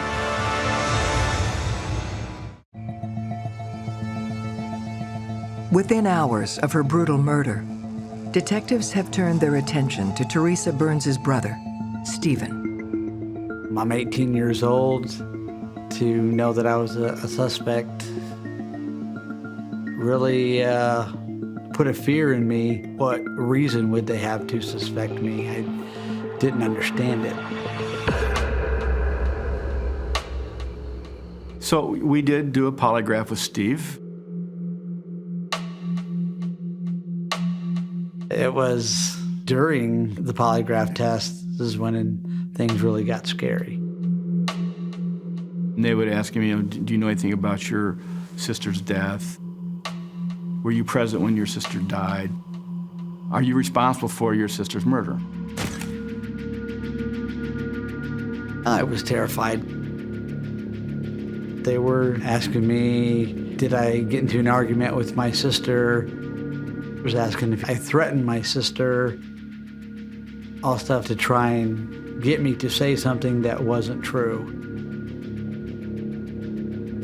I didn't have anything else to give them but what I knew. And I emphatically said, no, I did not kill my sister, Teresa. So he leans over and he tells me that I failed the test. The polygraph says that you're lying. Okay, so I really am a suspect now. Believing Teresa was killed some hours before Stephen made the 911 call, they question his whereabouts for earlier in the day. Steve told me when I interviewed him that he was at work at Burns Rental, family business. And he took lunch at about noon with his girlfriend at the time. They went to the park. Then he went back to work. And then when he left work, he went directly home and found his sister dead on the floor. I called Steve's girlfriend, and then she told me the same story that Steve had told me, that they had gone to the park to eat lunch. Also, at the fast food place, there was my best friend's mom worked there at the time. And so I would see her every day. So I had another alibi of someone there to say, yes, I was there at this place at this point in time. So he had done exactly what he told me he had done. This polygraph came across that he flunked. But he went through a lot of trauma with his sister being murdered. And I can just imagine his response in the polygraph being associated with the trauma that he had gone through. So I felt pretty comfortable that Steve was not involved in this in any way.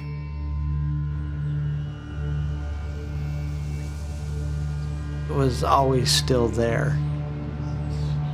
Even though I knew I didn't do it, my family knew I didn't do it.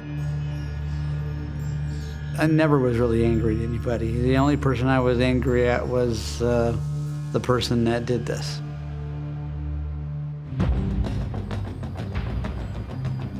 Vindicated, Stephen points them to a new person of interest. Teresa had a steady boyfriend. His name was Sean.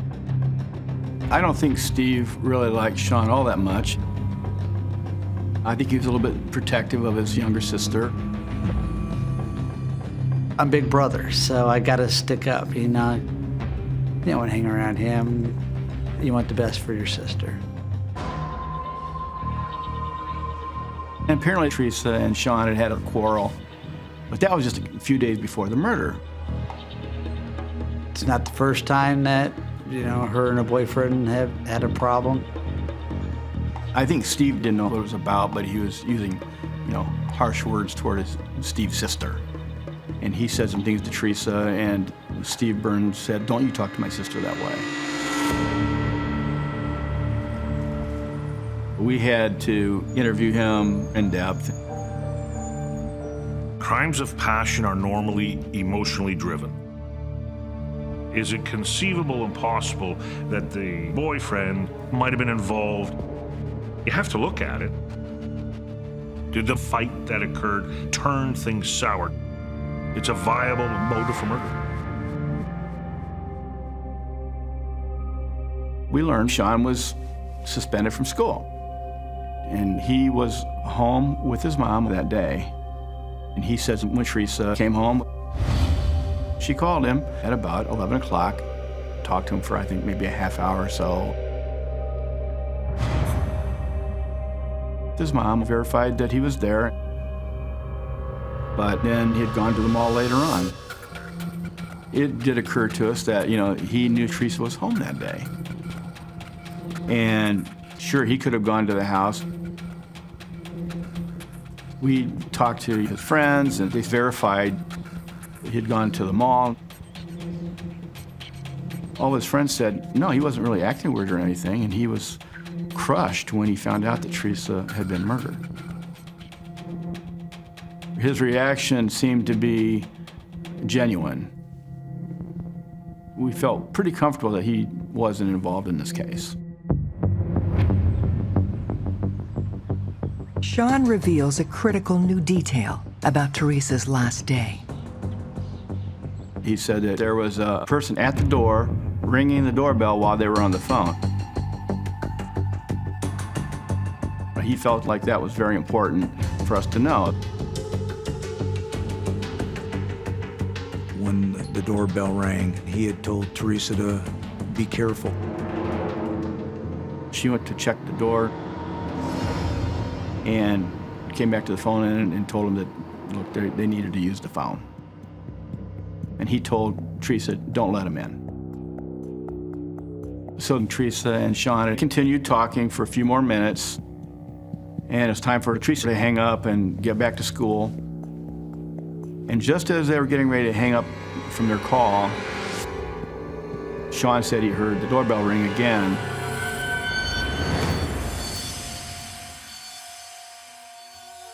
That was the last time that anybody spoke to Teresa Burns. And he was right, that was very important. But we had to then verify his story. While checking this lead, Detective Whitfield receives another tip. I got a phone call from a detective in Florida, actually a friend of mine. He said, hey, you might want to take a look at this guy down here. His name is Michael Lockhart. He murdered a girl up in Lake Station, Indiana, and now he's down here. Maybe he might be involved in that Teresa Burns case. What was most intriguing about Michael Lockhart's case in northern Indiana was that Wendy Gallagher was a 16-year-old girl. She was murdered in her own home. They both appeared to have a sexual motivation to them. They were within close proximity. They're within an hour and a half of each other down the Indiana Toll Road. I mean, you could get to one place to another pretty quickly. As I started digging in, I found out that Michael Lockhart was a serial murderer.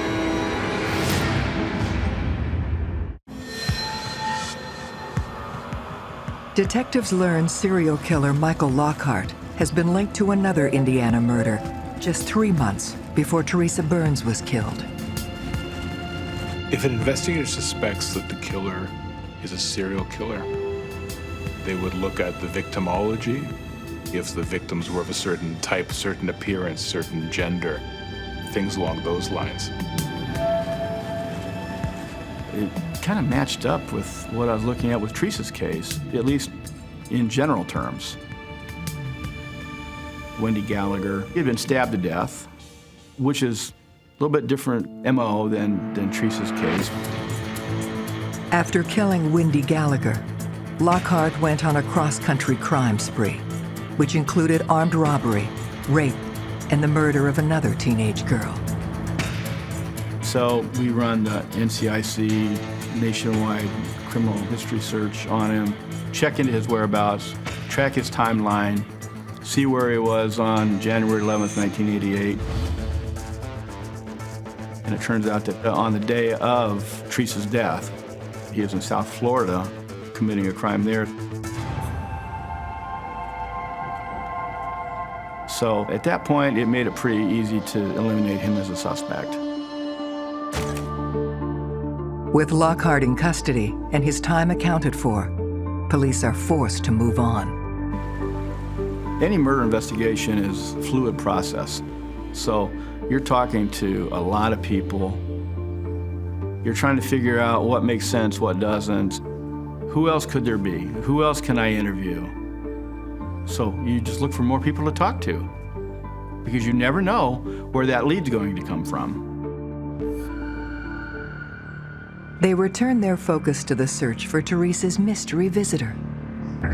We canvassed the whole neighborhood around Teresa's house.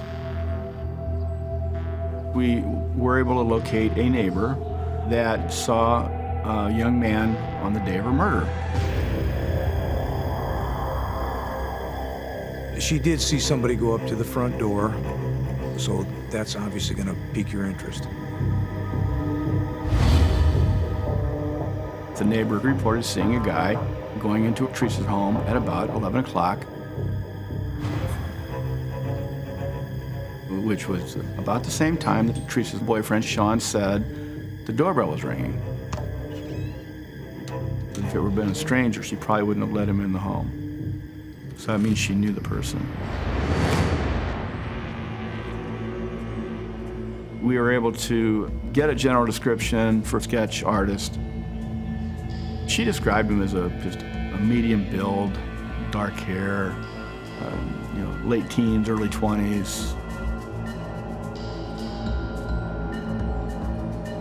The picture looked like nobody that we knew. We had no clue. Not one of us in the family knew who he was. We released a sketch for all the public to see, but this picture was so generic, it could look like everybody or nobody, and that's very frustrating. This was one of those cases where the media was very interested in it. The young 16-year-old girl, high school girl, was found murdered in her own home. Mishawaka then was pretty innocent. So the fact that everyone wants to see some resolution of this, yeah, there's some pressure that goes along with that. I had an 8-year-old and a 10-year-old daughter, and I'm thinking, how would I feel if this happened to my daughters? So you want to do everything you can to find out who did this and bring them to justice. 1 month after the murder, Detective Whitfield gets a new lead. I got notified that An RG weapon had been turned into the Mishawaka Police Department. The gentleman that turned it in, his name was Les Snyder. You know, hey, look, I found this gun, just want to turn it in. But when I looked at this weapon, it's missing the ejector rod. I'm thinking, okay, this is the gun. The guy said he found it in the bushes down the road from his house.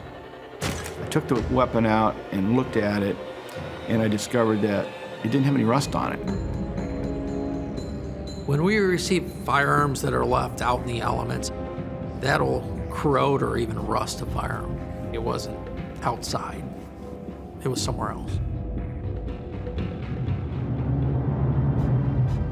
And so, yeah, this is a moment where you start thinking, okay, we're onto something here.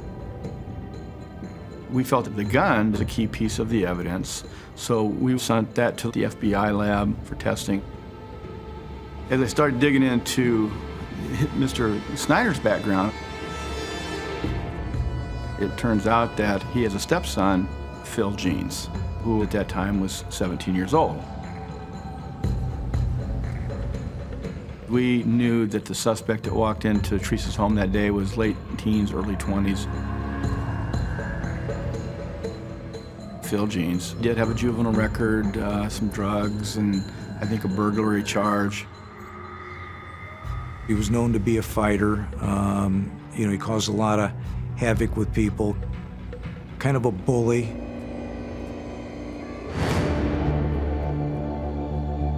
Detective Whitfield brings Les Snyder in for questioning. He said that his wife told him to get this gun out of the house because she had found it underneath Phil's mattress in his bedroom.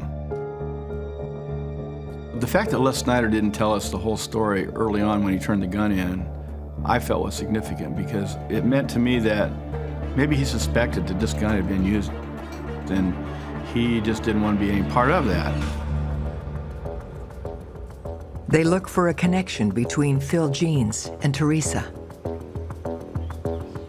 I talked to a lot of 16-year-old kids, high school kids, and a lot of them, they were apprehensive, but I found out that Phil was dating Teresa Burns' best friend.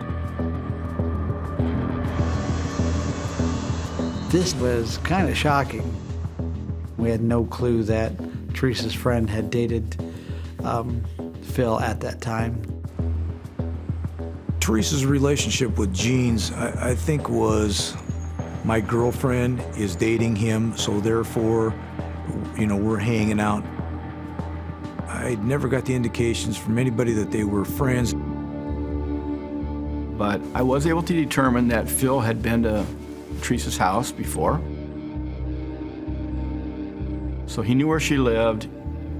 As far as knowing what a motive might be for Phil to use this gun on Teresa, it wasn't really clear for us.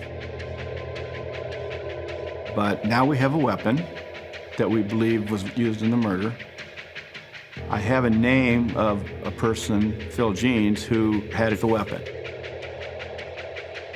Now I needed to find out if Phil Jeans was on Teresa Burns' timeline. So the first time I talked to Phil, he came in with his parents. He was a little cocky, arrogant. He said when Teresa was murdered, he was living in Fort Wayne, Indiana. That's about 90 miles or so from Mishawaka. He said he was working at a restaurant job there and lived there with his brother. So if that would be true, he couldn't have been involved in Teresa's case. But I contacted the HR department at this company and found out that he had quit that job a week before the murder. I ended up talking to his brother, and he goes, Phil left, Fort Wayne, and he came back to Mishawaka.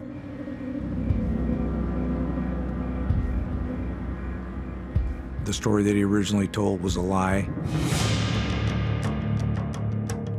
As they push Jeans for the truth, he implicates another teen, James Lewis. Jeans and James Lewis were good buddies. So, you know, they slept over at each other's houses. When you seen one, you seen the other. We learned that Phil would carry the gun, then he would loan the gun to his friend James. He said that they kind of like passed it back and forth. So now we need to find out more about James Lewis.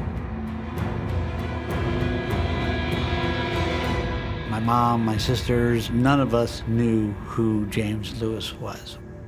We'd never heard the name before. So it was like, okay, is this gonna be our guy?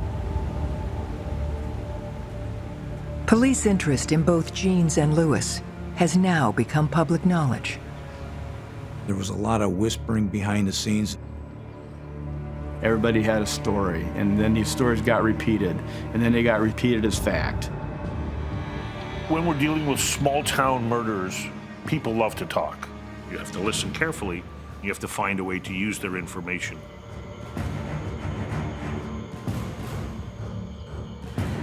It got back to me that James Lewis had made a comment to his girlfriend that he would kill her just like he did Teresa.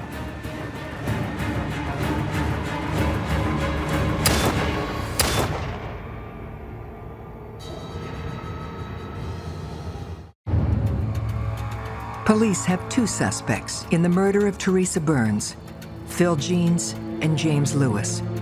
But they need to determine who pulled the trigger.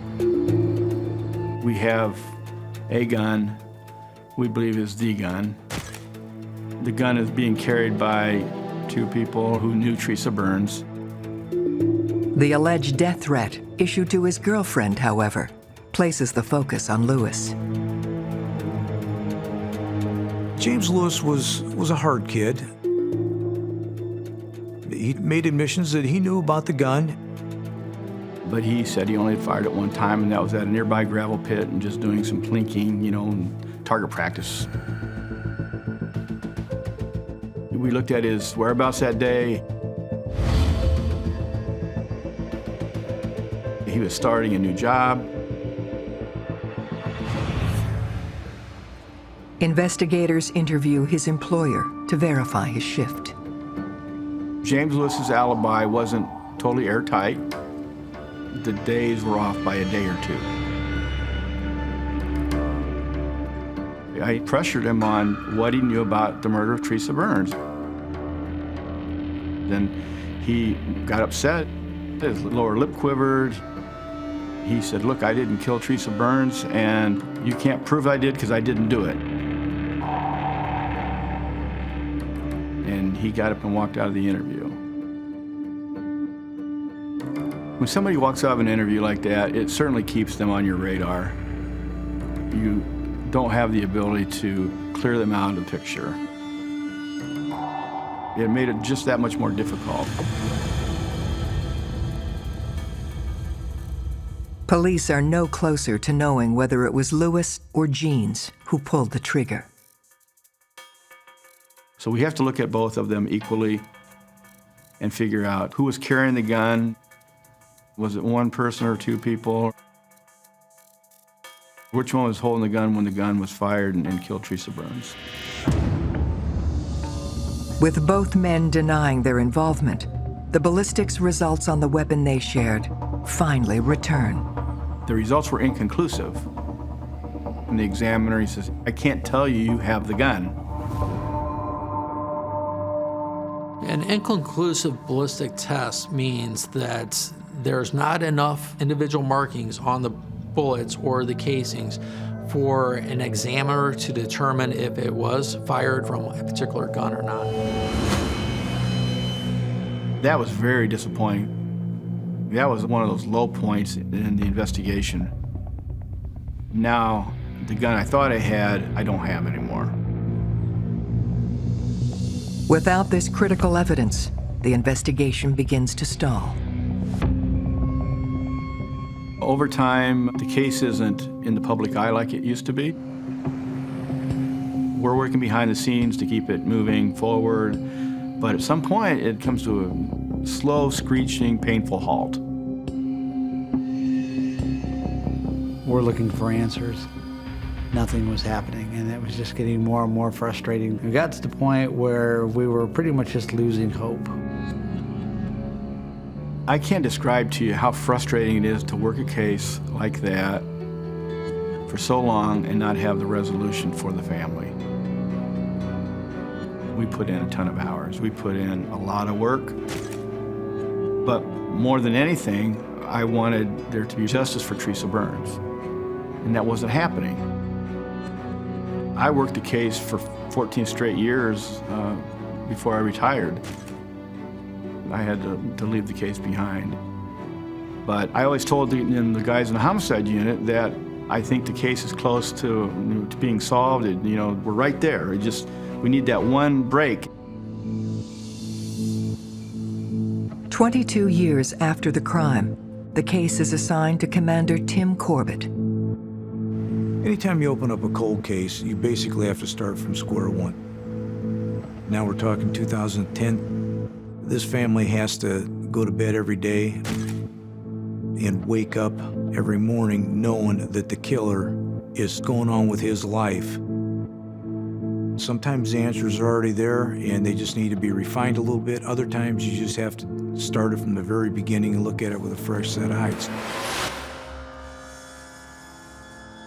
Detective Corbett finds an adult James Lewis living life on the straight and narrow. When you're going back 20 years on any case, the truth is easy to remember, lies aren't. When he had threatened his girlfriend that he would kill her like he did Teresa Burns, James was emphatic that he didn't mean anything by that. People make stupid comments. They say things in the heat of an argument. I think James got kind of a bad shake. There were people looking at him and blaming him for stuff. But I believe James told the truth. Phil Jeans, meanwhile, has developed an extensive rap sheet, including convictions for theft, domestic violence, and battery. Phil's got a big mouth. So 20 years later, you find other people in his life that he said things to. We learned the weapon was going to be sold potentially within days of the homicide, and Jeans let this person know there's a crime on this gun. Jeans didn't stop there. I spoke to several women who knew Phil Jeans. We learned he had a girlfriend, and he told her in very clear terms that I won't use what he was going to do to her. I'll kill you like I did Teresa. He didn't say, I'll have you killed by so-and-so who killed Teresa. It was I. It was always I. Everything starts pointing towards Jeans. It's been 24 years since the murder of Teresa Burns. Now, cold case detectives believe they know who killed her, but need to prove it. Phil was the one that was seen with the gun the most. Phil was the one that bragged about what had happened. Phil's the one that made threats towards everybody. It was very clear what our target was, and then it was a matter of taking his story apart. Obviously, technology has changed since 1988. Higher power microscopes, different ways of looking at things. Police decide to retest their key piece of evidence. In 2012, I was brought the ejector rod and the firearm, and I was given 4 bullet fragments to examine. Detectives hope modern technology can help to seal Phil Jean's fate. I came to the conclusion that those 4 bullet fragments were fired from the firearm that was given to me. It's finally enough for Mishawaka police to obtain an arrest warrant. Tim Corbett called me up and said, hey, we're going to go arrest Phil Jeans today. You want to come along? It was pretty bittersweet to see him finally put into handcuffs I wish it had been, many years sooner, but hey, it was a sight to behold seeing him being arrested for this. It took 20 years to get to this point. Now we have to make sure that we go all the way to the end and get to conviction and get him the time that he deserves. Critical to their case is the timeline that lays out in detail exactly what happened in the last hours of Teresa's life. January 11th, 1988, Teresa Burns left for school in the morning, and she needed to go home to change clothes. Teresa caught the city bus and got home about 10:30. Contacted her boyfriend, Sean. While they were talking, somebody came to the front door and rang the doorbell. It was Phil Jeans. Once Phil was in the house,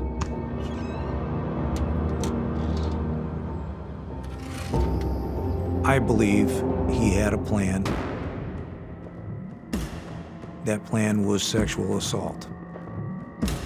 Phil is a dominant type individual.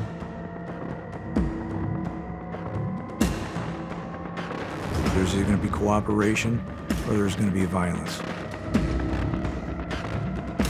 This was a day that Jeans had mayhem in his mind, and Teresa was a fighter. Teresa wasn't just gonna knuckle under and roll on her side and just give up.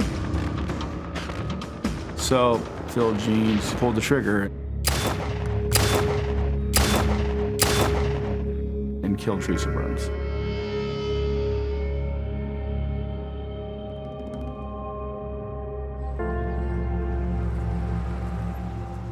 After a 5-day trial, Phil Jeans is convicted of murder and given the maximum sentence, 60 years. Phil Jeans is exactly where he deserves to be. He helped us put him where he is. Thank you, Phil. It was a bittersweet moment because both of Teresa's parents had died, so they weren't there for it. It felt really good for me, but that doesn't hold a candle to how it was for the family. They had to wait so long for this to come around. It took 27 years before we was finally able to put this person away for what they did. And unfortunately, there are so many other people out there that are in the same situation. They've lost a loved one, and they still don't have the answers, and they've kind of lost hope. I want people to know, do not give up hope. One of the things my mom wanted was, she didn't want my sister to be forgotten. She wanted her daughter to be remembered. And it's one of the reasons why I'm here today, is to be able to say, I'm doing everything I can, Mom, that people remember Teresa.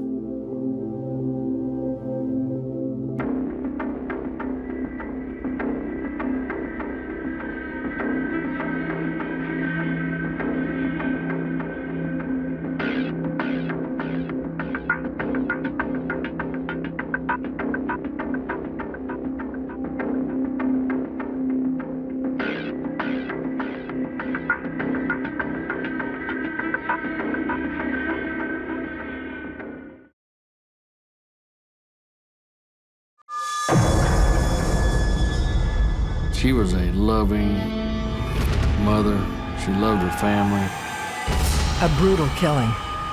The force that was applied to her throat was adequate to fracture her voice box. A dark mystery with multiple suspects. There had been an argument, and he knew that she was fixing to tell the whole world. He could move around through the neighborhood and not be noticed. He was bragging about being the one that killed Charlotte. The truth will be revealed. I think the web that he had put up started to unravel. He knew his whole world was coming crashing down. he exploded.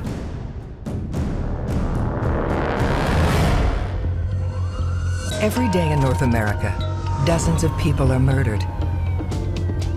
The key to solving the toughest of these homicides lies in the final 24 hours of the victim's life. To crack the case, detectives must reconstruct that critical timeline. The minutes and hours containing evidence that can help unlock the mystery and catch the killer.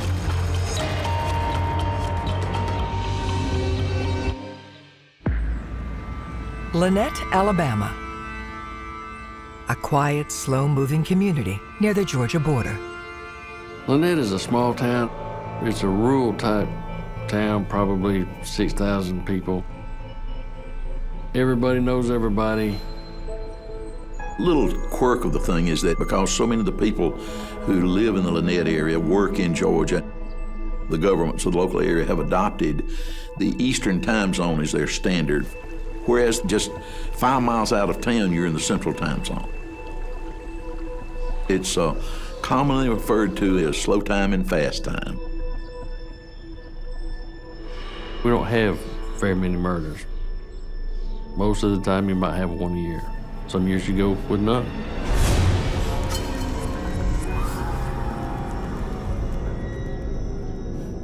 When the patrol arrived on scene, they were met by a female running out the door. She was screaming at them, "Help my mother, help my mother." Inside the home, police find the body of 49-year-old Charlotte Waits, who her daughter Heather discovered a few minutes earlier. She was a loving mother. She loved her family. She loved her work. Miss Waits was a person that didn't meet a stranger. She knew everybody. She could speak to everybody. She was generally loved in the community.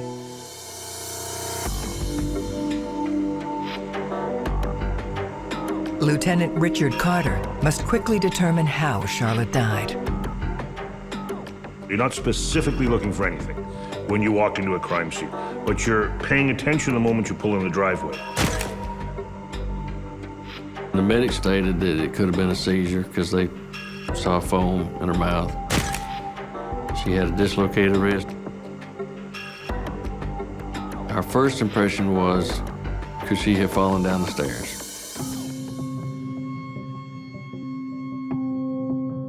But as we started looking around, there was other indicators that led us to believe that something else may have occurred. We noticed that there was some blood stains on her blouse that didn't match what we were looking at on her body. There was no blood coming out of her mouth or out of her nose. And then there were finger marks on her neck that appeared to have been from somebody choking her. It became obvious that the injuries that she had suffered from were not consistent with somebody who had just fallen downstairs. The cause of death was strangulation and blunt force trauma. The force that was applied to her throat was adequate to fracture her voice box. They used so much force that when they slammed her to the floor, not only did it cause fractures to her skull, but it also caused her orbital socket to fracture. Charlotte's husband, Barry Waits, arrives home and is confronted with the news that his wife has been murdered. Barry Waits was our interim mayor, but he ran the National Guard Armory. You know, he was a man of prominence, a very well liked and appreciated person. He was distraught.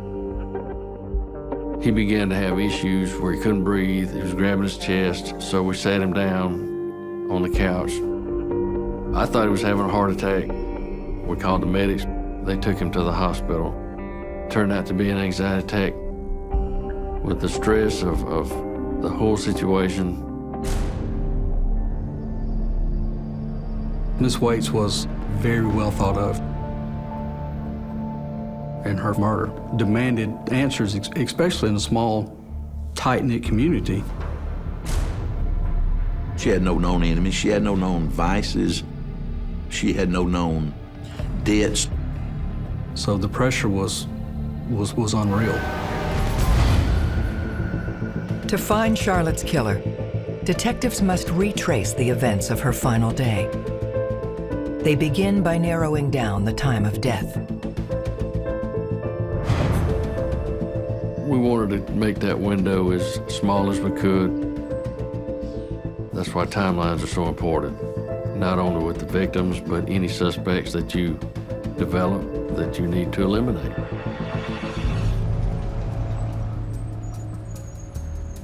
When we started looking at Charlotte's movement that day, she had gone to her school resource center position, arrived at a normal time.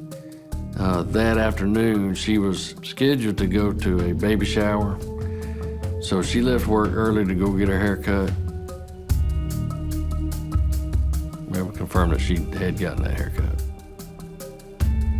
She was gonna go home and wash her hair, change clothes, and then come back and meet the ladies, and then go to the baby shower. And when she never showed back up, they became concerned.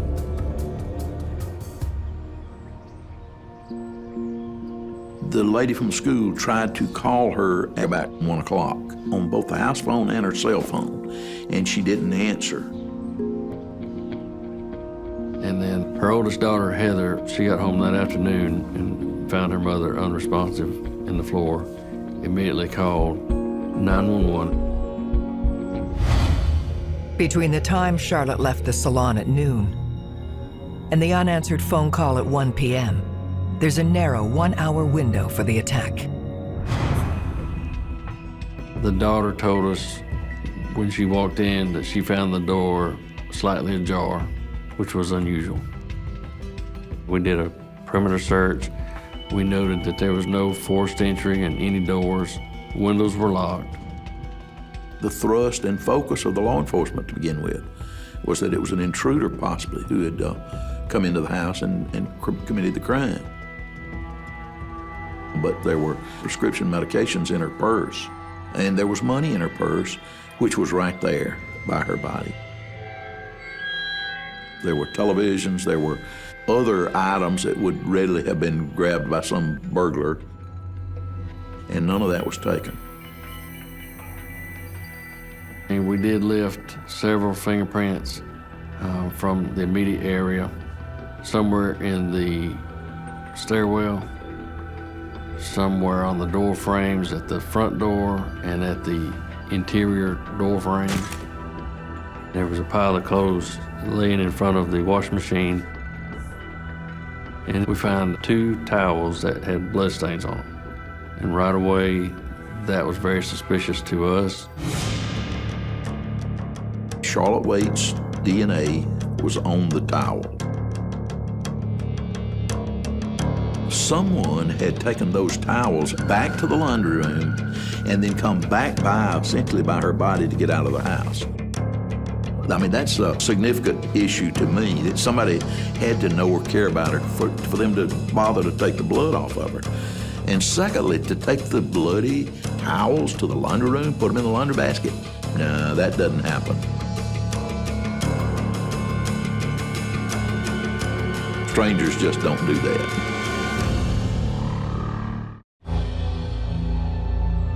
Evidence from the crime scene indicates to police that Charlotte Waits was killed by someone she knew. So at that time, we had to start with those that knew the family the closest.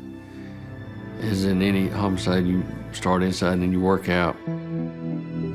Rumblings of a recent family fallout over an inheritance catches their attention.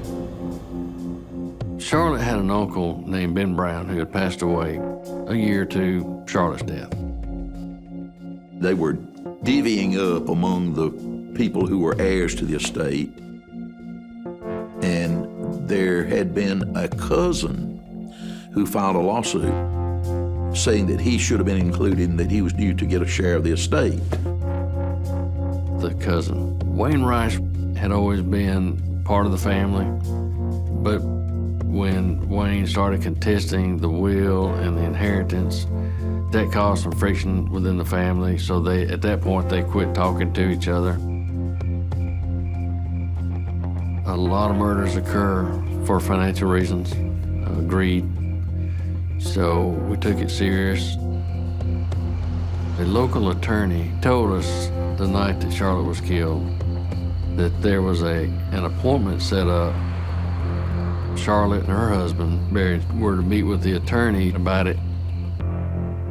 With Charlotte killed earlier in the day, that meeting never took place. So Mr. Rice became the possible suspect. You really find out somebody's true personality when you start fighting over money. I've seen people get shot over 12 inches of land. If you're due something, you know, you're going to stand up for your rights and you're going to request what's yours. You know, emotions get high. I'm sure he felt very slighted. Could he have done it? He was the first one that we needed to make sure didn't. They bring Wayne Rice in for questioning about where he was the day of the murder. Wayne Rice worked at an aluminum processing plant. He told us he was at work that day. Wayne Rice was such a creature of habit. Wayne's colleague said that you could actually set your watch by what Wayne did during what part of the day and at what times. They checked him out. His alibi was totally clean. There was no question about him being there.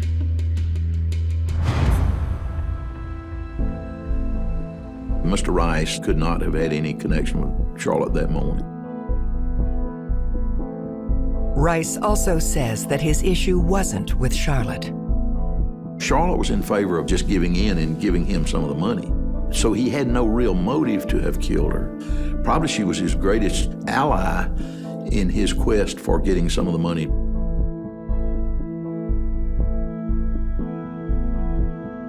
He told me that Charlotte was really bothered that that family was being torn apart over money and property. She didn't think anything was worth losing your family for. The day after the attack, Barry Waits is released from the hospital. Barry came to the police department, and we took that opportunity to interview him. Barry had been at the National Guard Armory most of the morning, left there just shortly before 12. He said that when he left the armory, he told some other colleagues of his that he was going to get a haircut. He went by the barbershop, but it was full, so he didn't stop. Barry says he then went to purchase a battery for his daughter's cell phone. Then he went back to work, and he stayed at work until he got the phone call from his daughter. We did speak to his supervisor, and he had received a fax from Barry. The fax had a date and a time on it, which told us what time that we know he was at the armory. Barry's time seems to be fully accounted for. He was a well-respected man of the community, and his whole reaction seemed natural. A distraught husband whose wife has just been found deceased. Barry does provide the name of someone he thinks could be responsible. Barry brings law enforcement's attention to the fact that his youngest daughter had a boyfriend named Dave. Kara's boyfriend, Dave, was not liked by Barry or Charlotte. Dave was always into something alcohol-related. He was not someone that you'd want your daughter to date. He probably felt like they were looking at him as a second-class citizen. I think that Dave was upset by that. After Barry and Charlotte told Kara to quit seeing Dave, we did find out that they continued with their relationship behind their backs. I've worked cases where a young lady actually talked an older boyfriend into killing her parents so they could be together. So, you know, that was something that I did pay attention to.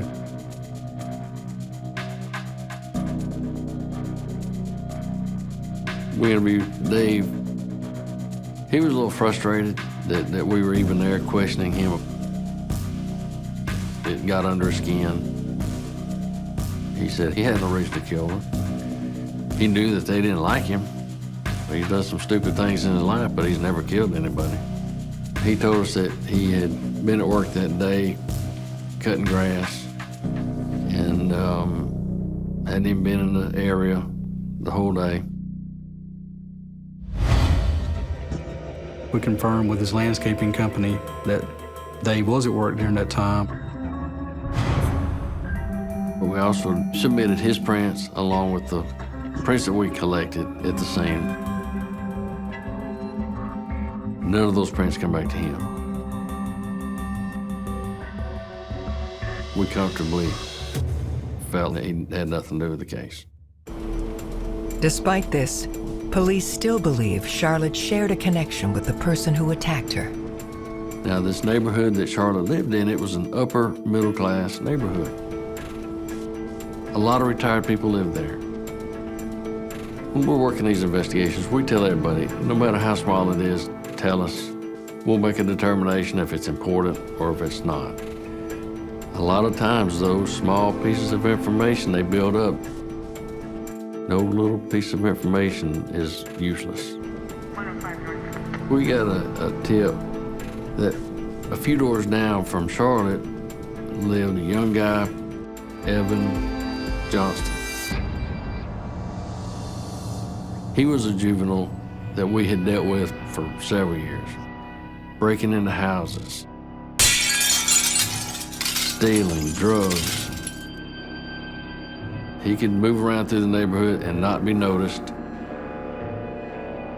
Charlotte would have known Evan through the school system and through the neighborhood. He would have been very familiar to her. Evan had told someone that he had planned to break into the Waits house, that he knew that there was some cash there.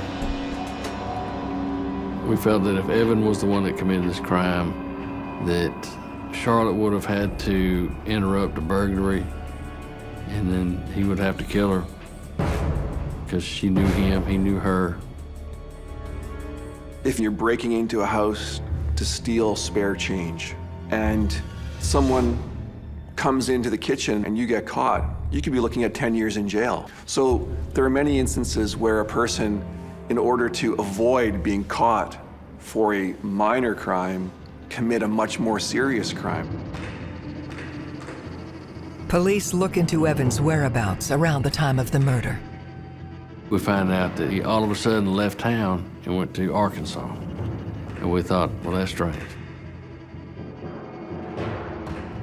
Anytime you have a suspect who does leave town shortly after a crime has been committed, you immediately think, this is our prime suspect. This is the guy who committed this crime.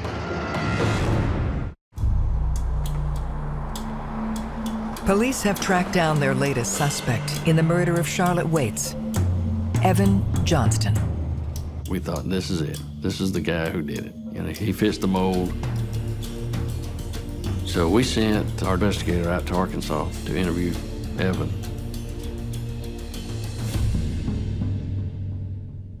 They question him about his sudden departure from Alabama. He tells them that this trip was something he planned to do. Evan told our investigator that on the day that Charlotte was killed, that he was over at a friend's house playing video games.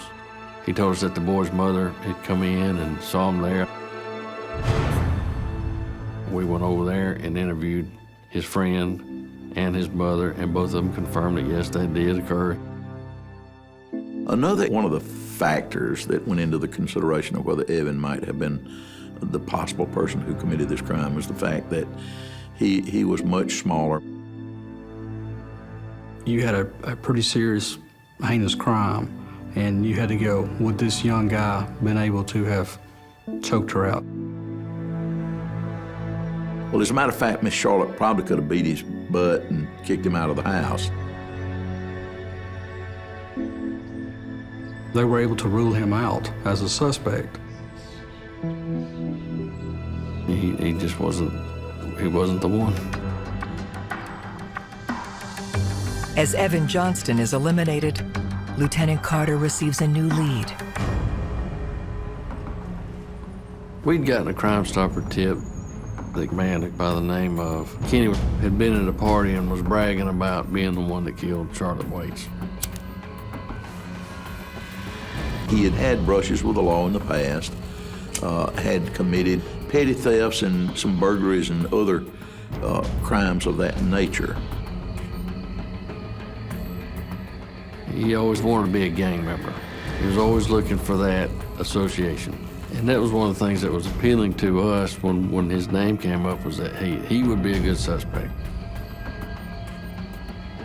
He never had a criminal history of any assaults, but we knew that he was headed down that road, that one day he might kill somebody. Kenny's boast suggests he may well have taken his crimes to a new level. If you get somebody who's bragged that they did a crime, that's often the solution to the whole puzzle, and you're finished. The best criminals keep their mouths shut. They just go about their business, commit the crimes, and don't tell anybody about it. Because the best ones know that if you start talking, you're going to get caught.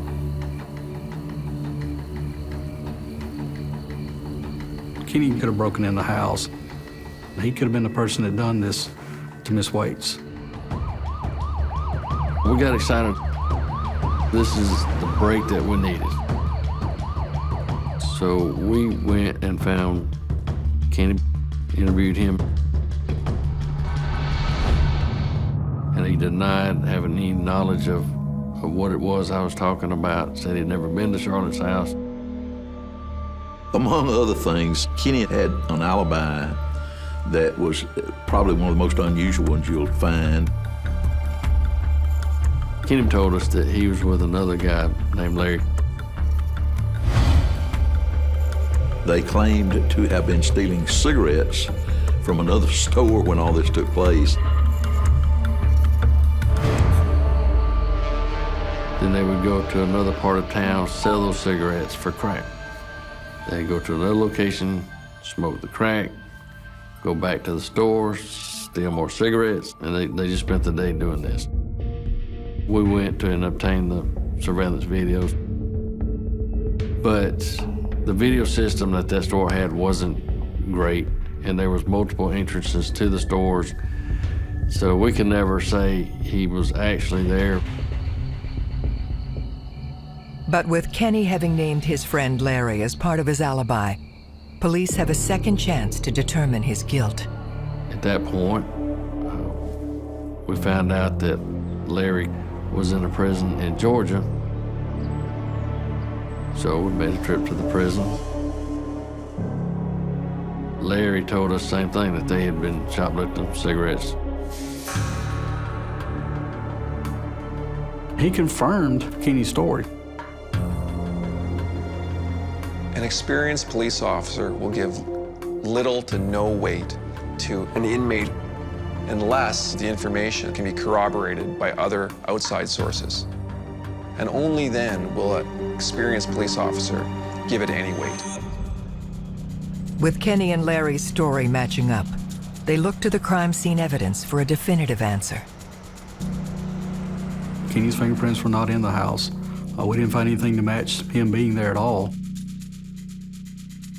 Police are also unable to find any personal connection between Kenny and Charlotte. The only nexus we had to Kenny being at Miss Waits' house was the story from the party. And Kenny vehemently denies that conversation, and his exact words to me was, "Why in the hell would I kill Miss Charlotte?" The tipster did not come across credible at all. He was trying to get money and trying to throw Kenny under the bus for a crime that Kenny did not commit. People often will brag about crimes that they didn't commit because it gives them greater status among their gangbanger friends in the community. When we eliminate him from our suspect list, our disappointment level is bottomed out. You know, you're back to the frustration of, now we're back to square one. We're on fire to go get with these guys. And then when it turns out that they had nothing to do with it, where do we go? Just as the case begins to stall, detectives receive information that sets it back into motion. We received a call from a member of the Chamber of Commerce.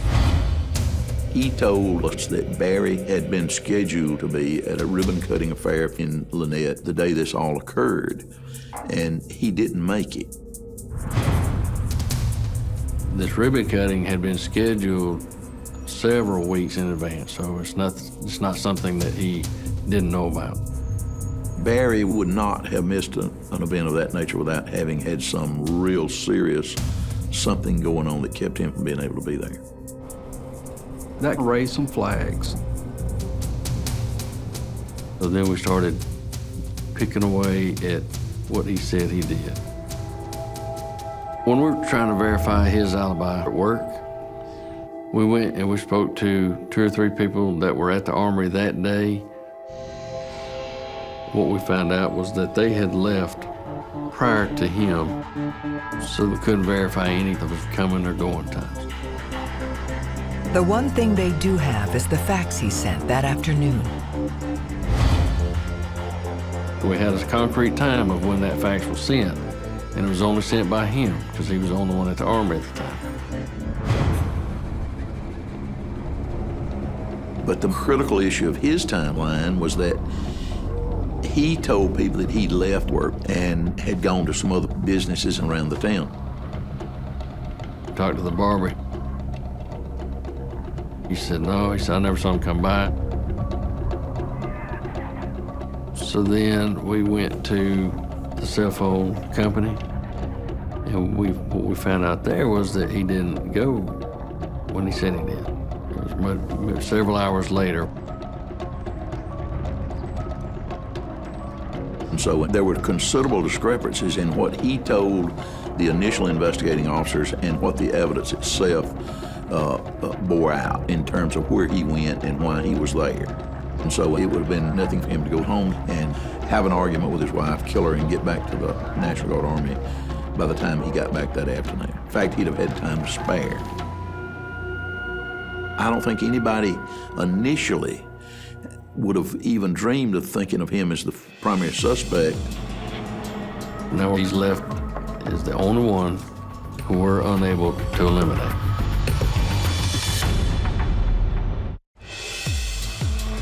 As the prime suspect in the brutal death of his wife, Charlotte, Mayor Barry Waits must now prove his innocence. We offered Barry a polygraph exam. He was asked questions such as, did you kill your wife? Did you have anything to do with your wife's murder? And on each of those questions, he was deceptive. He failed the polygraph. Believing Barry had both means and opportunity, it becomes a question of motive. One of the things we have to do is look at what kind of financial issues does the family have. And in doing so, we discovered some things that were pretty concerning to us. His family had entrusted him to manage some funds that his mother had, and as I recall, it was in excess of $100,000 that had just been put in his care for him to spend for her needs and for her benefit.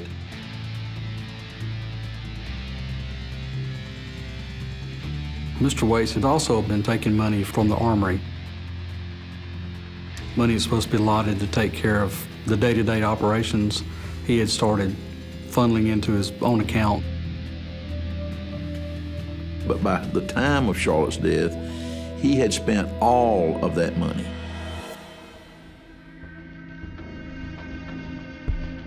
We calculated what all he went through. It was $500,000 to $1 million that he had gone through in a period of about 2 years or less. Some people are in very, very serious, dire financial straits. You'll have people who have been killed for literally a few dimes. You'll have other people who are killed for millions of dollars. Money's historically been one of the greatest motives for murder from the beginning of time. Detectives consider what Barry was doing with the embezzled funds. We could not find any significant gambling habits. We could not find any connections with women. We could not find certainly couldn't find any drug habits or anything of that nature that would have caused him to need the amount of money that he was spending. The only thing that we could consider that he might have been doing was day trading. This implies he was using the money to cover his losses on the stock market. Charlotte made a pretty decent salary herself, probably made at least as much as Barry made. So I doubt that she ever had an inkling that Barry had pulled all these financial shenanigans. He had an image to uphold where people thought they were the perfect family, that they were financially well off, and neither of which is the case. The web that Barry had put up started to unravel. Their inquiry into Barry's finances leads police to a new discovery on Charlotte's timeline. We found out through her colleagues at the School Resource Center that morning that she was killed while she was at work. She received a phone call from Barry. There was a heated conversation. This is all 10 or so o'clock. And when she hung up, she apologized to the lady and said there was an incident of some sort the night previous between her and her husband. Detectives learned the couple had fought over the settlement, set to go to Charlotte's cousin, Wayne Rice. The estate by that time had gotten down to, in cash, $100,000 or so left. And they were talking about giving Wayne Rice around $50,000 to settle his claims against the estate. Charlotte wanted to settle the estate. She wanted to offer the settlement. Barry didn't want her to do that. With Charlotte unaware how desperate Barry was for money, the argument became heated. She came away very angry and told her coworker, said, "Look, I know you're fixing to get married, but I want to tell you those men will drive you crazy." So it was an argument the night before, an argument that morning. We feel that the reason he went home was to continue that argument, to try and talk her out of making the settlement. And ultimately, we think that that's what led to the homicide. The proverbial noose was tightening around Mr. Waits. Despite the revelations, the case against Charlotte's husband remains circumstantial. Circumstantial evidence can be extremely compelling, and it can often be enough to build a case. Whether it'll hold up during a trial is another matter. So it's not always good enough. We never really received what I always called was that silver bullet. That would be the nail in the coffin. By this point, suspicions surrounding the town's mayor is public knowledge. You know how small communities are. Everybody knows everything about everybody else's business. So I think, quite frankly, that most of the community had concluded that he must be guilty by that time. Even Mr. Waits had told various people that they probably have enough to indict me, but not enough to convict me. Without sufficient evidence, Charlotte's murderer risks going unpunished. Every detective has unsolved homicides. It is something that stays with them. It is something that bothers them, and it is something that they will not forget. It's unfinished business.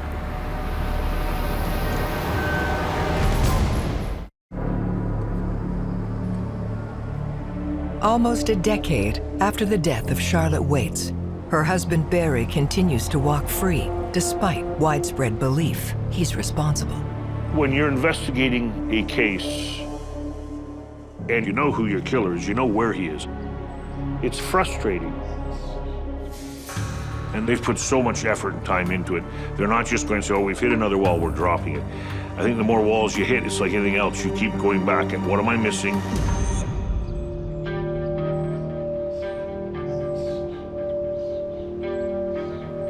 I told her daughters this from the very beginning, that I promised them. I said, your mother's case would never go in a file cabinet. It would always be right here, and we'd always work it. And even when they got mad with the police department and broke contact, it stayed right there. Now adults, police return to the daughters, hoping they will cooperate. In the beginning, they felt like we were after their dad, trying to frame their dad. Later on, as things progress and time goes by, they start seeing other things. Lieutenant Carter slowly gets them to open up about Barry's activities since their mother's death. Barry told his own daughters that they were suspects in the murder of their mother. And I think the purpose in him doing that was to literally to prevent them from talking to the police so that they couldn't give the police any information that would have been incriminating against him. Told us the insurance company wouldn't pay Charlotte's life insurance to Barry because he was listed as a suspect. But he was able to convince the insurance to pay his daughters, give them the money. And then behind the scenes, Barry told them, if you'll give me the cash, I'll give you the land from this state. They give him $250,000 cash. Well, he never signed the property over. And that really was the opener to them. When he started stealing and scamming from them, stealing their inheritance, lying to them, then they realized, why should we not think that he's capable of doing this to our mother? With Barry's own daughters prepared to testify against him, it gives the prosecution team the confidence they need. Finally, I was convinced that it was a valid, circumstantial evidence murder case, and that it should go ahead and go forward to trial. Let's roll the dice and let the jury handle it. The state of Alabama charged Mr. Waits with her death, and it was my job to make sure that she got justice. This was a tough trial because, you know, they had lost their mother. If I did my job correctly, they were going to lose their father. In 2006, Barry Waits faces trial for the murder of his wife.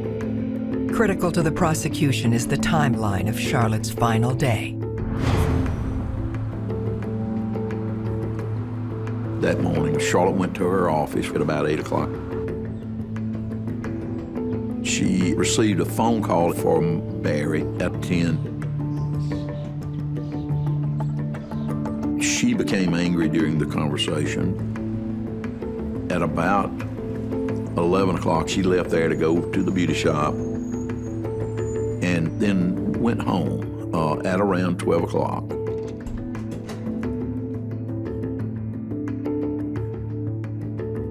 Charlotte washed her hair. She had her dress laid out that she was going to change into. She never got to that point. Barry left the armory. He came home and they had the argument about the Ben Brown estate. Fight started, and she was trying to get away from him. She probably told him something like, well, that's not your money, that's my money. You know, I'm gonna do what I want to do. He knew his whole little world was coming crashing down. he exploded.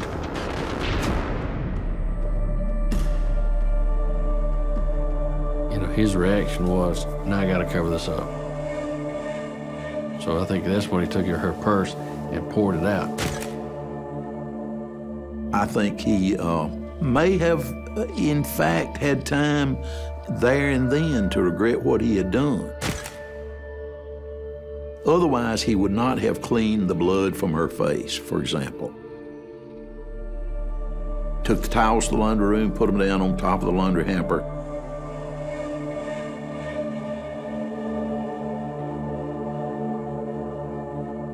He knew he had to get back to send the facts just to say, hey, I was here. He didn't realize that we could fill in the holes prior to him getting there. Even without any physical proof, it only takes the jury a few hours to find Barry guilty of murdering his wife, Charlotte. He's sentenced to 40 years in prison. When he was convicted, one of the things that bolstered my belief that I had the right person, there was no showing of emotion. He basically said nothing. I saw a family destroyed. The girls, they should have never had to go through what they went through. It was just a closure, you know. I didn't feel gratified, but I was glad it was over, and I was glad that it ended like it did. Somewhere in the range of 5 years into his prison sentence that he died. It was natural causes. Miss Waits was a good lady. She did not deserve what happened to her. Anytime a community loses a person like that, the entire community suffers. I feel it's important for the world to know that there are people in the justice system that continue to fight. Some of the good guys really do have badges, and they really are working for the right causes.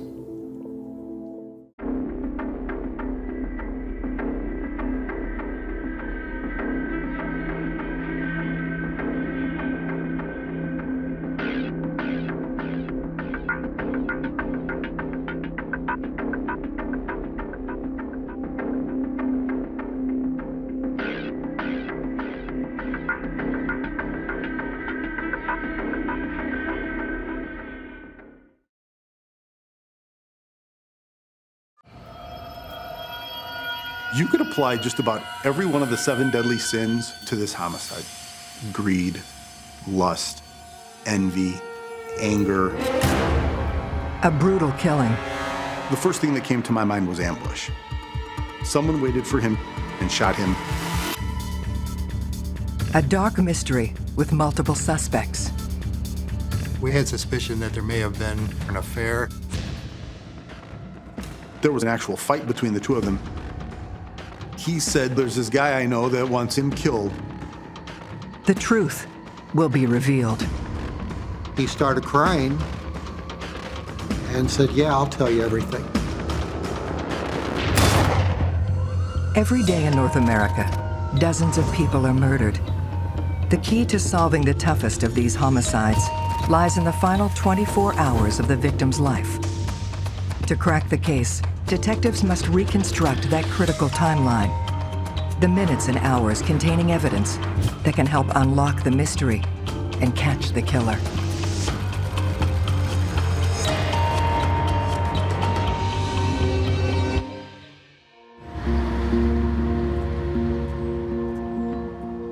Maryville, Indiana, a thriving community just southeast of Chicago. We have a little bit of everything. We have a large residential area.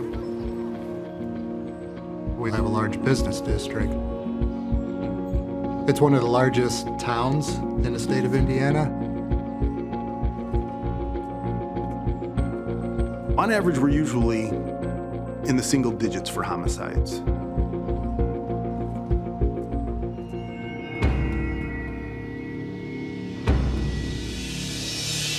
We were leading up to a holiday weekend. This was the day before Good Friday, when we received a 911 call. Initially, dispatch said that there were shots fired and that there was a man down. The victim is 33-year-old John Parker. John had a vacuum cleaner, door-to-door sales business. He was an amazing salesman. He was hardworking, and he was successful. He's rolling along one high to the next, and this terrible thing happened to him. Detectives Donald Toth, Robert Wiley, and Jeff Rice are given the task of hunting down the cold-blooded killer responsible for John's murder. When I arrived, what I saw was John Parker laying on the ground outside of his vehicle, directly in front of their business office. John was struck once. The bullet entered lower behind the ear to the back of his head. The crime scene itself was what I would call fairly pristine. In other words, there wasn't a lot of evidence to be had there. There were no signs of struggle. There were no signs of a fight. Initially, the first thing that came to my mind was ambush. Someone came up from behind and shot him, and he very likely never had a chance to see or hear what was going on. From the very beginning, we knew that this one was going to be difficult.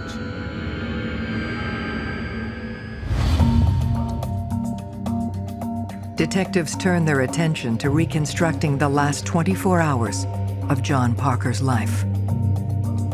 The timeline of the victim, where they were and what they were doing, is crucial to any good investigation. And when we look at the people involved, be they suspects or witnesses, finding where they are when this occurred is very important. The only witnesses that we located when we got there were Ben Love, the office manager, and Judy Parker. Judy was crying. She was obviously upset, which we understood as the wife of the deceased. She said that that night, probably at 6:30 or 7 o'clock, John and Judy had gone out to dinner at a local restaurant.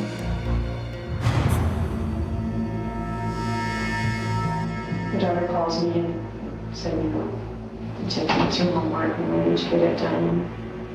When you get out and said, I've got it at the office. It's all this stuff. I didn't pick it up real quick on the way home.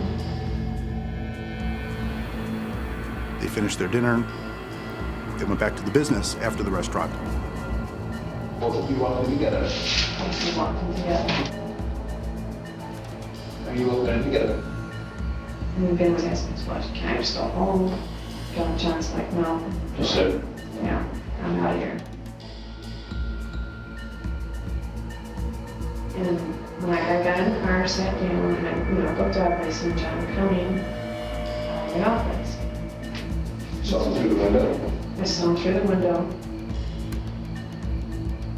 This is when I reached down to get my cell phone out of my purse. And then John came, and I seen him coming, so I looked up, and he passed the door. And he opened the passenger door, and he says, well, I'm getting this food for Ben. And the book, that's fine. And that's when I turned back around. And then all of a sudden I hear, and I see somebody go in. I see a figure. And I get out of the car. I see him laying there. And I stood there for a second and I went to John, touched him. I said, John. And I went back in the office. And I opened the door and I go, Ben. I go, Ben, call the police. Now, call the police. Judy really gave us nothing other than this mystery man dressed in dark clothing that she only caught a glimpse of.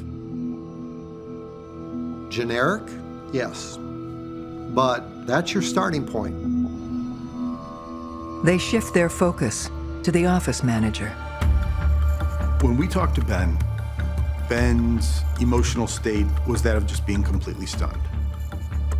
Ben said that when John left, he went to the bathroom, and then when he came out of the bathroom, Judy was inside the business and said that John had been shot.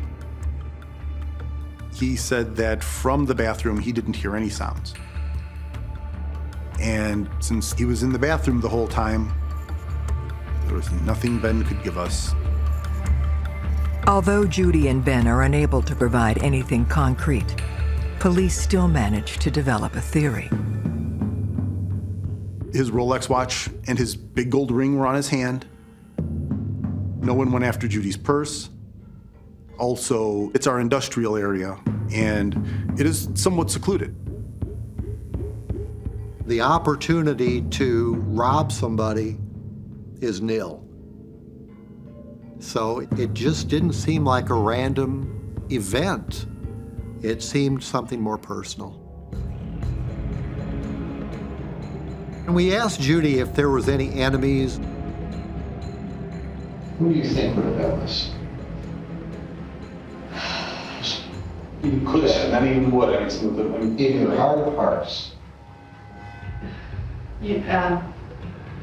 I have no idea.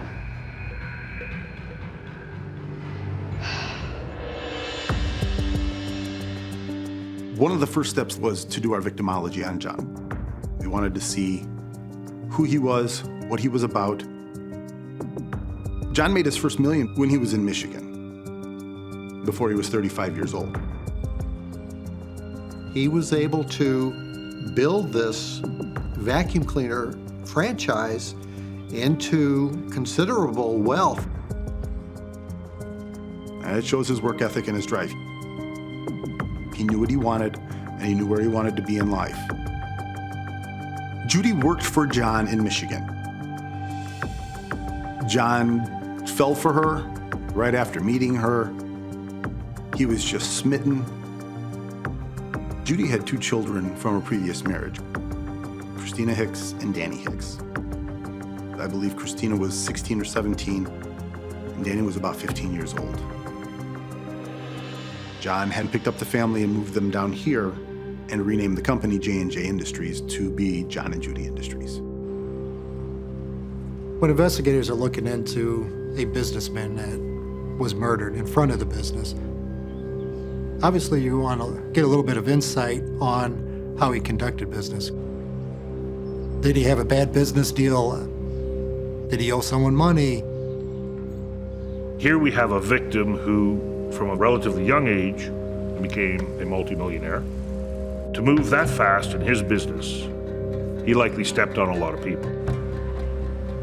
And whether that fits into the motive for the death, these are all items you have to look at. Since we had already talked to Judy, who was the last person with him, we wanted to talk to his brother to see what had gone on in case something had happened to spur this ambush. David was very angry and very upset when we met him. He began immediately talking about an altercation that John had had with an ex-employee about a week or so prior to the homicide. The employee's name was Quentin House, and apparently there had been a dust-up in the parking lot between John and Quentin. David told us that they started yelling at each other and there was pushing, physical grappling between the two. Detectives learn John fired Quentin after only 1 week. John was not an easy person to work for, and he could be difficult as a boss. He could be very demanding. He was not afraid to swing the axe. If you were not pulling your weight, John would drop you in a heartbeat. There's always a possibility that someone could have been that upset at work and that they would take it to the level where they want this person dead. It could be that Parker pissed off the wrong individual. Detectives have identified a man John Parker argued with days before his murder. disgruntled former employee Quentin House. To have someone very early in the investigation that may have had a beef with our victim was a terrific lead. Quentin House said the employees were required to make a certain amount of sales demonstrations to get paid. But Quentin said he was required to do more demos than he was initially told. He said, you know, I worked there a week and I was supposed to get $400 and I didn't. He had said that he refused to do these demos. And that's why they had words in the parking lot. Quentin House told us at the time of the murder that he was at his friend's house and that they were playing Xbox. He was forthcoming. He gave his friend's phone number. We definitely had to spend some time verifying his story to make sure that we had a very good picture of what happened that day. And it became evident to us that Quentin House was alibied and that we had to move on from him. Police continued the search for leads in John Parker's business affairs. We made it a point to talk to every active employee that was at J&J Parker at the time of the homicide. What we ultimately determined was that there was a romantic relationship between the office manager and Judy. What we were learning was that there were several employees that would either stop by work to check their schedule or would come in when there shouldn't have been anybody there, and Ben Love and Judy Parker were caught having sex by several different employees. Obviously, Ben became a suspect. We didn't know if he was trying to get rid of John to be with Judy and possibly take over the business. So our investigation more focused in that direction. They bring Ben Love in for a formal interview. Ben was smooth, he was mildly charismatic.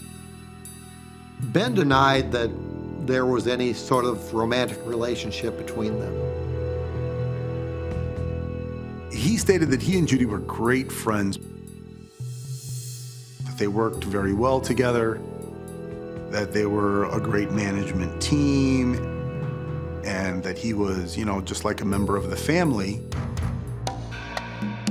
But Ben's proximity to the murder was the problem.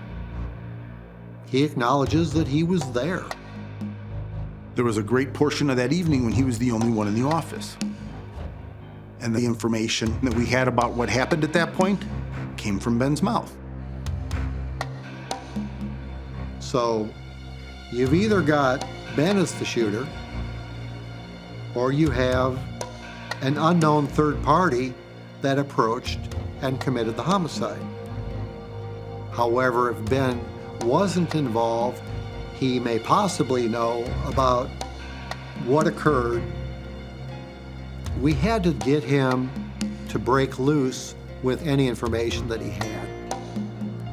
Under pressure, Love finally cracks and reveals an incident from a year earlier. He said that Judy and John had brought her cousin, Tim Mendoza, up from Texas. Tim had had some problems down there, and he was given the opportunity to turn his life around. Ben and Tim Mendoza became roommates. But the Parkers' act of generosity seemingly came with strings attached. Judy's daughter, Christina, had come to the apartment, and she had asked to have a private conversation with Tim. Tim went into the bedroom with her. After Christina left, Tim came out of the bedroom bewildered. He was depressed, he was sad, and he confided in Ben. He said that he was not brought to Indiana to turn his life around. Judy had used her influence on John to bring Tim up here so that Tim could kill John Parker. We've never seen anything like this. This is the stuff that they make up for TV. That's what gave us the first inkling that the family was involved. We confronted Judy with that plot. She said that Tim had seen John be mean to her, grab her by the arm or call her names, and that Tim offered to kill John for her. She told him not to even think about it. And at the time, she dismissed it because Tim had left to go back to Texas. But Judy didn't mention Tim until we brought Tim up to her. And Judy's story changed throughout the course of our interviews. When we started, it was that she and John were in love and they were successful. Everybody liked him. But the more we talked to her and started asking pointed questions, then it came out that John had a temper and he became less of the saint that she was painting the picture of the very first night. In my 25 years of doing this, I've seen the emotional arc after someone's killed. We watched her and her body language and the things she said, and especially the things that she did when we weren't even in the room. It was a little different.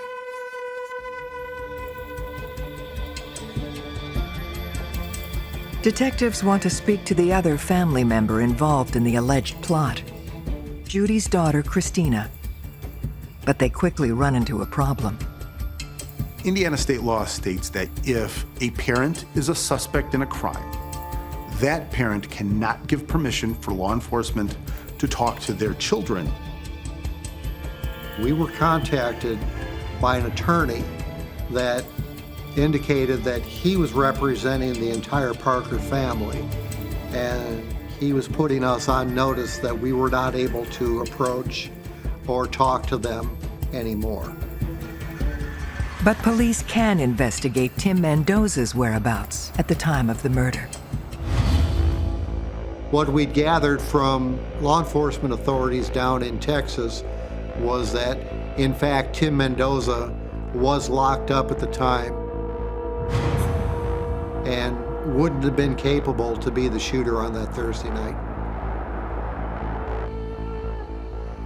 As Mendoza is ruled out, detectives receive a curious new lead. We had a phone call from a school resource officer in Crown Point, which is the next town south of us.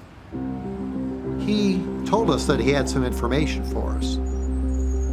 There were two kids called Earl and Kevin. They were residents in a juvenile detention halfway house where they were allowed out if they had jobs in school, kind of reintegrate them into society. They came to the attention of the Crown Point Police Department because Earl was found to have $201 on his person. And one of the rules of the halfway house was you didn't get to have cash. Their story was that they were scamming this kid from school. It was ultimately told to us that they had received that money from Judy's son, Daniel Hicks, to have John Parker killed. Detectives now have 3 new suspects in the murder of John Parker: his stepson Daniel Hicks, and 2 of Daniel's friends, Kevin and Earl. Danny Hicks is the second eldest of Judy's children. He did have his share of run-ins with law enforcement, with school officials. He's a bit of a wild child. We had felt at that time that we had a very large break in the case, that we had discovered a conspiracy to commit this murder. But we still don't have the trigger man that killed John Parker. So we needed to find further evidence, again, to corroborate the story. The same state law that blocked an interview with Christina also bars their way to Danny. Their hope now lies in connecting Kevin and Earl to the murder. When we talked to the individuals at the juvenile center, We were able to confirm that Kevin, in fact, was detained at the facility on the night of the shooting and would not have been involved in that particular homicide. Detectives learned that Kevin's co-conspirator, Earl Dantzler, was already out on the night of the murder and has since vanished. The timeline for us seemed to be similar to that of our homicide, which made us very suspicious. We had put out locates on him. Every person that had a snitch in every town was told to look for him. His picture was passed around. His name was thrown around. Earl was everywhere and nowhere all at the same time.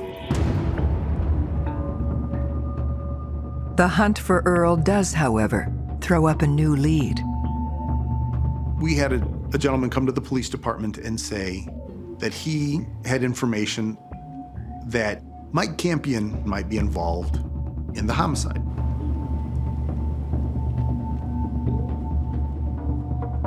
Mike Campion lived in the same neighborhood that Earl Dantzler lived in. I would say that he was locally infamous. People knew who Big Mike was. He was a local flop-about, for lack of a better word, didn't have a job, just kind of hung out and bummed cigarettes off people, you know, and just wreaked a little bit of havoc when he could. We found Mike's roommates, and they had said that Mike had come into some money, and that was unlike him. He was buying things, and he was spending money on other people. And again, this led us to believe that he might have been involved. They finally tracked Campion down. He told us that he had spoken to Earl pretty regularly before and after the homicide. And he alibied himself by saying that he had been arrested in February, but didn't get out till April 20th, which would have been 3 days after the homicide. What we learned by checking the arrest records through the jail was that he had been out since March. With his blown alibi and connection to Earl, detectives must now determine how Mike Campion fits into the timeline of John Parker's murder. No matter how confident you as a suspect are that you are not going to confess, you should check that belief at the door. My clients always tell me they're not going to talk to the police. But when the police hand me over the disclosure, I see a 2-hour confession. The police will break you down. They've got the skills and they've got the time. His story initially was that he talked to Earl, and Earl told him that he was hired to kill John Parker. He changed that story into, well, I did talk to Earl about it, and then I went there in the car with him. So we pushed him on some details. Then he admitted to hiding behind the dumpster with Earl when Earl ran out to go shoot John. He had a voice stress test where he was found to not be truthful. So then we really pressed him on his involvement. During the middle of the conversation, he put his shoulders down and his head back and he said, I want to tell you guys this one thing, but if I tell you this one thing, I know I'm going to prison. At which point, Don and I exchanged a bit of a look, and we said, go ahead and tell us. So then he tells us that it wasn't Earl that ran up and shot John Parker, but that it was him. We asked him to show us how you approached him. Show us where you shot him. And Mike indicated that he had approached John from behind. He had shot him in the head, and that he left the area. So we get the confession. all this work, all these people that we'd looked at, and we had someone that actually admitted to being the trigger man. At that point, there's a certain amount of elation. I made the decision to detain him and incarcerate him at the Lake County Jail. But you can't just go to court with someone's confession. Anybody's statement can get thrown out at any time. A crime as big as homicide and murder, you have to be able to corroborate the story and prove that it's true.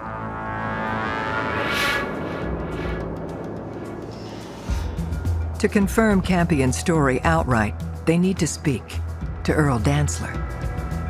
We had sent out feelers and we had done searches on family members of Earl and his grandmother, Dolly Villagomez. And we learned that Dolly had moved to Las Vegas. We reached out to Las Vegas PD. They sent detectives over there. And the detectives verified that yes, Earl was living out there. Investigators went to Las Vegas to find him and put together a timeline compared to the time of the murder. Earl confirmed that Danny had hired him to kill John Parker. He confirmed the transfer of the money with Kevin. But he said that he and Kevin put this plan together that they were going to take this money and there was nobody to report this to. Because how do you report that somebody stole the money that you paid them to go kill somebody? They felt that it was a perfect scam. But then Earl said he and Dolly moved to Las Vegas, and that was the last he had heard. He put Indiana in his rearview mirror and didn't know anything that had happened until we showed up at his doorstep. We tried to confirm where he was for the homicide. He was nowhere near the state. He was 1,800 miles away, and there was no way that logistically we could put him in the timeline of events that led to the murder of John Parker. This throws Mike Campion's involvement into question. The largest hurdle that we had with Mike Campion's story were his repeated conversations with Earl Dantzler. I saw Earl at the store. I saw Earl walking down the street.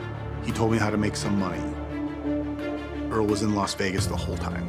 He was never here. That was too big of a hole in his story for us to consider Mike Campion a viable suspect. I don't know what his thought process was, but we came to believe that he would rather be infamous than nobody.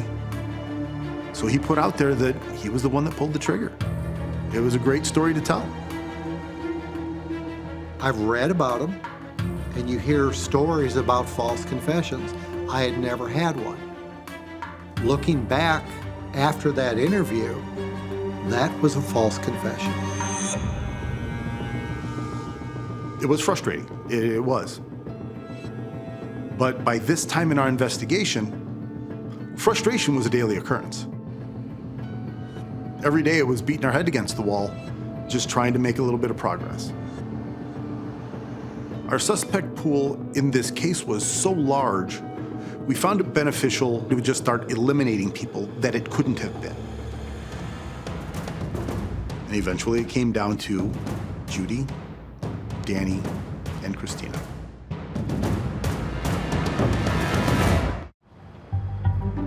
Detectives investigating the murder of John Parker are now convinced his own family are directly responsible, but have no evidence to prove it. We felt that all the pieces of the puzzle was there. There's just one piece missing. Judy Parker, Daniel Hicks, Christina Hicks. We needed someone there to feel a little bit of pressure, maybe to talk. It's very frustrating when you have information that you believe is very relevant to the point that you could solve this crime, this murder, but you're prevented from getting there through a set of circumstances.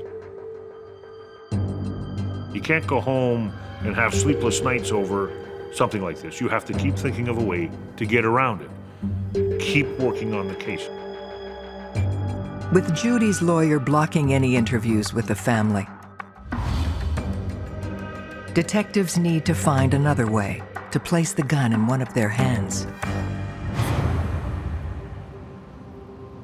One of our ploys was a flyer that said we were looking for information involving a homicide that occurred in Maryville of John Parker. We must have handed out several thousand copies of this flyer. A short time later, we received information that 3 other students had actually been approached by Christina. What we learned was that Christina was soliciting people she knew to see if they had a gun to sell. What we found out, she met a school friend in a parking lot of a local restaurant and had purchased a .25 automatic pistol. And this happened about a week and a half prior to the homicide. This was a huge break for us. The prosecutor's office kept telling us, we want more. There's not quite enough. We want more. We felt that it was necessary to serve a search warrant on the house. We showed up early one morning, knocked on the door. We woke them up out of bed. Everybody was in their PJs. It was a methodical, almost grid search of the house. But we didn't find the gun. To say it was a setback, it doesn't meet that standard. We were very upset. It let all the wind out of our sails. It was frustrating to feel in our hearts with the interviews that we had and all this information surrounding Judy, Christina, and Danny that, hey, we want to charge. Leads and new information were coming in less and less frequently. We learned that Judy and Ben had moved back up to Michigan. Danny had moved out to Arizona, and Christina had gotten married and was living locally. We felt that we were so close that it could be solved, but we just needed somebody to break. You just have to keep chipping away at it, and hopefully something will break loose. In February 2006, 3 years after the murder, detectives get an unexpected break from an unlikely source. Christina's husband, Eric, had some run-ins with the law, drug-related. So we picked him up, brought him to the station. I started leading into if Christina had ever talked to him or spoke to him about the murder of her stepfather, and he said she has.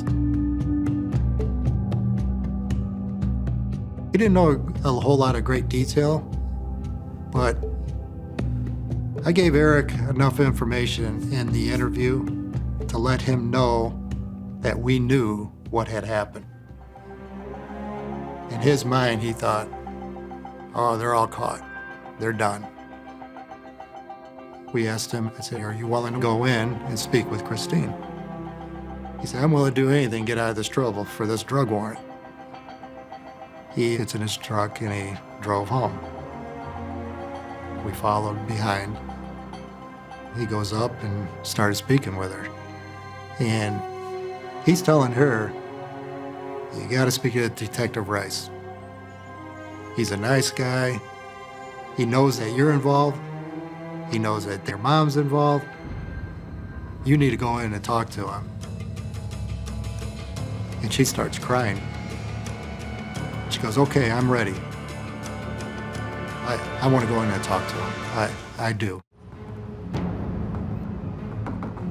Detectives have finally broken through to one of the conspirators in the murder of John Parker, his stepdaughter, Christina. She told us Judy planned this out and sold everyone on this plan. Judy had a game plan for her riches. She had a game plan for how she was going to get it. Christina admits that John was killed for his $1 million life insurance policy. Judy was able to convince everyone that once the insurance paid out, she was going to take care of everyone. And Judy kept telling them, we'll all get basically a piece of the pie. She didn't care about anything but that money.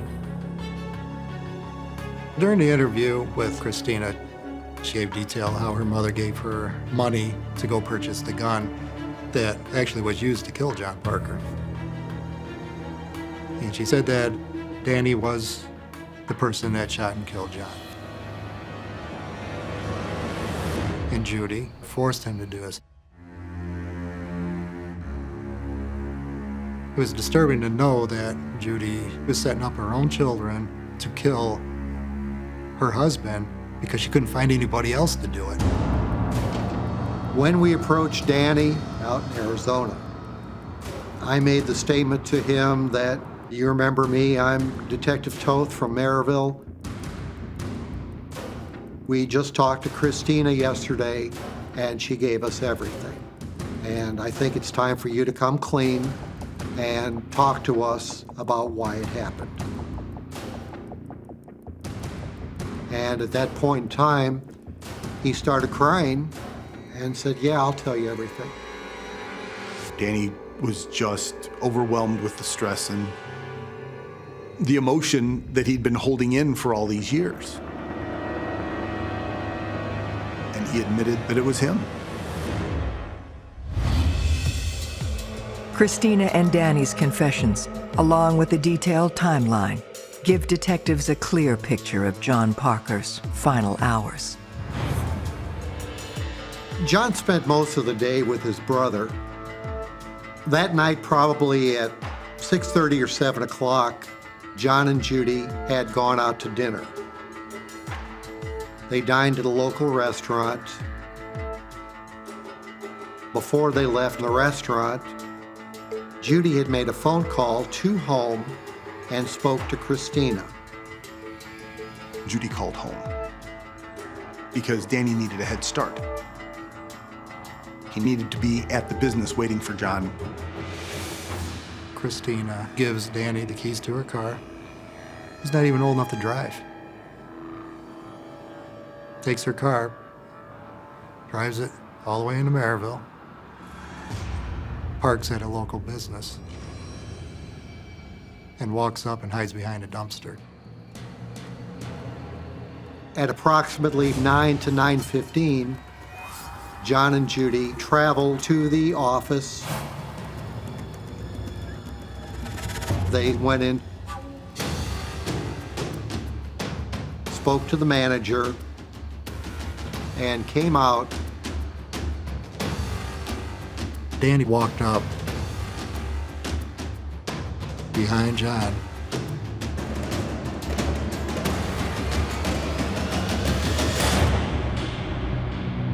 And shot him in the back of the head.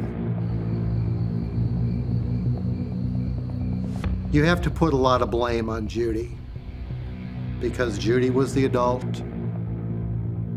I think Judy convinced the two teenagers, whether it be by greed or ignorance. Judy Parker,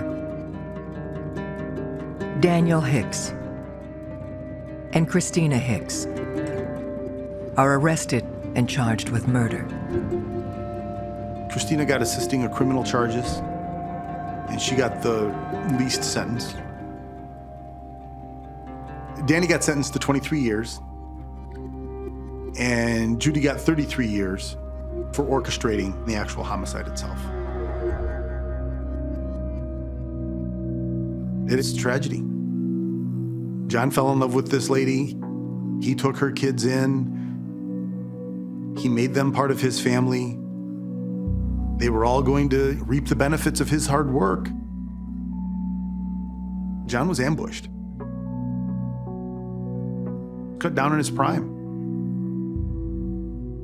Nobody deserves that. It saddens me that something so silly as money would make them want to do that.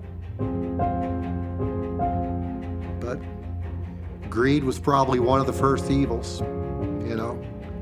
What's the Bible say? The love of money is the root of all evil. There's no doubt in my mind that she brainwashed Danny and influenced him into killing her husband. I kept thinking back and looking at that mug photo, and I'm seeing this little boy. I felt for him that his mother made him do this. She's an evil person to make her own child do something so evil.